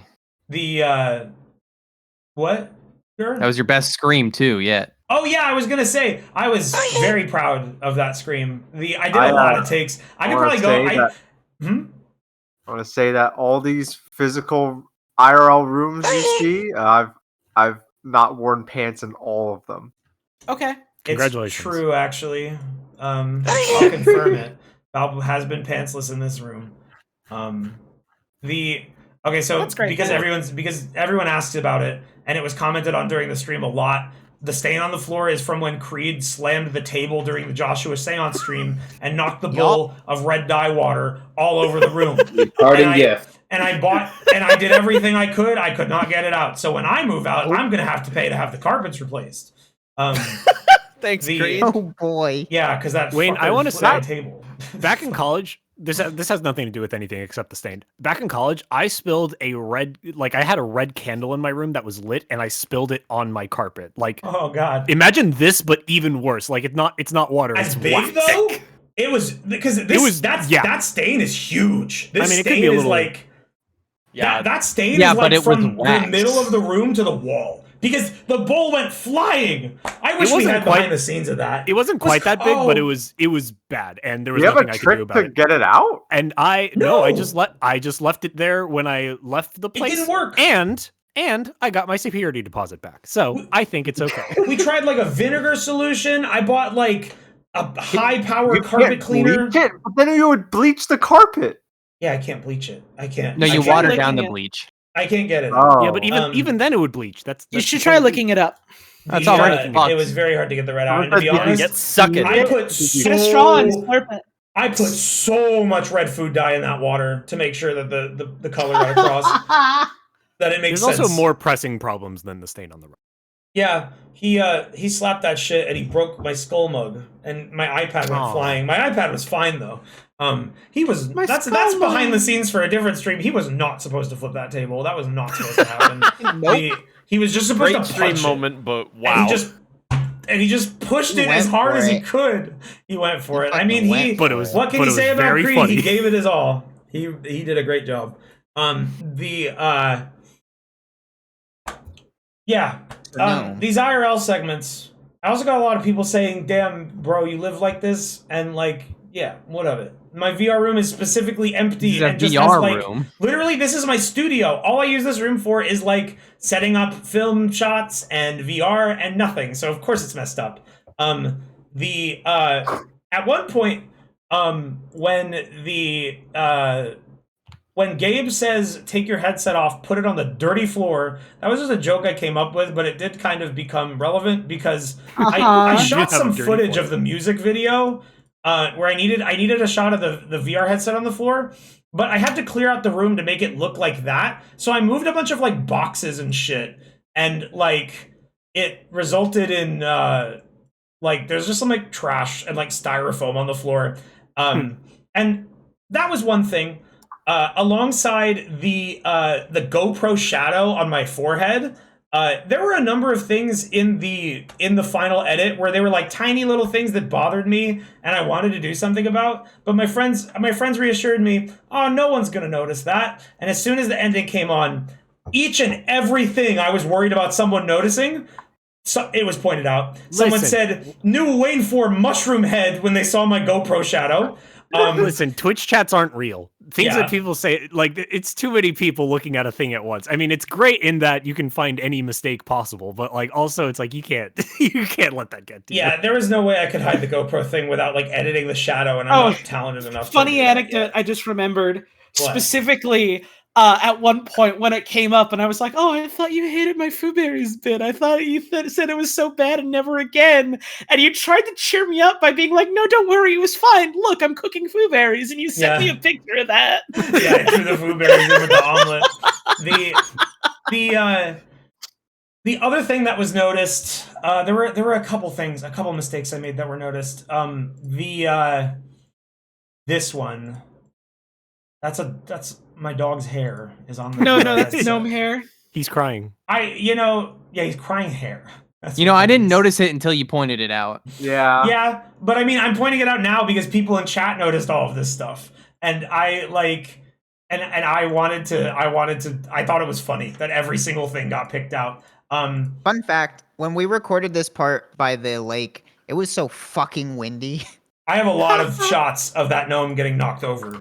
It was extremely. You can like tell by the waves in the lake, but like it was really fucking windy that day. Yeah, it was super. It was super windy. Cold. It wasn't that cold, but it was kind of cold. I was cold. When we went out to shoot this, the most important part of this, the reason I brought the VR headset out was like because I wanted footage of him putting the headset on. And when we went out there, I was like, I'm not 100% sure how we're gonna do this. I guess I'm just gonna zoom in, and like Trog was the person holding the headset here. And Trog like lowered the headset on, but this was a miracle. The fact that he stood up and the headset stayed on him, the headset acted as a counterweight to the wind. He was able to stay up more consistently when he was wearing the headset. The miracle was that the fully extended strap was just enough that it could rest on his head and cover his eyes. Like, that was a miracle. I didn't know that was going to work. And I was not sure how we were going to The Valve Index was specifically designed for gnomes to wear. Yeah, it was. That was an intended feature. They modeled it on Chomsky. There's a lot more I could say about, like, there are some problems here. Another thing someone mentioned was like, haha, Wayne, you got to turn off auto stabilize. I had to do that for some shots because there were some shots that were just like a little shaky. Like this one is auto stabilized. I have a gimbal that I used for this, but I'm not good enough at using the gimbal to eliminate all the shake. So I used a little bit of software stabilization, and it's noticeable sometimes, other times not so much. I like the shake. Well, the shake, a little bit of shake is good. Like the shake on the shake this, he's talking about would have been a little obtrusive. The shake here, it like looks natural. But some other shots, it was weird because the way a gimbal works, it's like a motor that keeps the camera in place. And for some reason, I am an amateur filmmaker, I'll say. Making this music video was like one of my first forays. It's saving, except for like the end to the seance stream. This was my first foray into like shooting shit and like trying to film something for a stream like this, especially something so long form. So I had issues with like autofocus, for instance. That was a problem in some of the shots that I got. I had issues with the gimbal. The issue with the gimbal was the motor. You're not supposed to use a gimbal for stationary shots, it turns out, because when you do that, the motor, at least in my gimbal, which is like an entry level gimbal, it's not like a studio like Hollywood level. It like makes it go like it would just like there's this slight like constant jitter that I had to remove with software. How did you have Joshua's voice for the seance? Well, we didn't do a behind the scenes for that. We recreated it. We got his ghost. Off topic. That's what the I sounds love that you got the Ava 25 spiral credits. Yeah, these are not... The Valve Index was specifically designed for gnomes to wear. Thanks, Gabe. Thanks, Gabe. That is obviously the inspiration. The song that I used for this ending. I had the thought to have him sing this song very early on because like the gnome's character was crafted by 10 different brains and was constantly conflicted. But the thing that I found the most interesting myself about the stuff that the gnome said, other than like just him being funny, was like his requests, his pitiful little sad moments where he's like, can you not finish the challenge so we can stay together forever? Like he said that as early as Act 1. I don't remember who said that, but like we said earlier, the beauty of these projects is like people just shitting out little nothing lines that all come together for something great at the end. And like the gnome's conflicted feelings about me were something that like I was really, really wanted to focus on and touch on with this ending. And this song was perfect for it. This song about two people being like completely different beings and not being the same and coming to realization about that. And like knowing that like we have to like learning that we have to be apart. Like the lyrics fit so well to this, so much so that this was almost a duet. It didn't make sense for the direction I took the ending in, but this was almost going to be me singing it with the gnome, but that just didn't make sense. So that ended up not happening. But maybe one day we can do a duet. Just as like a special feature or something. Because on the DVD we were going to do that, but yeah, this on song, the VHS. I think this idea might have spawned from originally like the easy one, which is like, oh, he'll sing "Come Suser Todd" because it's the end. Like, and not that would have been bad, but like that's the obvious choice. That one's more depressing. Thanatos. Have you listened to the lyrics of this song? It's incredibly depressing. Hey, bro. This song is so sad. But to be honest, I personally like this song more than "Come Suser Todd," and I was like, the lyrics fit perfect. The mid credits idea. The spiral thing came to me at the very end. I was like, could I recreate that? And like, this isn't perfect. If you watch the credits in the middle of that segment in Ava, it's way better. They look way, way, way better. But I do not have Studio Gainax budget or talent, so I just did my best. The spinning and falling gnome, like the Fly Me to the Moon credits, yeah, that was the idea. Someone in chat saying, "Oh, why don't you just make a director's cut? That's what the edits are." That's what the edits are. Yeah, that's what the edits are. And That's what the there might edits be are. some tweaks to this sequence too. This shot here is the one that I'm least happy with. This like descending shot. Oh, because it's like blown out. It's blown out. Yeah, it's like the sun and the exposure settings I had made him look like kind of bad. He's going to heaven. It worked fine. It wasn't that noticeable. Originally, this shot where he's saying, "I don't sleep, don't feel a thing, and my senses have all but gone." That bit was supposed to be a shot of him in my bed, in my bed, laying on a pillow, and then like when he's saying "can't even cry from the pain," I was gonna have my hand under the blankets and like turn him so he like turns over the pillow. I might still recreate that. And add that in if I want to put the time into it. I never got to film that. That was like mainly because my bedroom is like a fucking like there's so much shit in there, like boxes and stuff, and like it's a bit of a war zone. And it's that's one of the messier rooms in my house. Listen, it's fine. R/gnome living spaces. So I would have had to clean it, and I was like, oh, I cleaned the rest of everything. What you else. have to do, you have to make it more fucked up. Yeah, that's his make it room. worse. After months of gnome living depression room. That actually would be a great touch. I love that. So you might see that in the final product. You might not. You might just stick with this blown out footage. I think that would be a good idea. Yeah. And then the final touch, the final thing he does, which is where we have this this pan up to the sky. This shot was originally supposed to be paced a bit differently. I had to mask a fuck up. The autofocus made it look really whack when it was coming down, but I managed to preserve it. And then that's where this prop appears. This Goodbye Gordon thing.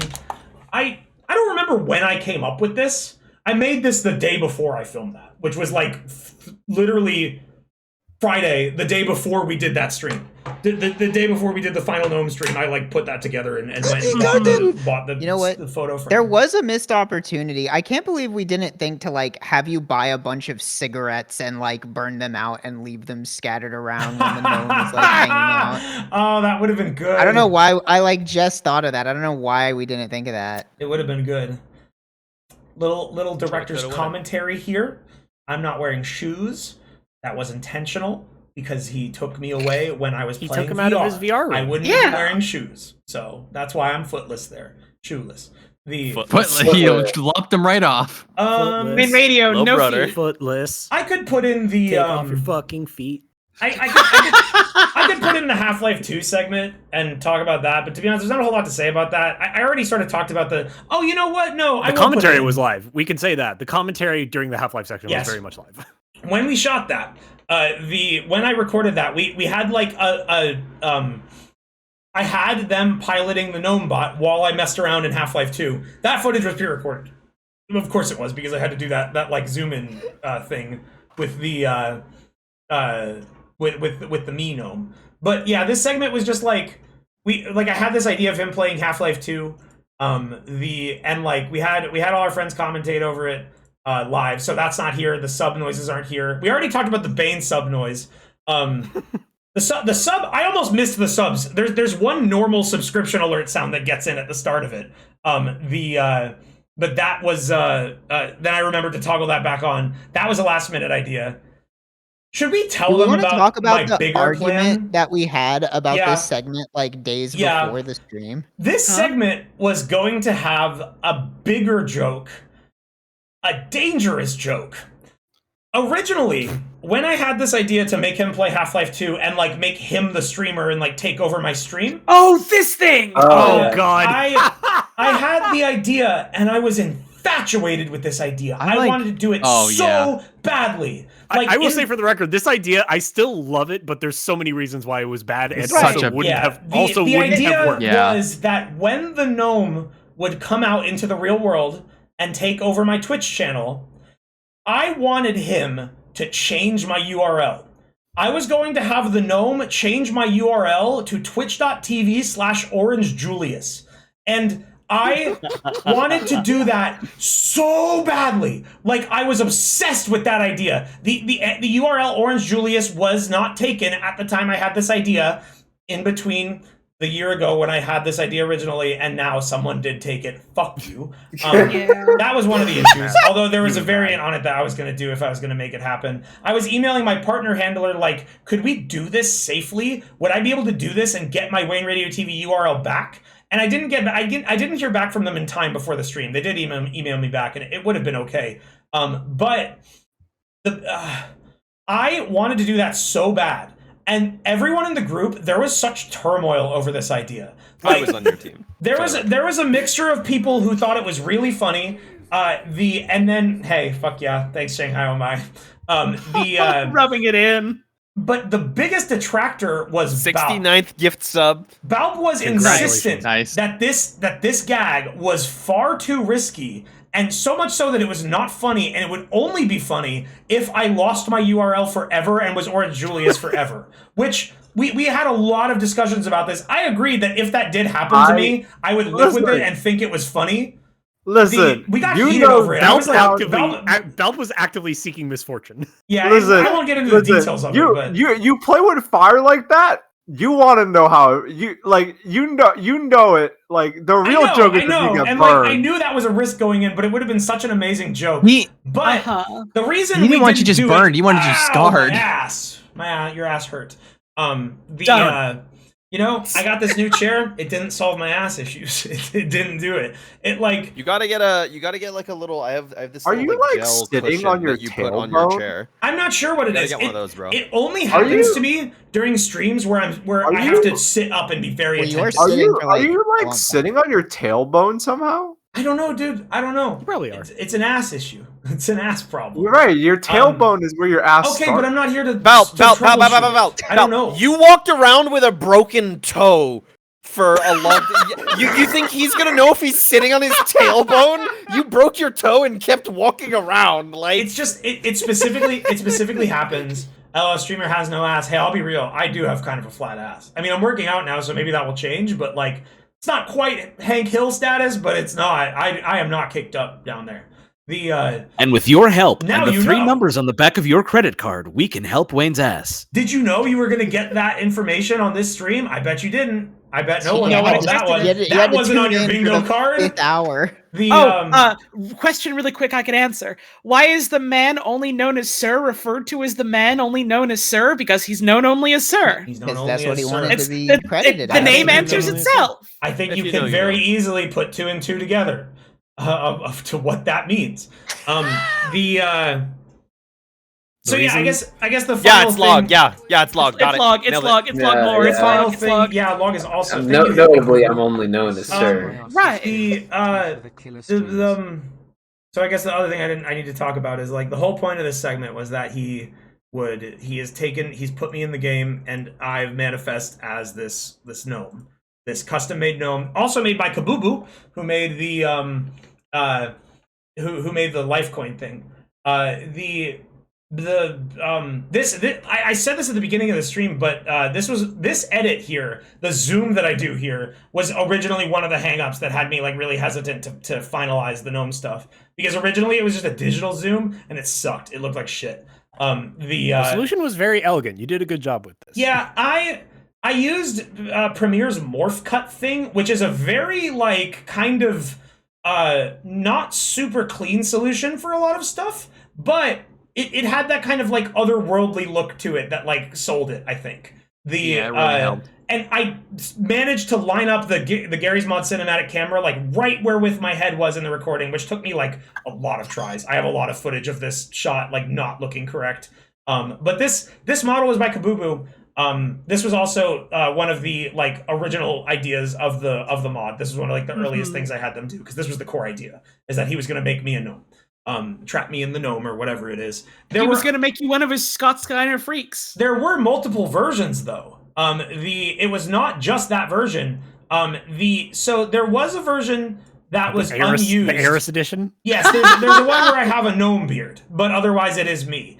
I wasn't sure which one I wanted to use, because I thought that the Noam Chomsky face with beard removed looked kind of freaky. And originally I was like, do I want that or not? And the longer I sat on it, I was like, yes, that is. It looks weird, and it's like it's kind of uncanny. It doesn't look like you. It fits the vibe perfectly. Well, that's the thing. Kabubu actually, I will not be showing it today out of respect for their privacy and you know, like, because I didn't ask them if they were okay with me showing it. There was a scrapped version where the face was sculpted to look more like me. They didn't do a bad job, but it looked kind of scary. We opted away from using that one. He looks like that bread. You know that bread? No. What bread? No. With the face and the mouth, and it says something about consequences or some shit. I don't know what you're talking about. Oh yeah, I know. You know that bread? Yeah, that like the scary like the prop bread with eyes the unicorn's horn, etc. Oh, etc. Yeah, something like that. Deep underneath the skin where Yeah. one or whatever. Yeah. Look The of bread. the bearded model. I thought it was a Never- chicken that never nugget. made it in. It could be It's anything. like the bread. Yeah, the That just look goatee. like Eris though. Yeah, that's the thing. It's like the goatee one. The goatee one worked a lot better. If the hair was black, that's just Eris. I was very happy with the reveal. I was very happy with the model. I was very happy with. I mean, to be honest, I had so much anxiety about this project. To the point, and I was really hung up about the gnome shit, guys. Like enough so that it made me take a hiatus. I don't know what happened there. I have all the mods from our Gmod server. That must have been like a parkour thing or something. Yeah, and I parkour onto that table for a second. There was another issue that I didn't notice in filming. I want to go back and showcase this and unmute it.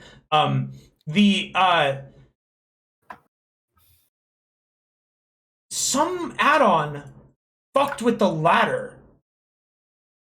The ladder that you use to climb up to jump over that fence. Oh, yeah. And some people in chat noticed this. I didn't even notice this until looking back at the VOD to read the chat. Watch this. Okay. And listen, because I don't even know if some of you guys noticed.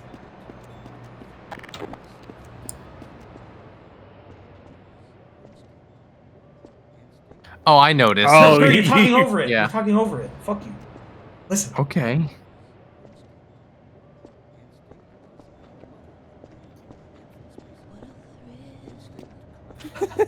It's like so quiet. There's some mod that we had that was like one, it was making me climb the ladder backwards. I don't know what that was. Some mod that makes fucking Snake Eater play when I climb the ladder. And it's so quiet, I didn't even notice until days after the stream. And I edited this and was spending a lot of time with this footage and I never noticed. In the moment, people noticed it.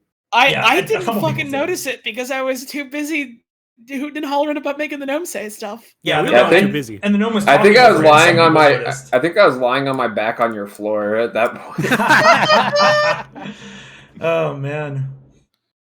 Well, I mean, this is a recurring thing in our Gmod projects, like the Tom and Jerry thud being in Half-Life VR, which is now completely canon to everything. Yeah, we do. and will be in never the next one. That's absolutely returning.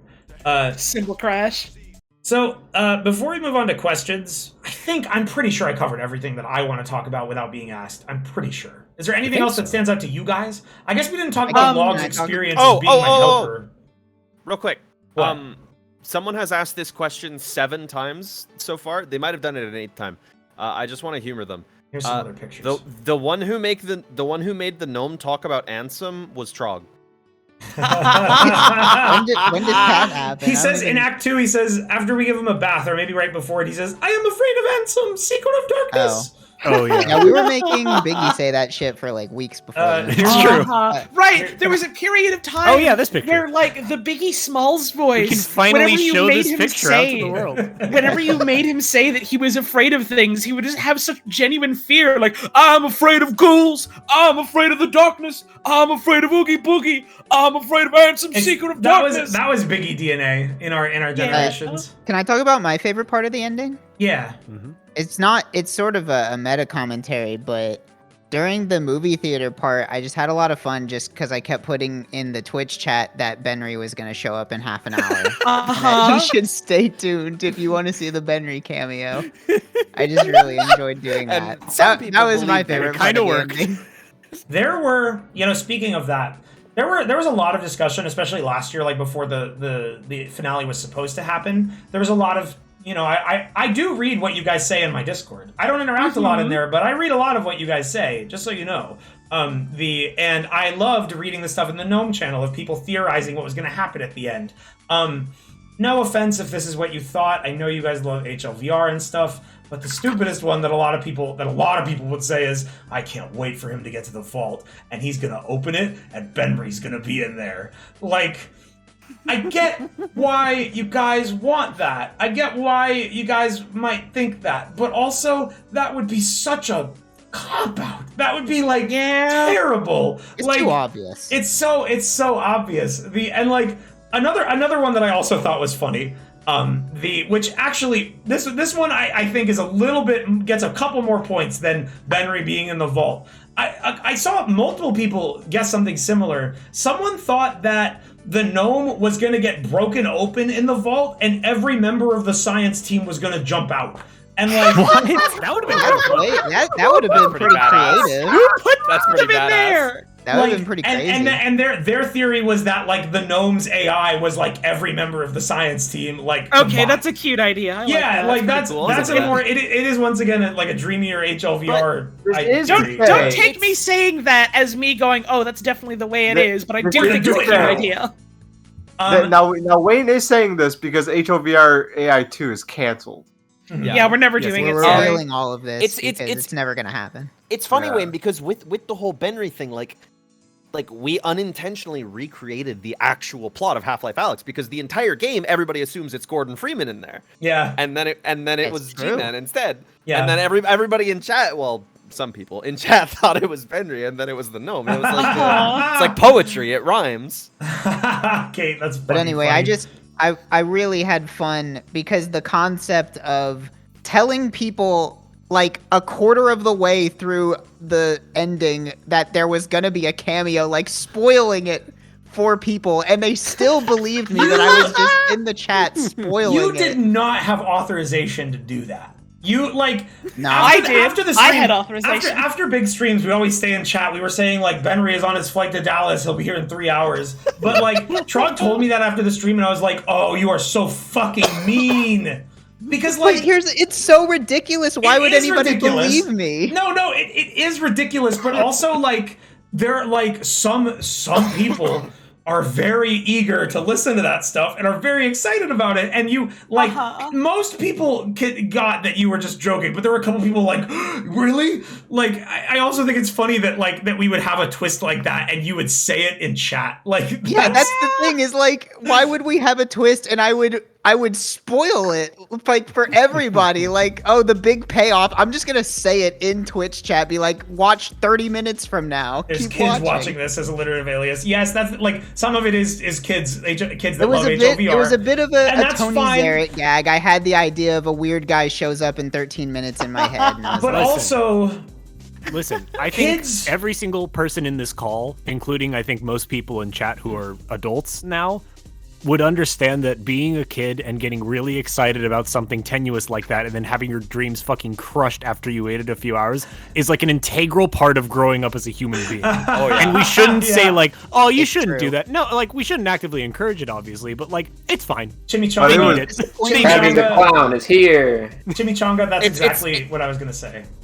It's Sorry, like Miro? the Calvin and Hobbes strips where he orders a cool toy out of the catalog and waits like a month for it to show up, and then it sucks. It's like the same thing. I'm gonna justify it with one sentence. It was funny though. Yeah, you're right. it's like I said, it's ancillary to the actual plot of the ending. I just thought it was funny. We have like our audience age demographic wise is very spread All out. over the we have place. I know we have like some middle-aged viewers. We've got a lot of like 20-year-olds. We've got some like late teens. But there are some kids. Our Discord, for instance, is 18 plus. I cannot stop a kid from watching my stream. That is like you can put up the like Twitch like mature warning. You can do that. Some of us do that. Literally just but a button. Nothing. Yeah, there's no verification. A kid could just be like, "I'm 18" and click the button. I was a kid on the internet once. I know how it works. Yeah, it's very All easy you to have to do is bypass do a that little stuff. math. What are you talking about? I was totally born on we couldn't January 1st, spoil anything? 1973. Oh, that's your year. I used to always say 1988. That was the one that I would always do for my I fake, did my 1990 fake just birthdays. flat. The 1980. my This stream should have had a warning for those kids. I don't think kids should have watched the finale. Yeah, kids should not watch this one. Some people have asked, like, oh man, the YouTube edit is gonna be so censored, it's gonna suck. Fuck that. I'm not censoring shit. Why? The only censors that are gonna be put in place are going to be any swear words in the first like 2 to 5 minutes, because that's the YouTube shit.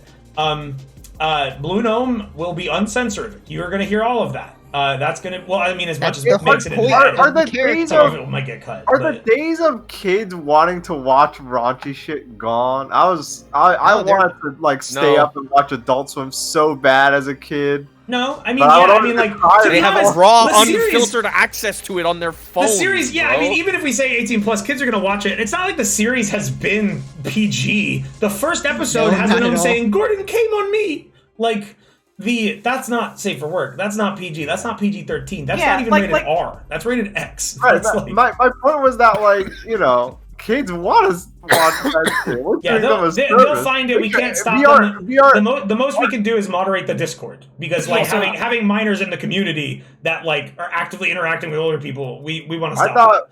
I thought we were doing a Wu-Tang thing. If you're RTBS watching, for the children. If you're watching and you're a minor, you can join the server when you turn 18. But if you join and we figure out that you're not, you get the fucking ban. And convincing us to unban you later for is reference tricky sometimes. You can join the server to get like announcements and see the fan anyone art can do channel that. and the clips channel and stuff, but you have to opt in to the chat room channels. Yeah. If you opt in and you're a fucking kid, I'm gonna ban If your you ass. talk, Trust me, I mean, love hell, doing it. Even if you opt in, like, that's not the end of the world, because we're only going to notice that you're young and in there if you talk. That's how you get banned. You'll know. So like, you we'll can know. opt You in can't and read stand the out. channels, but like, I'll fucking ban you. What? You can't join the server unless you're 18. What? Good one, Carful. Okay, Bane. Oh, You can't watch Half-Life until you're 18. That hurt. About Duncan Yo-Yo. Also, sorry, really quick aside, just because it's on screen. Really quick aside, because it's on screen. When Wayne was recording this, like, he just genuinely made mistakes, like killing NPCs, and then like the trigger to Nova Prospect broke, and he just had to like no clip through stuff. That was all sincere. Wayne It did was not. also just I mean, like fucked up because it's in Gary's mod. Half the NPCs didn't do what they're supposed to. Yeah, like when it doesn't Kleiner work. pops up on the screen, it's like zoomed in on his pecs. Like yeah, there's a lot of fucked up Doesn't stuff work. from Half-Life 2 being in Gary's mod, which it's great. is something that we'll have to deal with when we come to it. We'll get there. You We'll need get to there. clean up your copy of Cross Gmod, that dude. bridge when we get to it. We've already told you. I mean, like the official announcement or whatever hasn't happened yet, but we've already told you that we plan on visiting Half-Life 2 for VR. Might have to start off with Yeah. poop but the pee. As F89 F89 just asked a question and said, if you guys did do HL2, big if.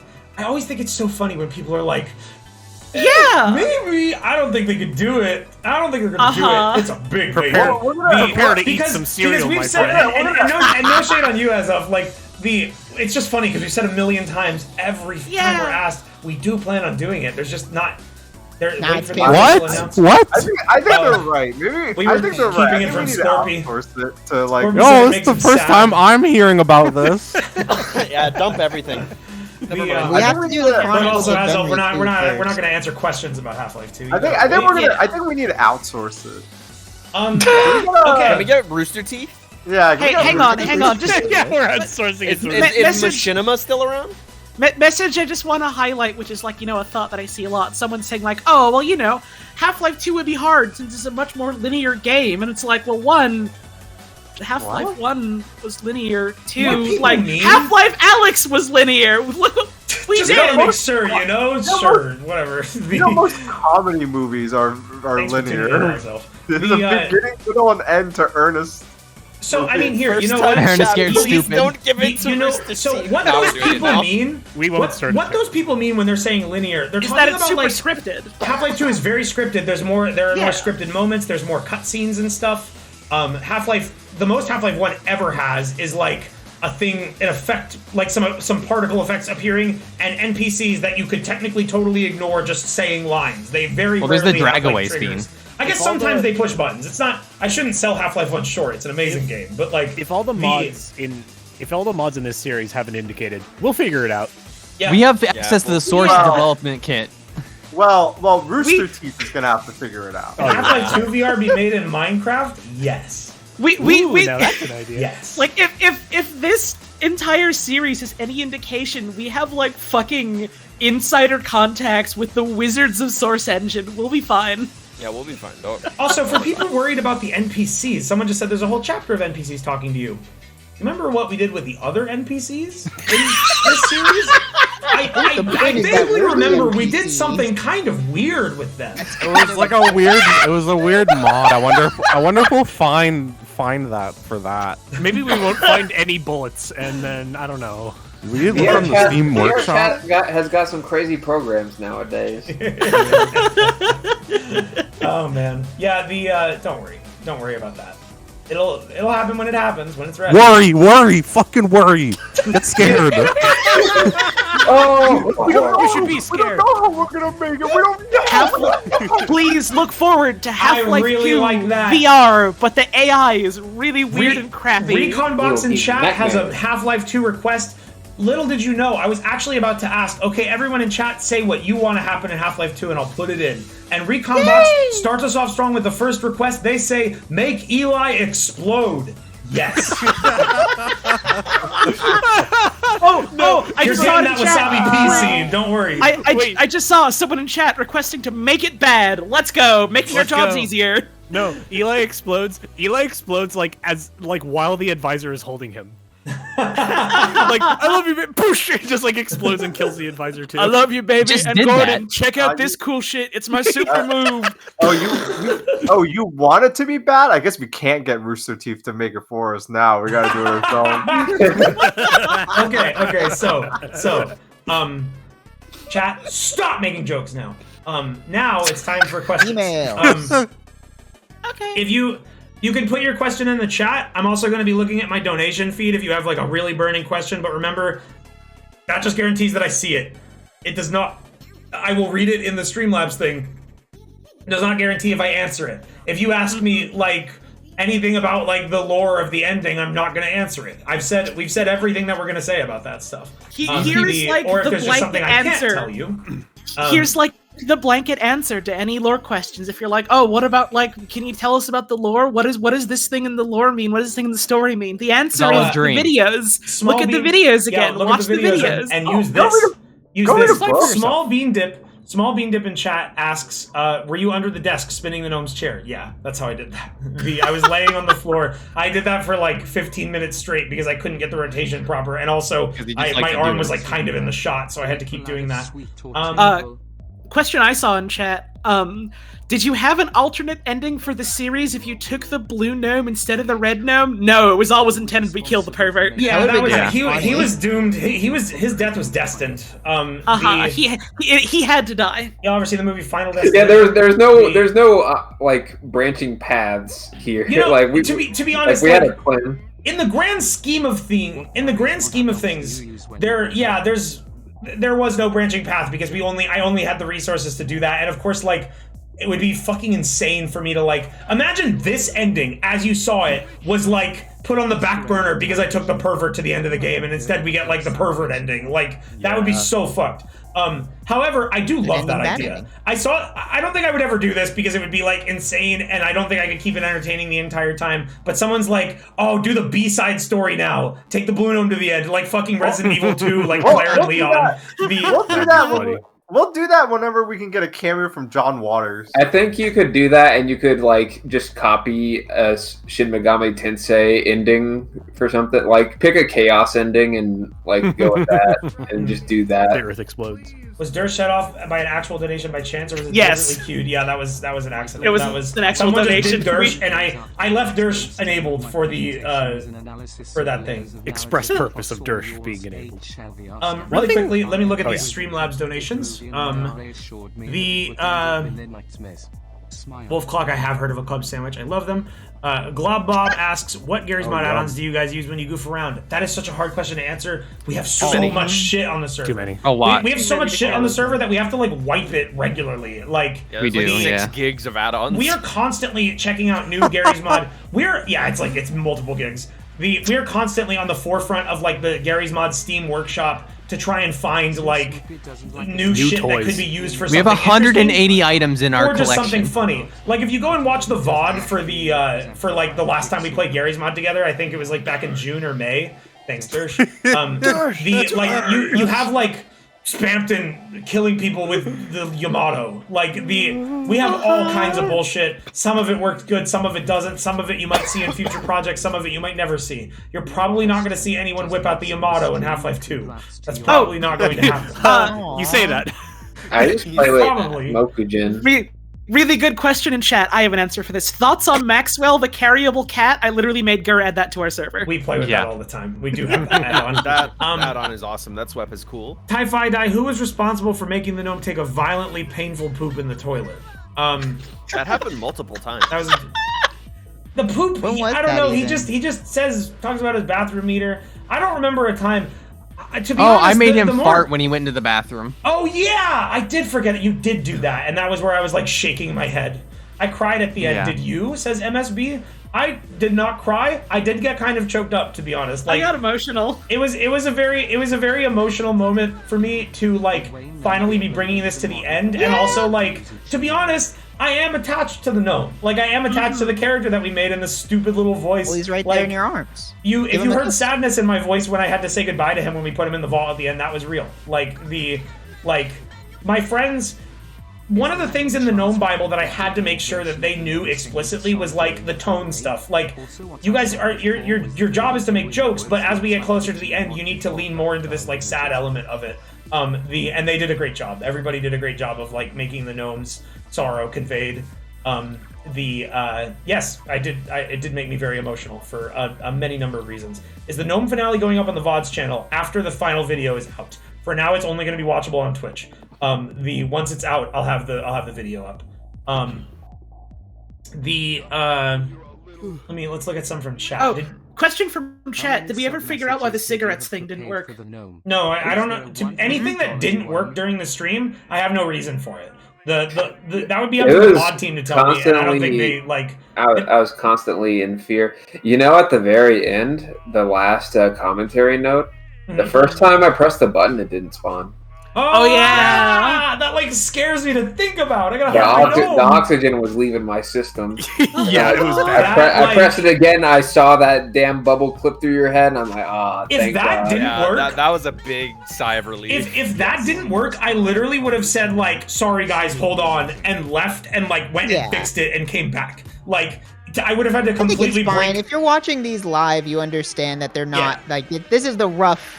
This is the roughness. And to be honest, theater, bitch, shit happens. This the live streams are like the rough, unedited cut where like problems can happen, and I mean that's super apparent in HLVR. Think of all the times like fucking Lanky Kong or Pikachu appeared in the first act. Smile, both smile. Both of those were me. Yeah, that kind of stuff happens, and like that's the beauty of this stuff is like I have a lot of control over what I can edit out, especially since I figured out like the split audio tracks and being able to like remove audio.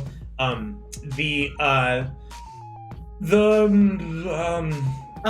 see a comment of someone talking about how we mentioned this is like ushering in a new area of RTVS projects. Part of that, if you'll forgive me for answering this myself, I feel like part of that is because like this is a showcase of like how ambitious we want to get with things, but also part of it is because we have so many fucking ideas. We were like, this is a great idea. We should finish our other shit first, though. Yeah. We were going through and pruning the section of our Discord where we keep all of our stream ideas after this was done. There was a lot of looking at channels and being like, I don't remember what this is, and there's no information in here, so we should delete it. Some of our like because we'll just be talking, right?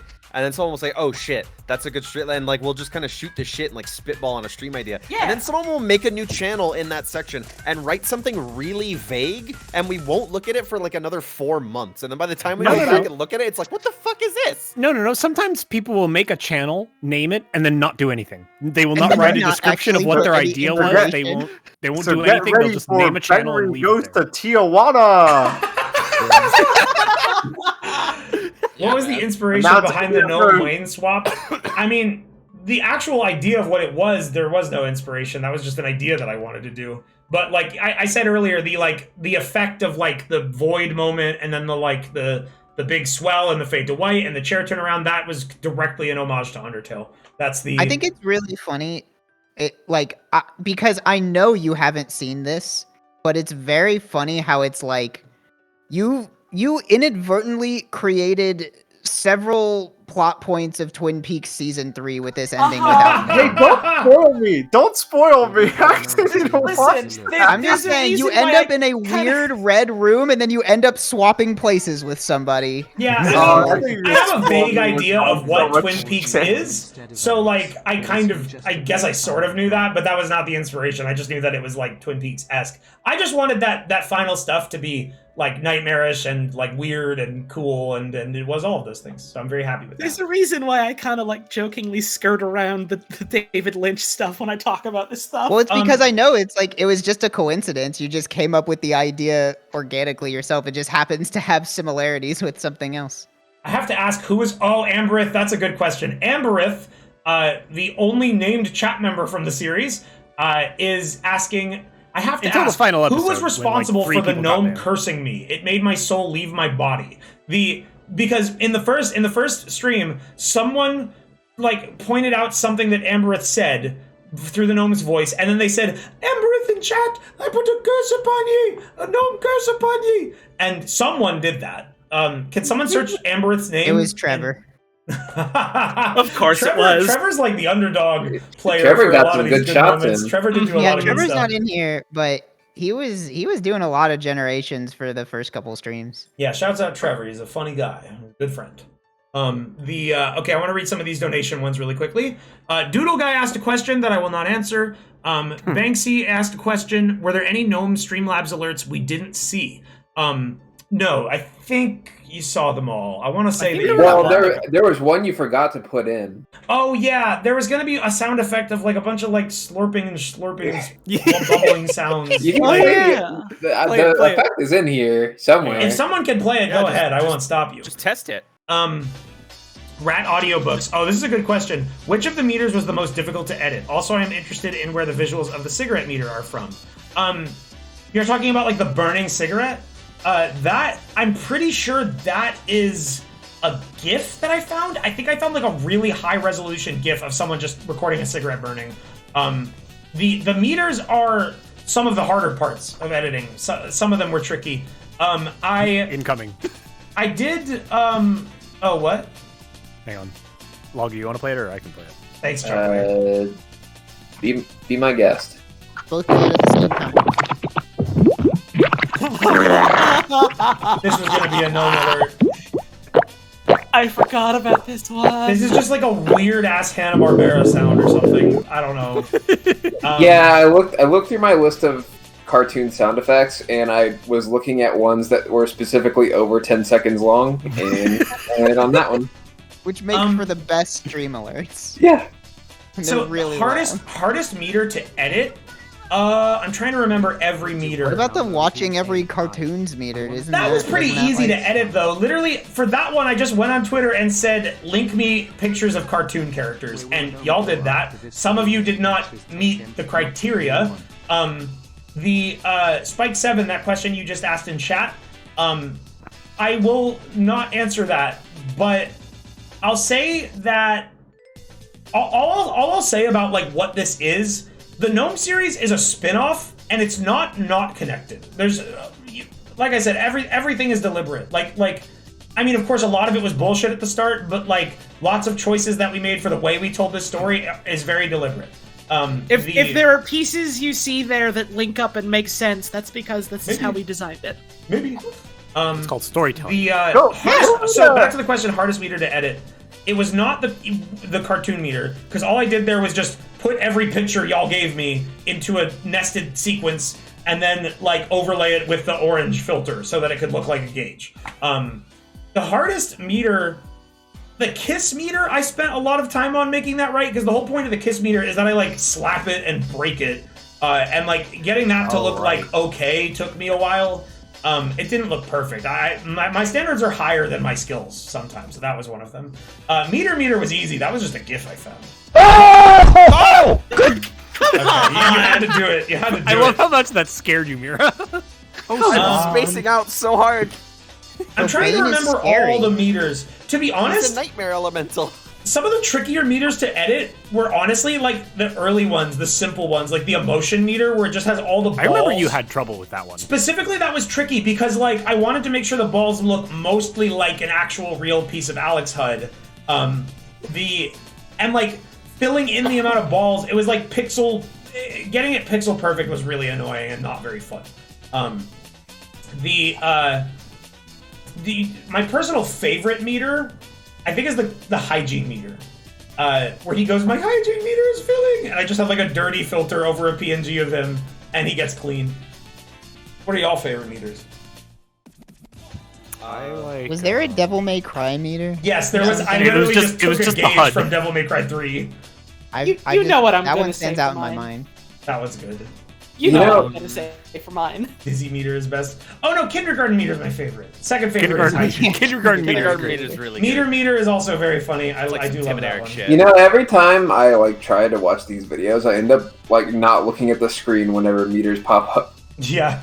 The Mr. Puffer says, was you banning people during the Gnome playing Half-Life 2 just for comedic effect? Absolutely. That was literally the people I banned were just saying like, "Where's Bao?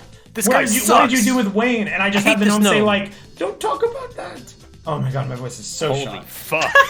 Sorry to keep asking, but what was the name of the Shining-esque song in the finale?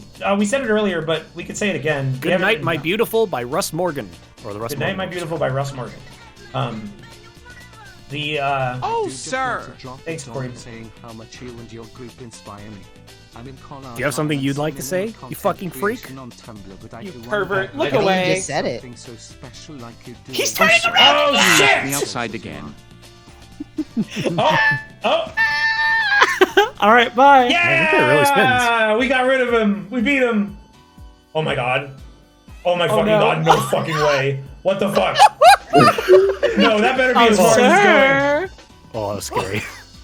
You can still see him. That's about as far as it's gonna go. I wish it turned all the way around. That would have been so insane.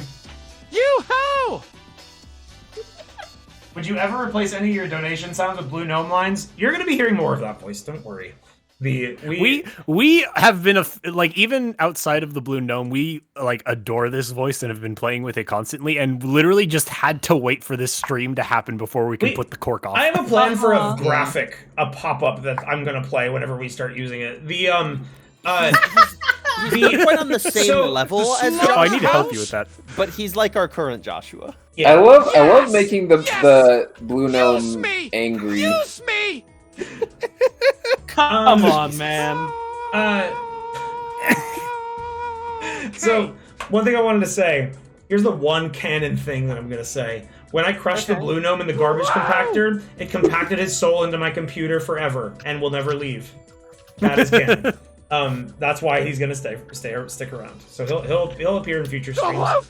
You'll hear more. His identity is not necessarily the Blue Gnome anymore. Like, yeah, he's the Blue Gnome was merely his vessel. He's just his a own sir person. now. He's just another. Was anyone in charge of Blue Gnome lines? It was inspired by the way Moopy talks, but primarily everyone did it. Literally everyone. I want to call Mira out. I think like of everyone computer. I mean, like, everyone putting in, like, gross, awful shit was, like, completely the assignment, and everyone did a great job. I think Mira put the most things that made me go, oh my god, come on. Bad luckness disease, that was a trade secret. Some of the things that the Blue Gnome said came up before the stream. Like, I think it was either the night before or a few hours before. We were just, like testing the Blue Gnome and, like, making him say fucked up shit. And that's when we came up with some of my favorite personal lines, which is, I can retract my teeth if necessary, sir. Is like those were Scorpy, I'm pretty sure. I don't remember who wrote those. I think we came up with them the night before. I think all the ones about teeth were Scorpy. Like, my teeth can retract, sir. Like, that's. Why are you running away from my vacuum seal? There's like. I think that one might have been me. Those came up when we. That was like it was the night before the stream when we really locked in some stuff about the characterization. Because like originally we wanted him to be a pervert, but we were going to be really blatant about it, and we were at some points. But the night before it is when we realized how powerful it was to be like very clearly fucked and perverted, but not actually say anything like to imply the fact that this gnome is the biggest sex freak in the entire world was so much better than just having him say like outright freak shit. Question from my girlfriend asking who did the Werther's original line. That was Mira. Oh, there you go. I don't even remember that. Well, the program... it was, "Hello again, sir. This time I am full of Werther's originals. Reach up my gnome hole and grab a treat, sir." Oh, I think that's when he shows up in the cage. All right, let me look back at some more donation messages, and then we'll do some one more really chat quick ones. thing, because I saw someone ask about it earlier. One fun fact: the weird breathing he does, we discovered that like when Wayne had started the stream and was like getting ready. Yeah, that was how close to the finish line that was. 2, we are not going to tell you how we did it. Yeah, that's a beautiful trade secret. miracle. We have some trade secrets. We don't tell you everything. You should be happy we're doing this stream in the first To everybody asking about the voice and what it is, we already talked about that way earlier in the stream. Go watch the VOD. It's novel AI. We don't think it's based off of a specific voice. They have some weird amalgamation of different traits of different voices, and that's how the seeds are. This put is the together. same engine that spawned the other fucked up voices we showed earlier. So Yeah, we don't know how it sources it. You can rewind the VOD if you want to hear that. People keep saying, as far as I'm aware, it's John Delancey. It's based off John Delancey. It's based off of specifically John Delancey because he was in My Little Pony. No! What's your source for that, You're partner? thinking of like a million different other like voice things. He sounds not like this you. one. It's not like Uberduck. I mean, if it doesn't work. No, like I'm not even gonna humor this. Just rewind and go hear when we talk about it when we brought up. Yeah, we did talk about it already. We've already explained this. Sans from RuneScape. You ask a question that I will not answer. Where will the gnome go after this, and where will his adventures take him? Not the blue one. I do like that you specify that. The gnome's fate after the ending is you need to figure that out. That's not something I'm going to tell you.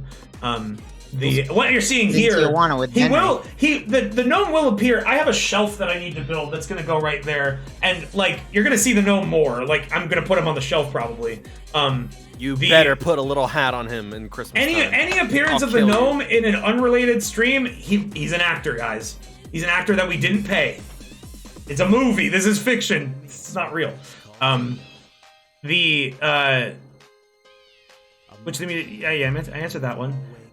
Question for Holly: what are some of your favorite things you made the gnome say that got it all fucked up, glitchy sounding? I don't know about specifically fucked up glitchy. Yeah, that's hard to sounding. remember. I'm pretty fucking proud of making the blue gnome talk about his hole and pole. Yeah. That one was pretty good. There were a lot of voices. I gotta be honest, I don't have the energy to search for the lines I made, and I don't really remember any of them offhand, because I got memory problems. Do you have any favorite fan theories? We kind of brought that up earlier. I mean, I guess those were my favorite. Someone did guess. They like almost guessed the first chunk of the ending. They almost guessed what we were doing with the gnome and G-Man, so much so that they I remember this was very early. This was a long time ago. I think this might have been like before the final stream was even announced. Someone actually did the thing where they put the gnome in G-Man's body, and they had him act out the ending of Alyx. It was the same exact thing that we did, but that was the only change. They put the gnome in G-Man and had him say all the lines for the ending of Alyx. And I was like, damn, you're really close. You have 20% of this part of the ending right. And I thought that was pretty funny. Because it's like, I mean, it is like the gnome in the G-Man's body is not the least. It is not the least obvious plot choice that I made. That was a very early and easy idea. I mean, if you think about it, what does the G and G-Man stand for? Yeah, exactly. Gnome might not. At some point, I did play around with ideas of like leaning into that, and like at one point, one of the ending lines he said, like when he comes out of the vault, is him going, "I was the G-Man the whole time," but we didn't go with that because question in that's chat. just a silly thing. What? Question in chat: would Red Gnome or Blue Gnome win in a fight? Watch the fucking video again. It's pretty obvious. I think. This one, who made it to the end? This one. But that was with assistance. Each gnome has different powers. You've seen all the powers this one has. All he can do is move. He can teleport. That's about it. He doesn't have any. I mean, I guess he has other powers. Gummies, sir. He has his vacuum seal. If you can use that in combat, I don't know. I love the fucking the moment. I think we got 3 lines in with the blue gnome. I love the fucking 180 chat had. And I love playing coy and just coming back to my computer and being like, "Oh, what happened? I thought you guys loved the blue gnome. So blue gnome great. It's so the good. 2 now." I saw at least one person that was genuinely mad at you about that. I love it when chat is I was mad keeping at my eye me. on the live Fuck stream you. chat in the Discord. It was very funny to see people like go like, "Oh my god, another gnome of the blue gnome," and then just like minutes later, just And then like, on him. yeah, like half an hour later, I look over the chat while the blue gnome's on screen, and I see that you formed like a sect of anti-sex paladins. See you later, my sweet sir. like you're producing symbols and trying to banish it. Snowy, the answer is yes to that question. I'm not going to tell you why, but yes. Falling in love all over again. Yeah, I was I wasn't aware of that. The most reaction I got to the blue gnome from chat, because I had access to the chat, but I didn't do I wasn't keeping a close eye on it, so a lot of stuff I wasn't aware how chat was reacting. I did see people freaking out about some of the awful things he said, which was the intent, but hearing that after the stream, hearing that people immediately 180, I'm like, oh my god, another gnome, he's so cute, and then oh no, he's not. It's really, really funny.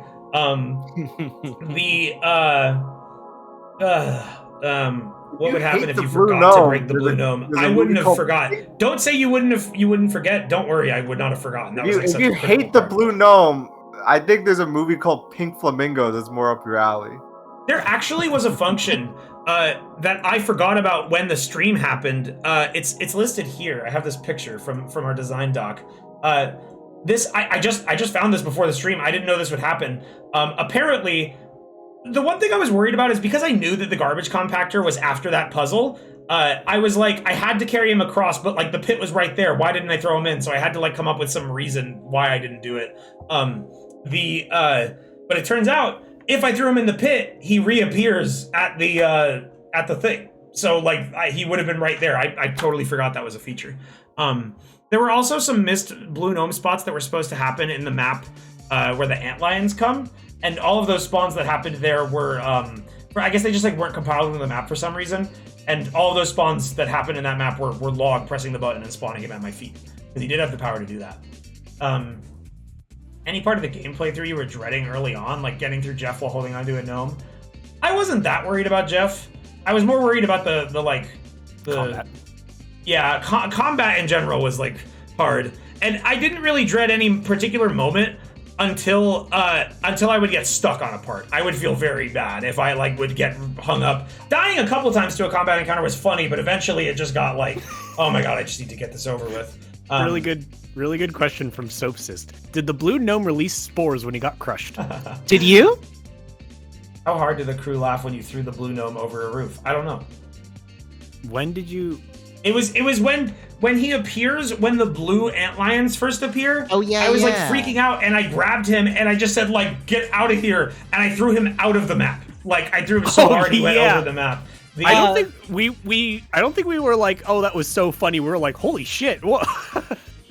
Yeah, I was proud of myself, especially because other throws did not go as well. Sir. We were also I guess I don't know if he's gonna keep talking because he got thrown out of the map. Yeah, you got rid of him. To the person in chat asking if the places that the blue gnome were placed were deliberate based on colors, you're asking the wrong people. We're not the ones who set it up to spawn in specific places. Yeah, that was modders. I didn't even that was not even someone asked, why didn't you do the ending? Why didn't you make a custom map for Alyx instead? The stuff that we did for the ending would not have worked if it was an Alyx. And if it did work, it would have been 10 times the work rather than doing it in Gmod. For Gmod, right, all we would have to do is get a talented mapper, Kimberly Evo Hard shouts out, to make a map, and then we just had to do the rest. Instead of scripting these different things to happen, instead of scripting it to play the Peppa Pig movie, instead of scripting it to make a portal, it was just a series of buttons and coordination. Like, yeah, the way we do things is we're not like a ragtag team of like crazy hackers. We that's a weird way to put it, but we're like just doing a play. We have people behind the stage pulling the ropes to make the props like floated. Like that's how we. You're asking a carpenter why they're using a saw. Yeah, work smarter, not Why harder. would you ask a painter to make it out of marble? No. We use the tools we're familiar with. Exactly. You know, Doodle Guy made a joke. They said, "Hey, how do I download the AI? I want to play with my friends." You could actually recreate what we did for this one. You couldn't do it for HLVR, because those are people. Those are actors. You can just get your friends in UberDuck, yeah. But you could just use the Lightning McQueen Cool Videos voice is free for you to use on UberDuck. Anyone could do it. And you would just have to carry the gnome and get a setup where your friends could type into it, and you could do a gnome run of your own. Now, I don't advise you to go and make a YouTube series of it. That would be a little weird. But if you want to do it for fun, I mean, go people ahead. did that with HLVR. Knock yourself out. But that was kind of like, I thought that was endearing, to be honest. The couple times that we found some stuff like that, I feel like we found someone like doing it live on Twitch, like after the first stream, like someone was doing it with their friends, and like was doing the same exact concept except much more subdued, because they were a bunch of kids.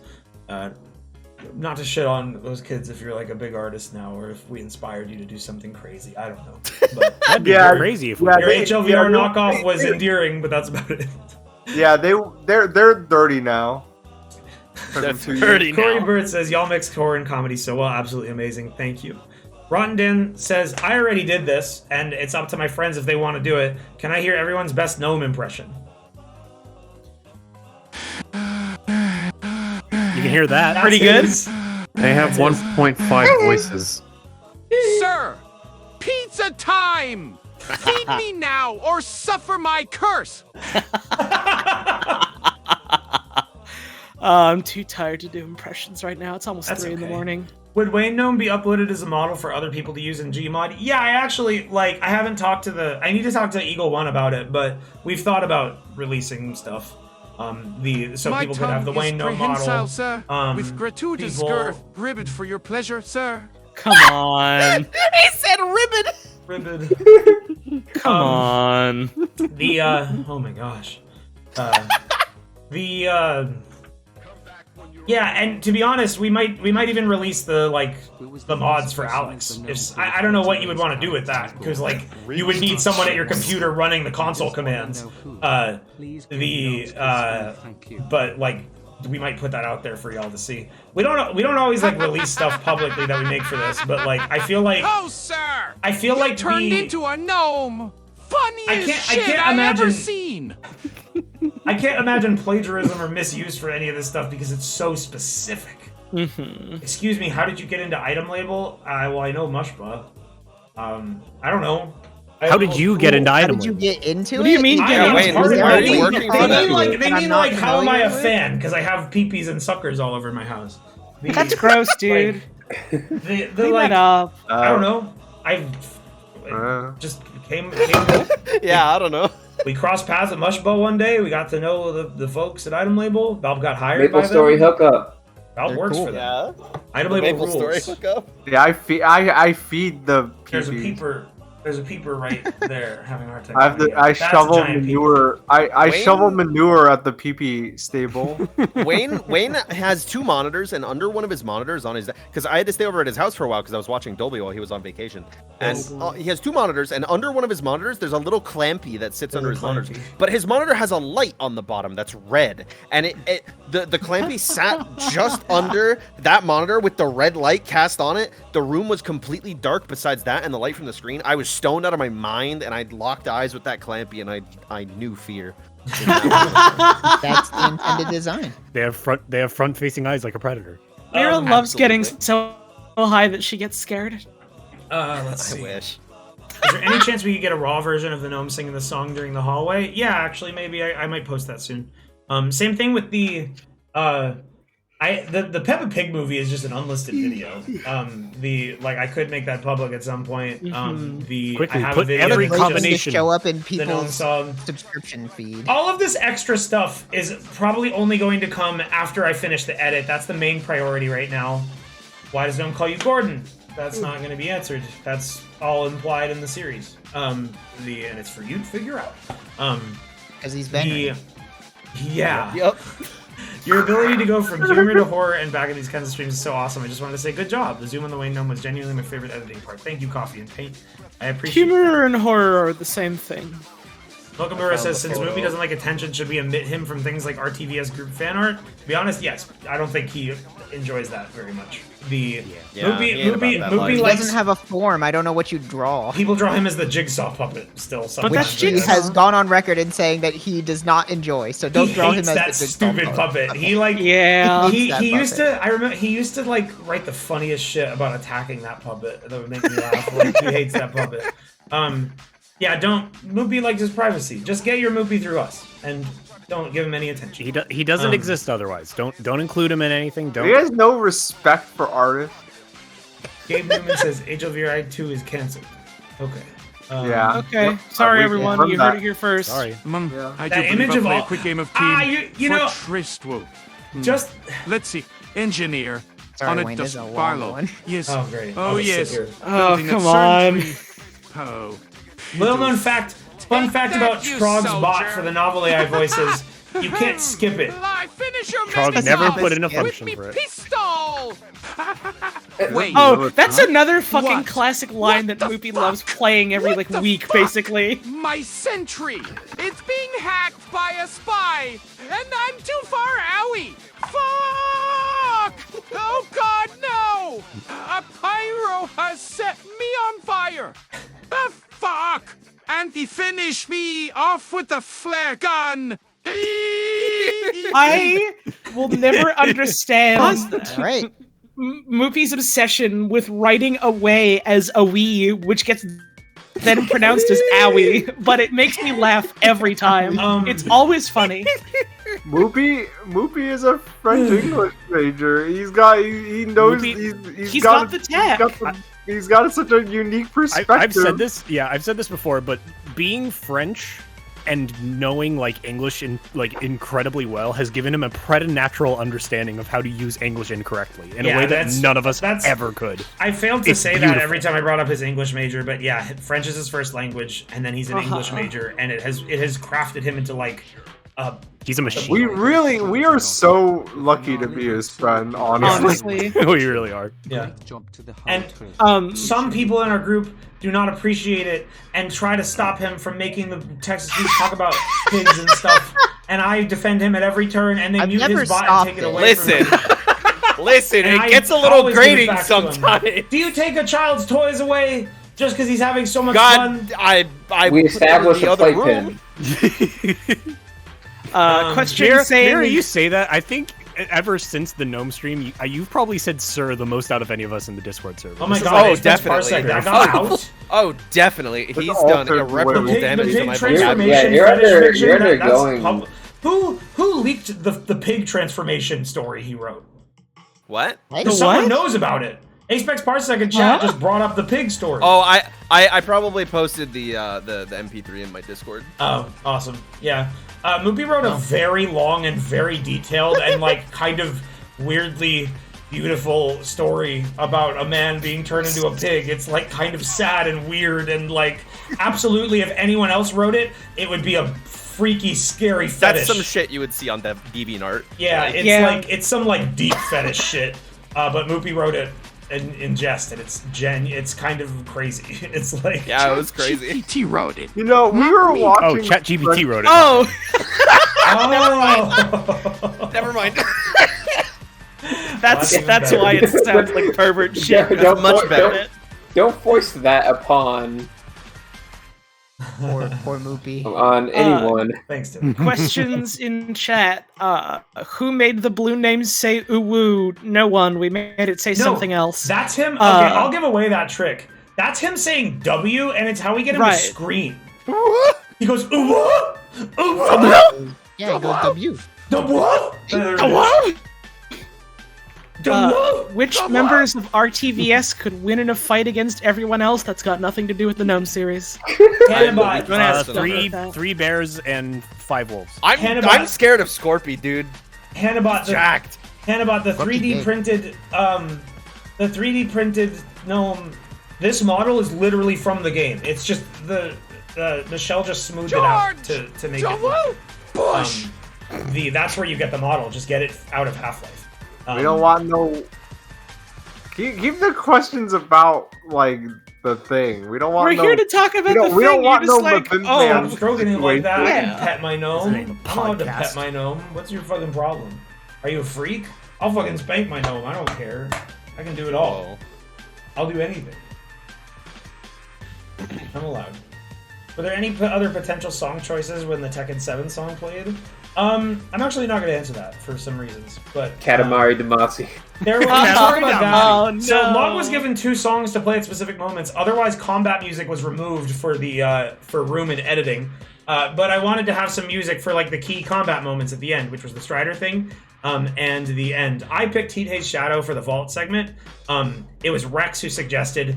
That song that plays when we fought the Strider is a song from an Asterix and Obelix game. Yes. Asterix and Obelix is like a weird French comic by the Tintin guy or something. No, it's not by the good. Tintin guy. Different guy. Oh, different Tintin guy. is Belgium.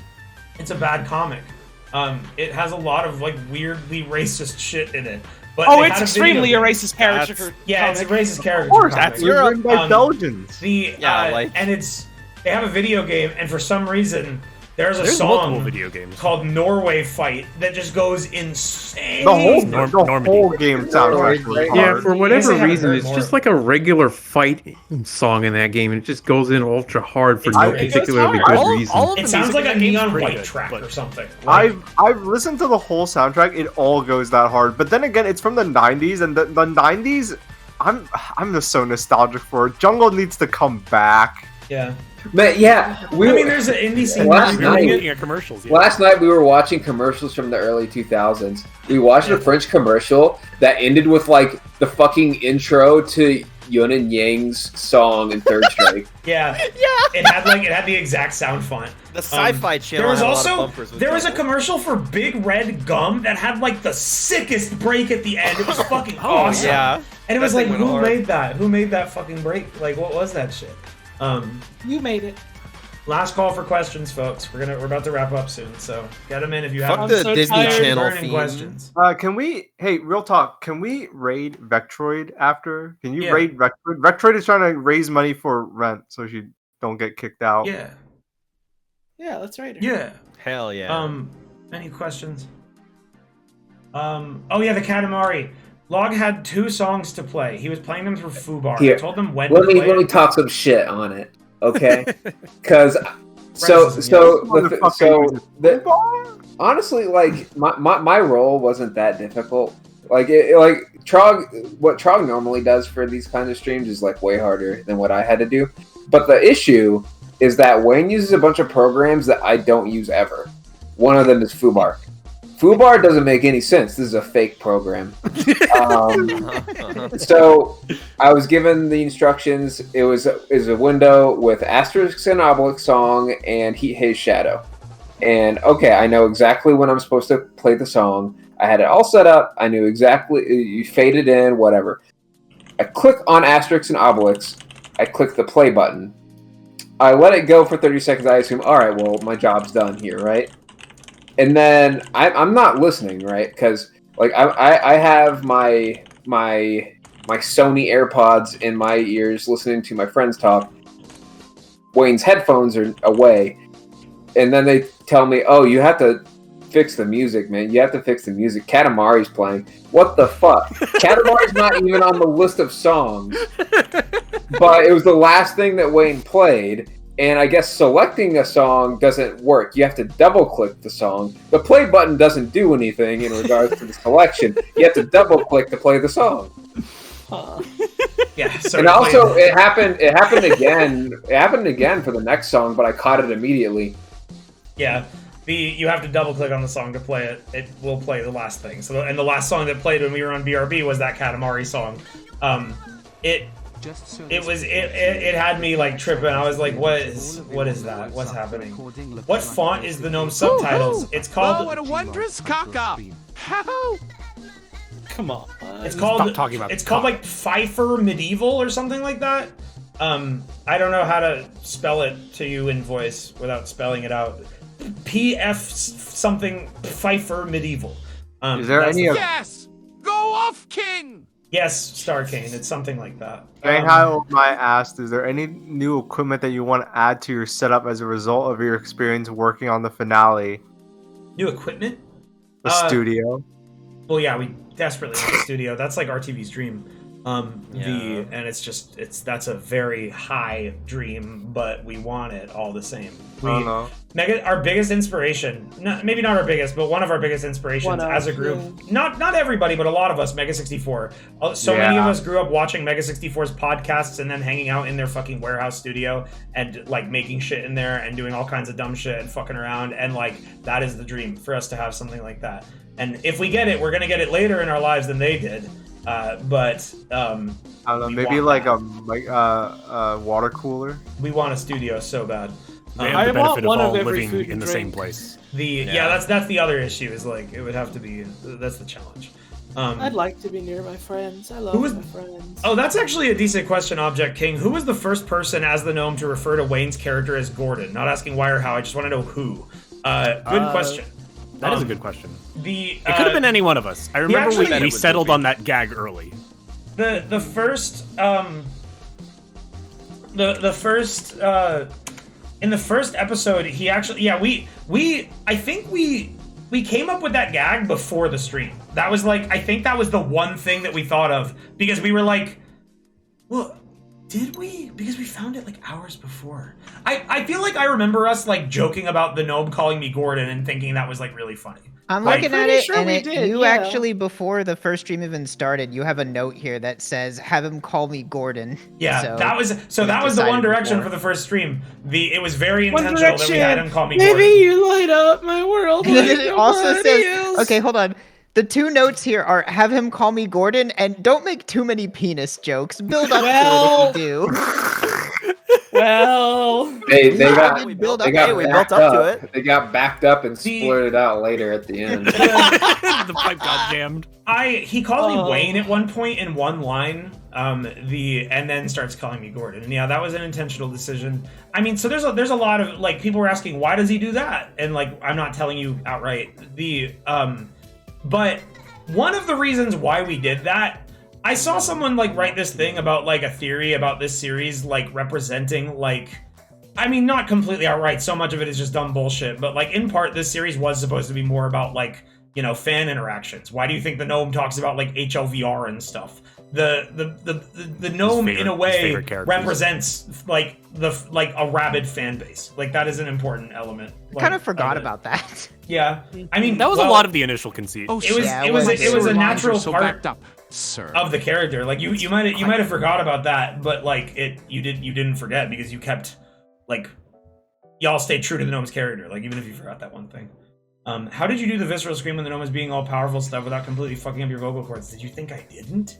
You know, you can do this crazy thing where you scream so loud that it rips your throat up, and then you just heal and don't talk right for a few days. That's how. Does that mean that the blue gnome is the spicy part of a fan base? No, the blue gnome is just meant to be like he's meant to be a narrative foil and also a pervert. That is at all. He is an antagonist. He is a foil. He is the antithesis of the red gnome, and he's a pervert freak.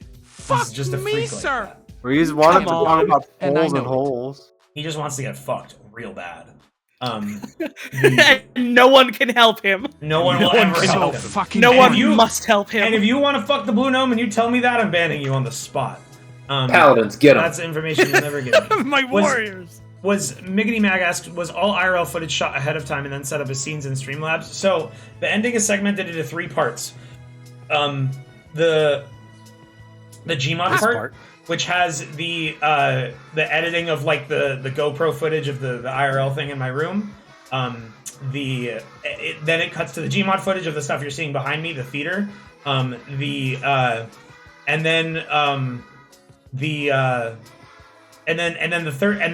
that's the first part.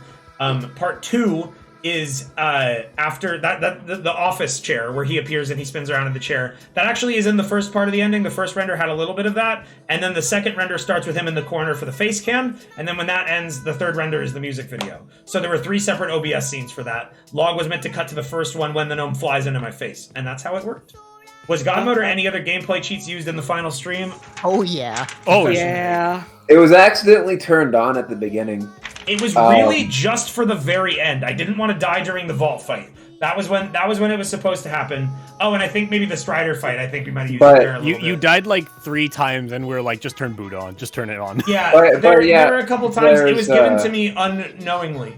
There's a thing because Wayne was making keybinds for it to turn it on and off before we started.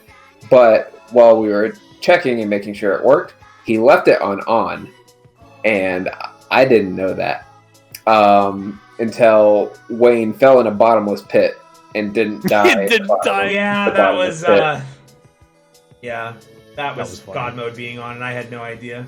Did you actually get the Gnome achievement, or did you have to use Steam Achievement and Manager? Great question, Fachigi friend. I did get it naturally. That was real. It was so. That's another thing that I'm so mad that we didn't record is because like Wayne's having this like big moment. He's like putting the Gnome into it, and then Log's like, "Oh, he got it."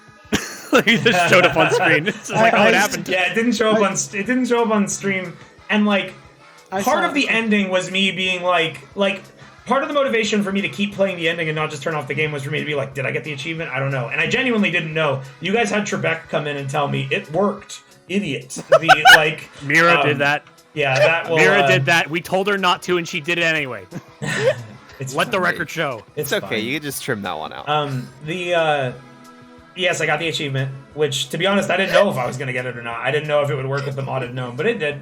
And I mean, like, I think I saw one person that was like, you fucking did it with a modded copy. You didn't actually earn the achievement. Like, not only did you cheat the game, but yourself. You had the gnome shoot a weapon and stuff. He had infinite ammo. That's cheating. The amount of fucking effort that I put into this. And also, the first 3 streams were fully legitimate. There was no cheating or anything helping me. I got through those first 3 streams with blood, sweat, and tears. That was just me playing Half-Life Alyx. I fucking earned that achievement.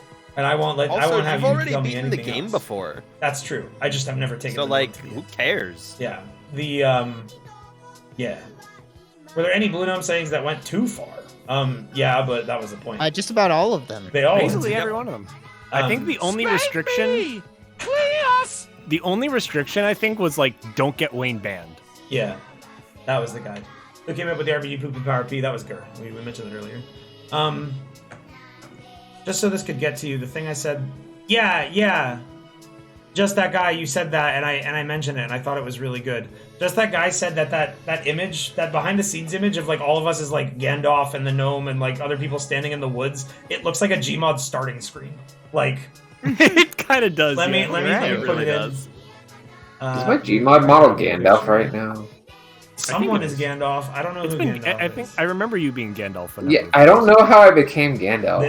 This absolutely does. It looks like a messy. It is Gmod framed like screen. one too. Yeah, and they use those textures for the woods in those a lot. Like there's one of those on where the they left definitely side. do. Yeah, I can see it. Okay. Who was the first person who referred to the character? We never answered that. I mean, I guess me, because I was the one who mentioned that, but yeah. But someone did it. I don't know. Yeah, I mean, it was decided on beforehand. So, any last questions? What's the song called? This is called Cherry Blossom Green something. How are you? Oh, I'm tired. My voice is kind of shot, but I'm in a good mood. Are you happy? Yeah. And I'm very happy with how all of this turned out. To be honest, final word. The gnome stuff exceeded my expectations. I didn't think it was going to go nearly this good. I mean, I felt pretty confident going in. Like, I was pretty happy about all the mods and stuff. It was really... Last year, the edit ending, another reason why this was delayed so long, it wasn't just me being unable to finish it. It was me being, like, not happy with it. Like, the theater sequence, I thought it was stupid for a while. And I thought the acting bits were, like, corny. And I was like, I can't get into this. I can't get myself to like this. And I came back to a year later. And when we started the gnome stuff again... we had a meeting where it was like, all right, here, let's write down everything that I need to do, and if anybody can help me with any of these bits, maybe we can, like, I can get some extra help. And one of them was like, okay, I think I have to maybe reshoot some of the theater sequences because I wasn't super confident with like my acting or whatever, or the gnome lines that we had. And then I sat everyone open. I opened up a stream of my premiere and played it through, and no one said anything for the entire time. And I finished it and was like, that's not that bad. I don't know what I was so upset about last year. And then like save for a few minor changes, the theater sequence was almost exactly the same as it was that I had it finished last year. Am I back? Can you hear me? Yeah, I can hear you. Yeah, we can hear you. Okay, cool. My internet went out. Oh. ZS Twitch has a really good question. Wayne, do you There was a remember question anything I from wanted when to you were bring turned up. into a gnome? No. Okay. And also, there that's was a the question I wanted Figure to that bring shit up, out. and then my went out. Got weirdly horny. question, when I was Holly? doing Hang on, I have it. I pasted it into a notepad. Hang on. Any Here it fears is. about the final edit? Yeah. Would be fucking hard and long. What motivated trying to do some lore or expand on the weird horror stuff? It's an element in a lot of RTVS streams, but it felt heavier than ever in the Gnome finale, and it's interesting to me. Well, I mean, there's stuff we wanted to convey, which is stuff we won't talk about. Yeah, but like not also- like the specifics of it, but like in general. I you just know? I like well, It's okay, cool. yeah. So I think it's a number of things. I think the dynamic of comedy and horror, like, so here's the thing: if you tried to take me to a movie theater and you were like, "Yo, let's check out this new comedy horror movie," I would not go with you. That sucks. I think horror that like is also comedy, like at a 50-50 split, I don't like that. I think that shit can be really corny. I think you either have to do 90-10, like either way. 90-10, a good example of 90-10, Jordan Peele, Get Out, and Us. Those movies are horror movies through and through, and like the primary focus is like the drama and the horror. But there are some moments that will make you laugh. There are just like some funny little one-off lines. I would say that's like 90-10. It's mostly horror, and then there's like a couple jokes that are funny. Scary Movie, that's an example of something that I personally don't care for. Also, a parody is different. That's completely different. The Masks of Tragedy and Comedy, Urech, that's a good point. Hi, Robbie, dude. Welcome to the end of the stream. Don't look at this if you care about my fucking Gnome finale stuff. This is all spoilers. Don't watch it. Whatever. You fucking sorry. You've been spoiled. You've been spoiled. Sorry. What was I talking about? And I think 90-10 also works in the other way. Something that is like mostly comedy, bringing horror in is such a good contrast. And it is both very fun to do, like we did with the theater segment, and it also makes jokes hit harder because of that whiplash. Like, poop in the power of pee was one of the funniest jokes in the entire thing because it was prefaced by like a really cool, genuine horror moment. And it was like good tonal whiplash for that moment, which helped it all stand out. Yeah. Undertale is 90-10 comedy horror. That's another good example. I would say that's another good example of the 90. That's the Wayne Radio TV 90-10 rule. That's the new thing. Most of us here are like fans of like Alan Resnick and stuff, and I feel like he does that really good too. But it's funny but unsettling kind of stuff. He does both. I feel like he's done both 90-10 like flips. Like I'm trying to think of like Live Forever As You Are Now is like mostly funny, but then you have like some weird unsettling moments, and then you have This House Has People in It, which I would say is like 90 horror. And then 10 comedy. He does a good job of the split too. And I mean, not all of it is gonna be exactly that split. This is just a general idea. It's just some bullshit that I spat. This isn't like something you're gonna. It's just find idea. in a cinema book. At least for me, some of it is like, I don't know. It's just fun to tell stories. It's fun to make a little thing and share it with people. But part of it, specifically with like what we do with these sorts of like streams and projects, more so than like other different types of storytelling, is like it's really fun and I think compelling in this sort of collaborative way, where what we do is, it starts off with a lot of us just like, telling like different sorts of like jokes or gags or bringing up different points or whatever, and then as that goes along we realize, oh, okay, we've invented like an entire palette to paint with. Now let's use this canvas that we have to make something together. String the bullshit together, and you make something beautiful out of a bunch of garbage. And I think that's really cool. I think that's something that's like really. It's like really our paints are a bunch of stuff like this. It's like our paints are a bunch of like splatted fruits. Like we just stepped on a bunch of different berries and watermelons, and then we paint it, and it makes something really cool.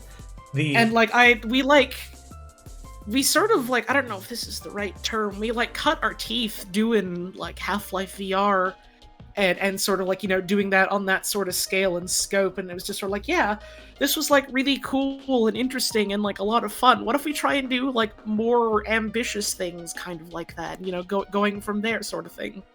Like what else can we do, you know? That's and sometimes they happen by accident. The gnome thing was never supposed to be like this. It was a throwaway thing. We didn't even know if it was going to be like fully funny. Is Holly feeling okay? God, dude, it's 3 in the fucking morning. What do you You're want? a long-time member of the community, so you may or may not be joking. But it's 3 a.m. We're all tired. One thing I wanted to say is staying up the whole time because Holly's usually an early bed. Oh, I am fucking dead tomorrow. Does Holly hate Wayne? Yeah. Yeah, I'm sorry. Working on the Gnome knives. series was the worst experience of my fucking life. I hate the bastard gnome with my life.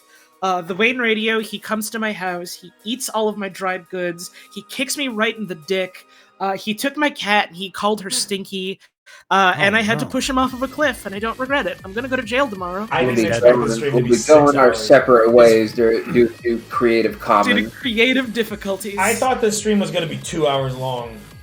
I had plans for after it, but I like literally could not get everything out. But I mean, I had a great time and it was funny. One thing I think is just worth mentioning. I think you said this at some point, Wayne, but like, imagining the alternate timeline where none of this happened and this didn't turn into what it turned into. Just like the funniest idea of the ending being, you take them all the way to the final thing, and then you just like look at them and just drop them into the pit, and then turn the game off. Yeah. There was also, everybody. You know, I'll say this. That's the alternate ending. I'll say this. There actually was a final piece of the ending. I ended it with that coast shot because, like, in the end, I didn't want to do a final joke. I wanted to end it on something serious. But there was going to be a final gag where after I wake up on the beach, I was going to go home and it was going to cut to my office and I was going to come in and it was going to be me sitting on my computer checking my Steam account to see if I had the achievement, and I didn't, and I was just going to go fuck, and that was going to be the end. Why is everyone saying goodnight, Holly? I'm still here. I don't know. What? I don't know. Stop. Well, I like that joke. I mean, also, I did get the achievement. I like that joke. Yeah, I wanted to end it on something serious. I was really happy. Too bad you got the achievement. A couple years ago, I got like really hung up on like the like. I got really hung up about the idea of art and like making art and making my own stuff. And in particular, I was very stressed if I could ever make something that like had meaning to me and something that like people would find meaning in beyond comedy. And you say this while Peppa Pig creepypastas on screen. Something, yeah. I mean, and even then, people still find meaning in that. Yeah, and but that's there's really like, cool. but there's like, yeah. We touched on a lot of more serious themes with this in a way that like I wasn't sure if like I ever would be able to do. And I remember talking to Scorpy about it because Scorpy's an inspiration and someone I look up to as a creator and an artist. Scorpy is very, very talented and has made a lot of stuff. And I was talking to Scorpy, and it was like the big takeaway from that was like you can't really force yourself to make art that like has deeper meaning and serious meaning. You can't force it. And at that time, that like kind of not he didn't frustrate me, but that idea like internally frustrated me because I wanted to make this gnome thing. Well, actually, no, I don't think it was about the gnome thing specifically. No, because this was like a long time ago. I wanted to make something that like meant something and had deeper meaning, and I managed to do it, and I'm very proud of myself for that. We're all very proud of you, dude. Thank you. I want to end the stream. That's a good idea. Final question, go. I thought I saw something, but I don't remember. Do you love me, sir? Who edited the Peppa Pig movie? No. Me. End the stream. I made the Peppa Pig movie. In character, Gordon said, "Who made this? I didn't make it." He did make it. I made it. That actually, speaking of Scorpion being someone I look up to, that was something where I had come out of VR and I was watching you guys react to the ending live, and during the Peppa Pig moment, someone said, "Oh, there's no way Scorpion didn't make this," and I was like, because I made most of it. That was Sir, I take that as a it's compliment. time for your 2:20 a.m. hardcore success. Okay. Don't call it that. Well, let's go do that, I guess. Oh, I Gross. just had like Sorry. a fucking brain blast moment. I'll tell it to you later. Okay. Yeah. Thanks for watching, everyone. I hope you liked the gnome. I'm getting my lungs ready for you, sir. Alright. Stay strong, everyone. It's time to go to Remember bed your creed. and have a horrible dream. Consult your tomes and folios. Have a lot of fun. Consult the stars.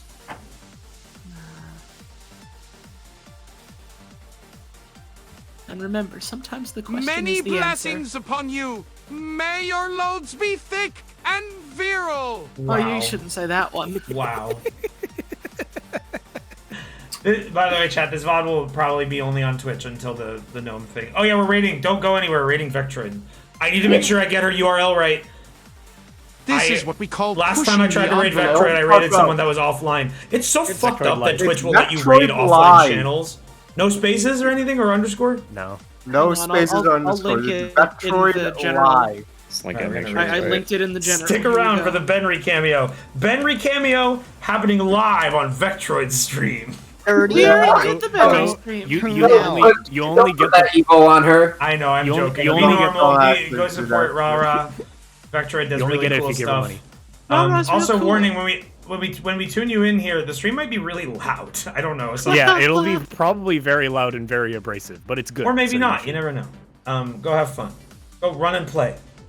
Goodbye. Laugh and smile and clap run your and jump. hands. Yay! What's our stream phrase? Run and Nothing. fell Just be normal. Just Go have fun. Bye. Hey, she's raising money for rent so she doesn't fucking get kicked out. Bye. So I don't know. Give her $20.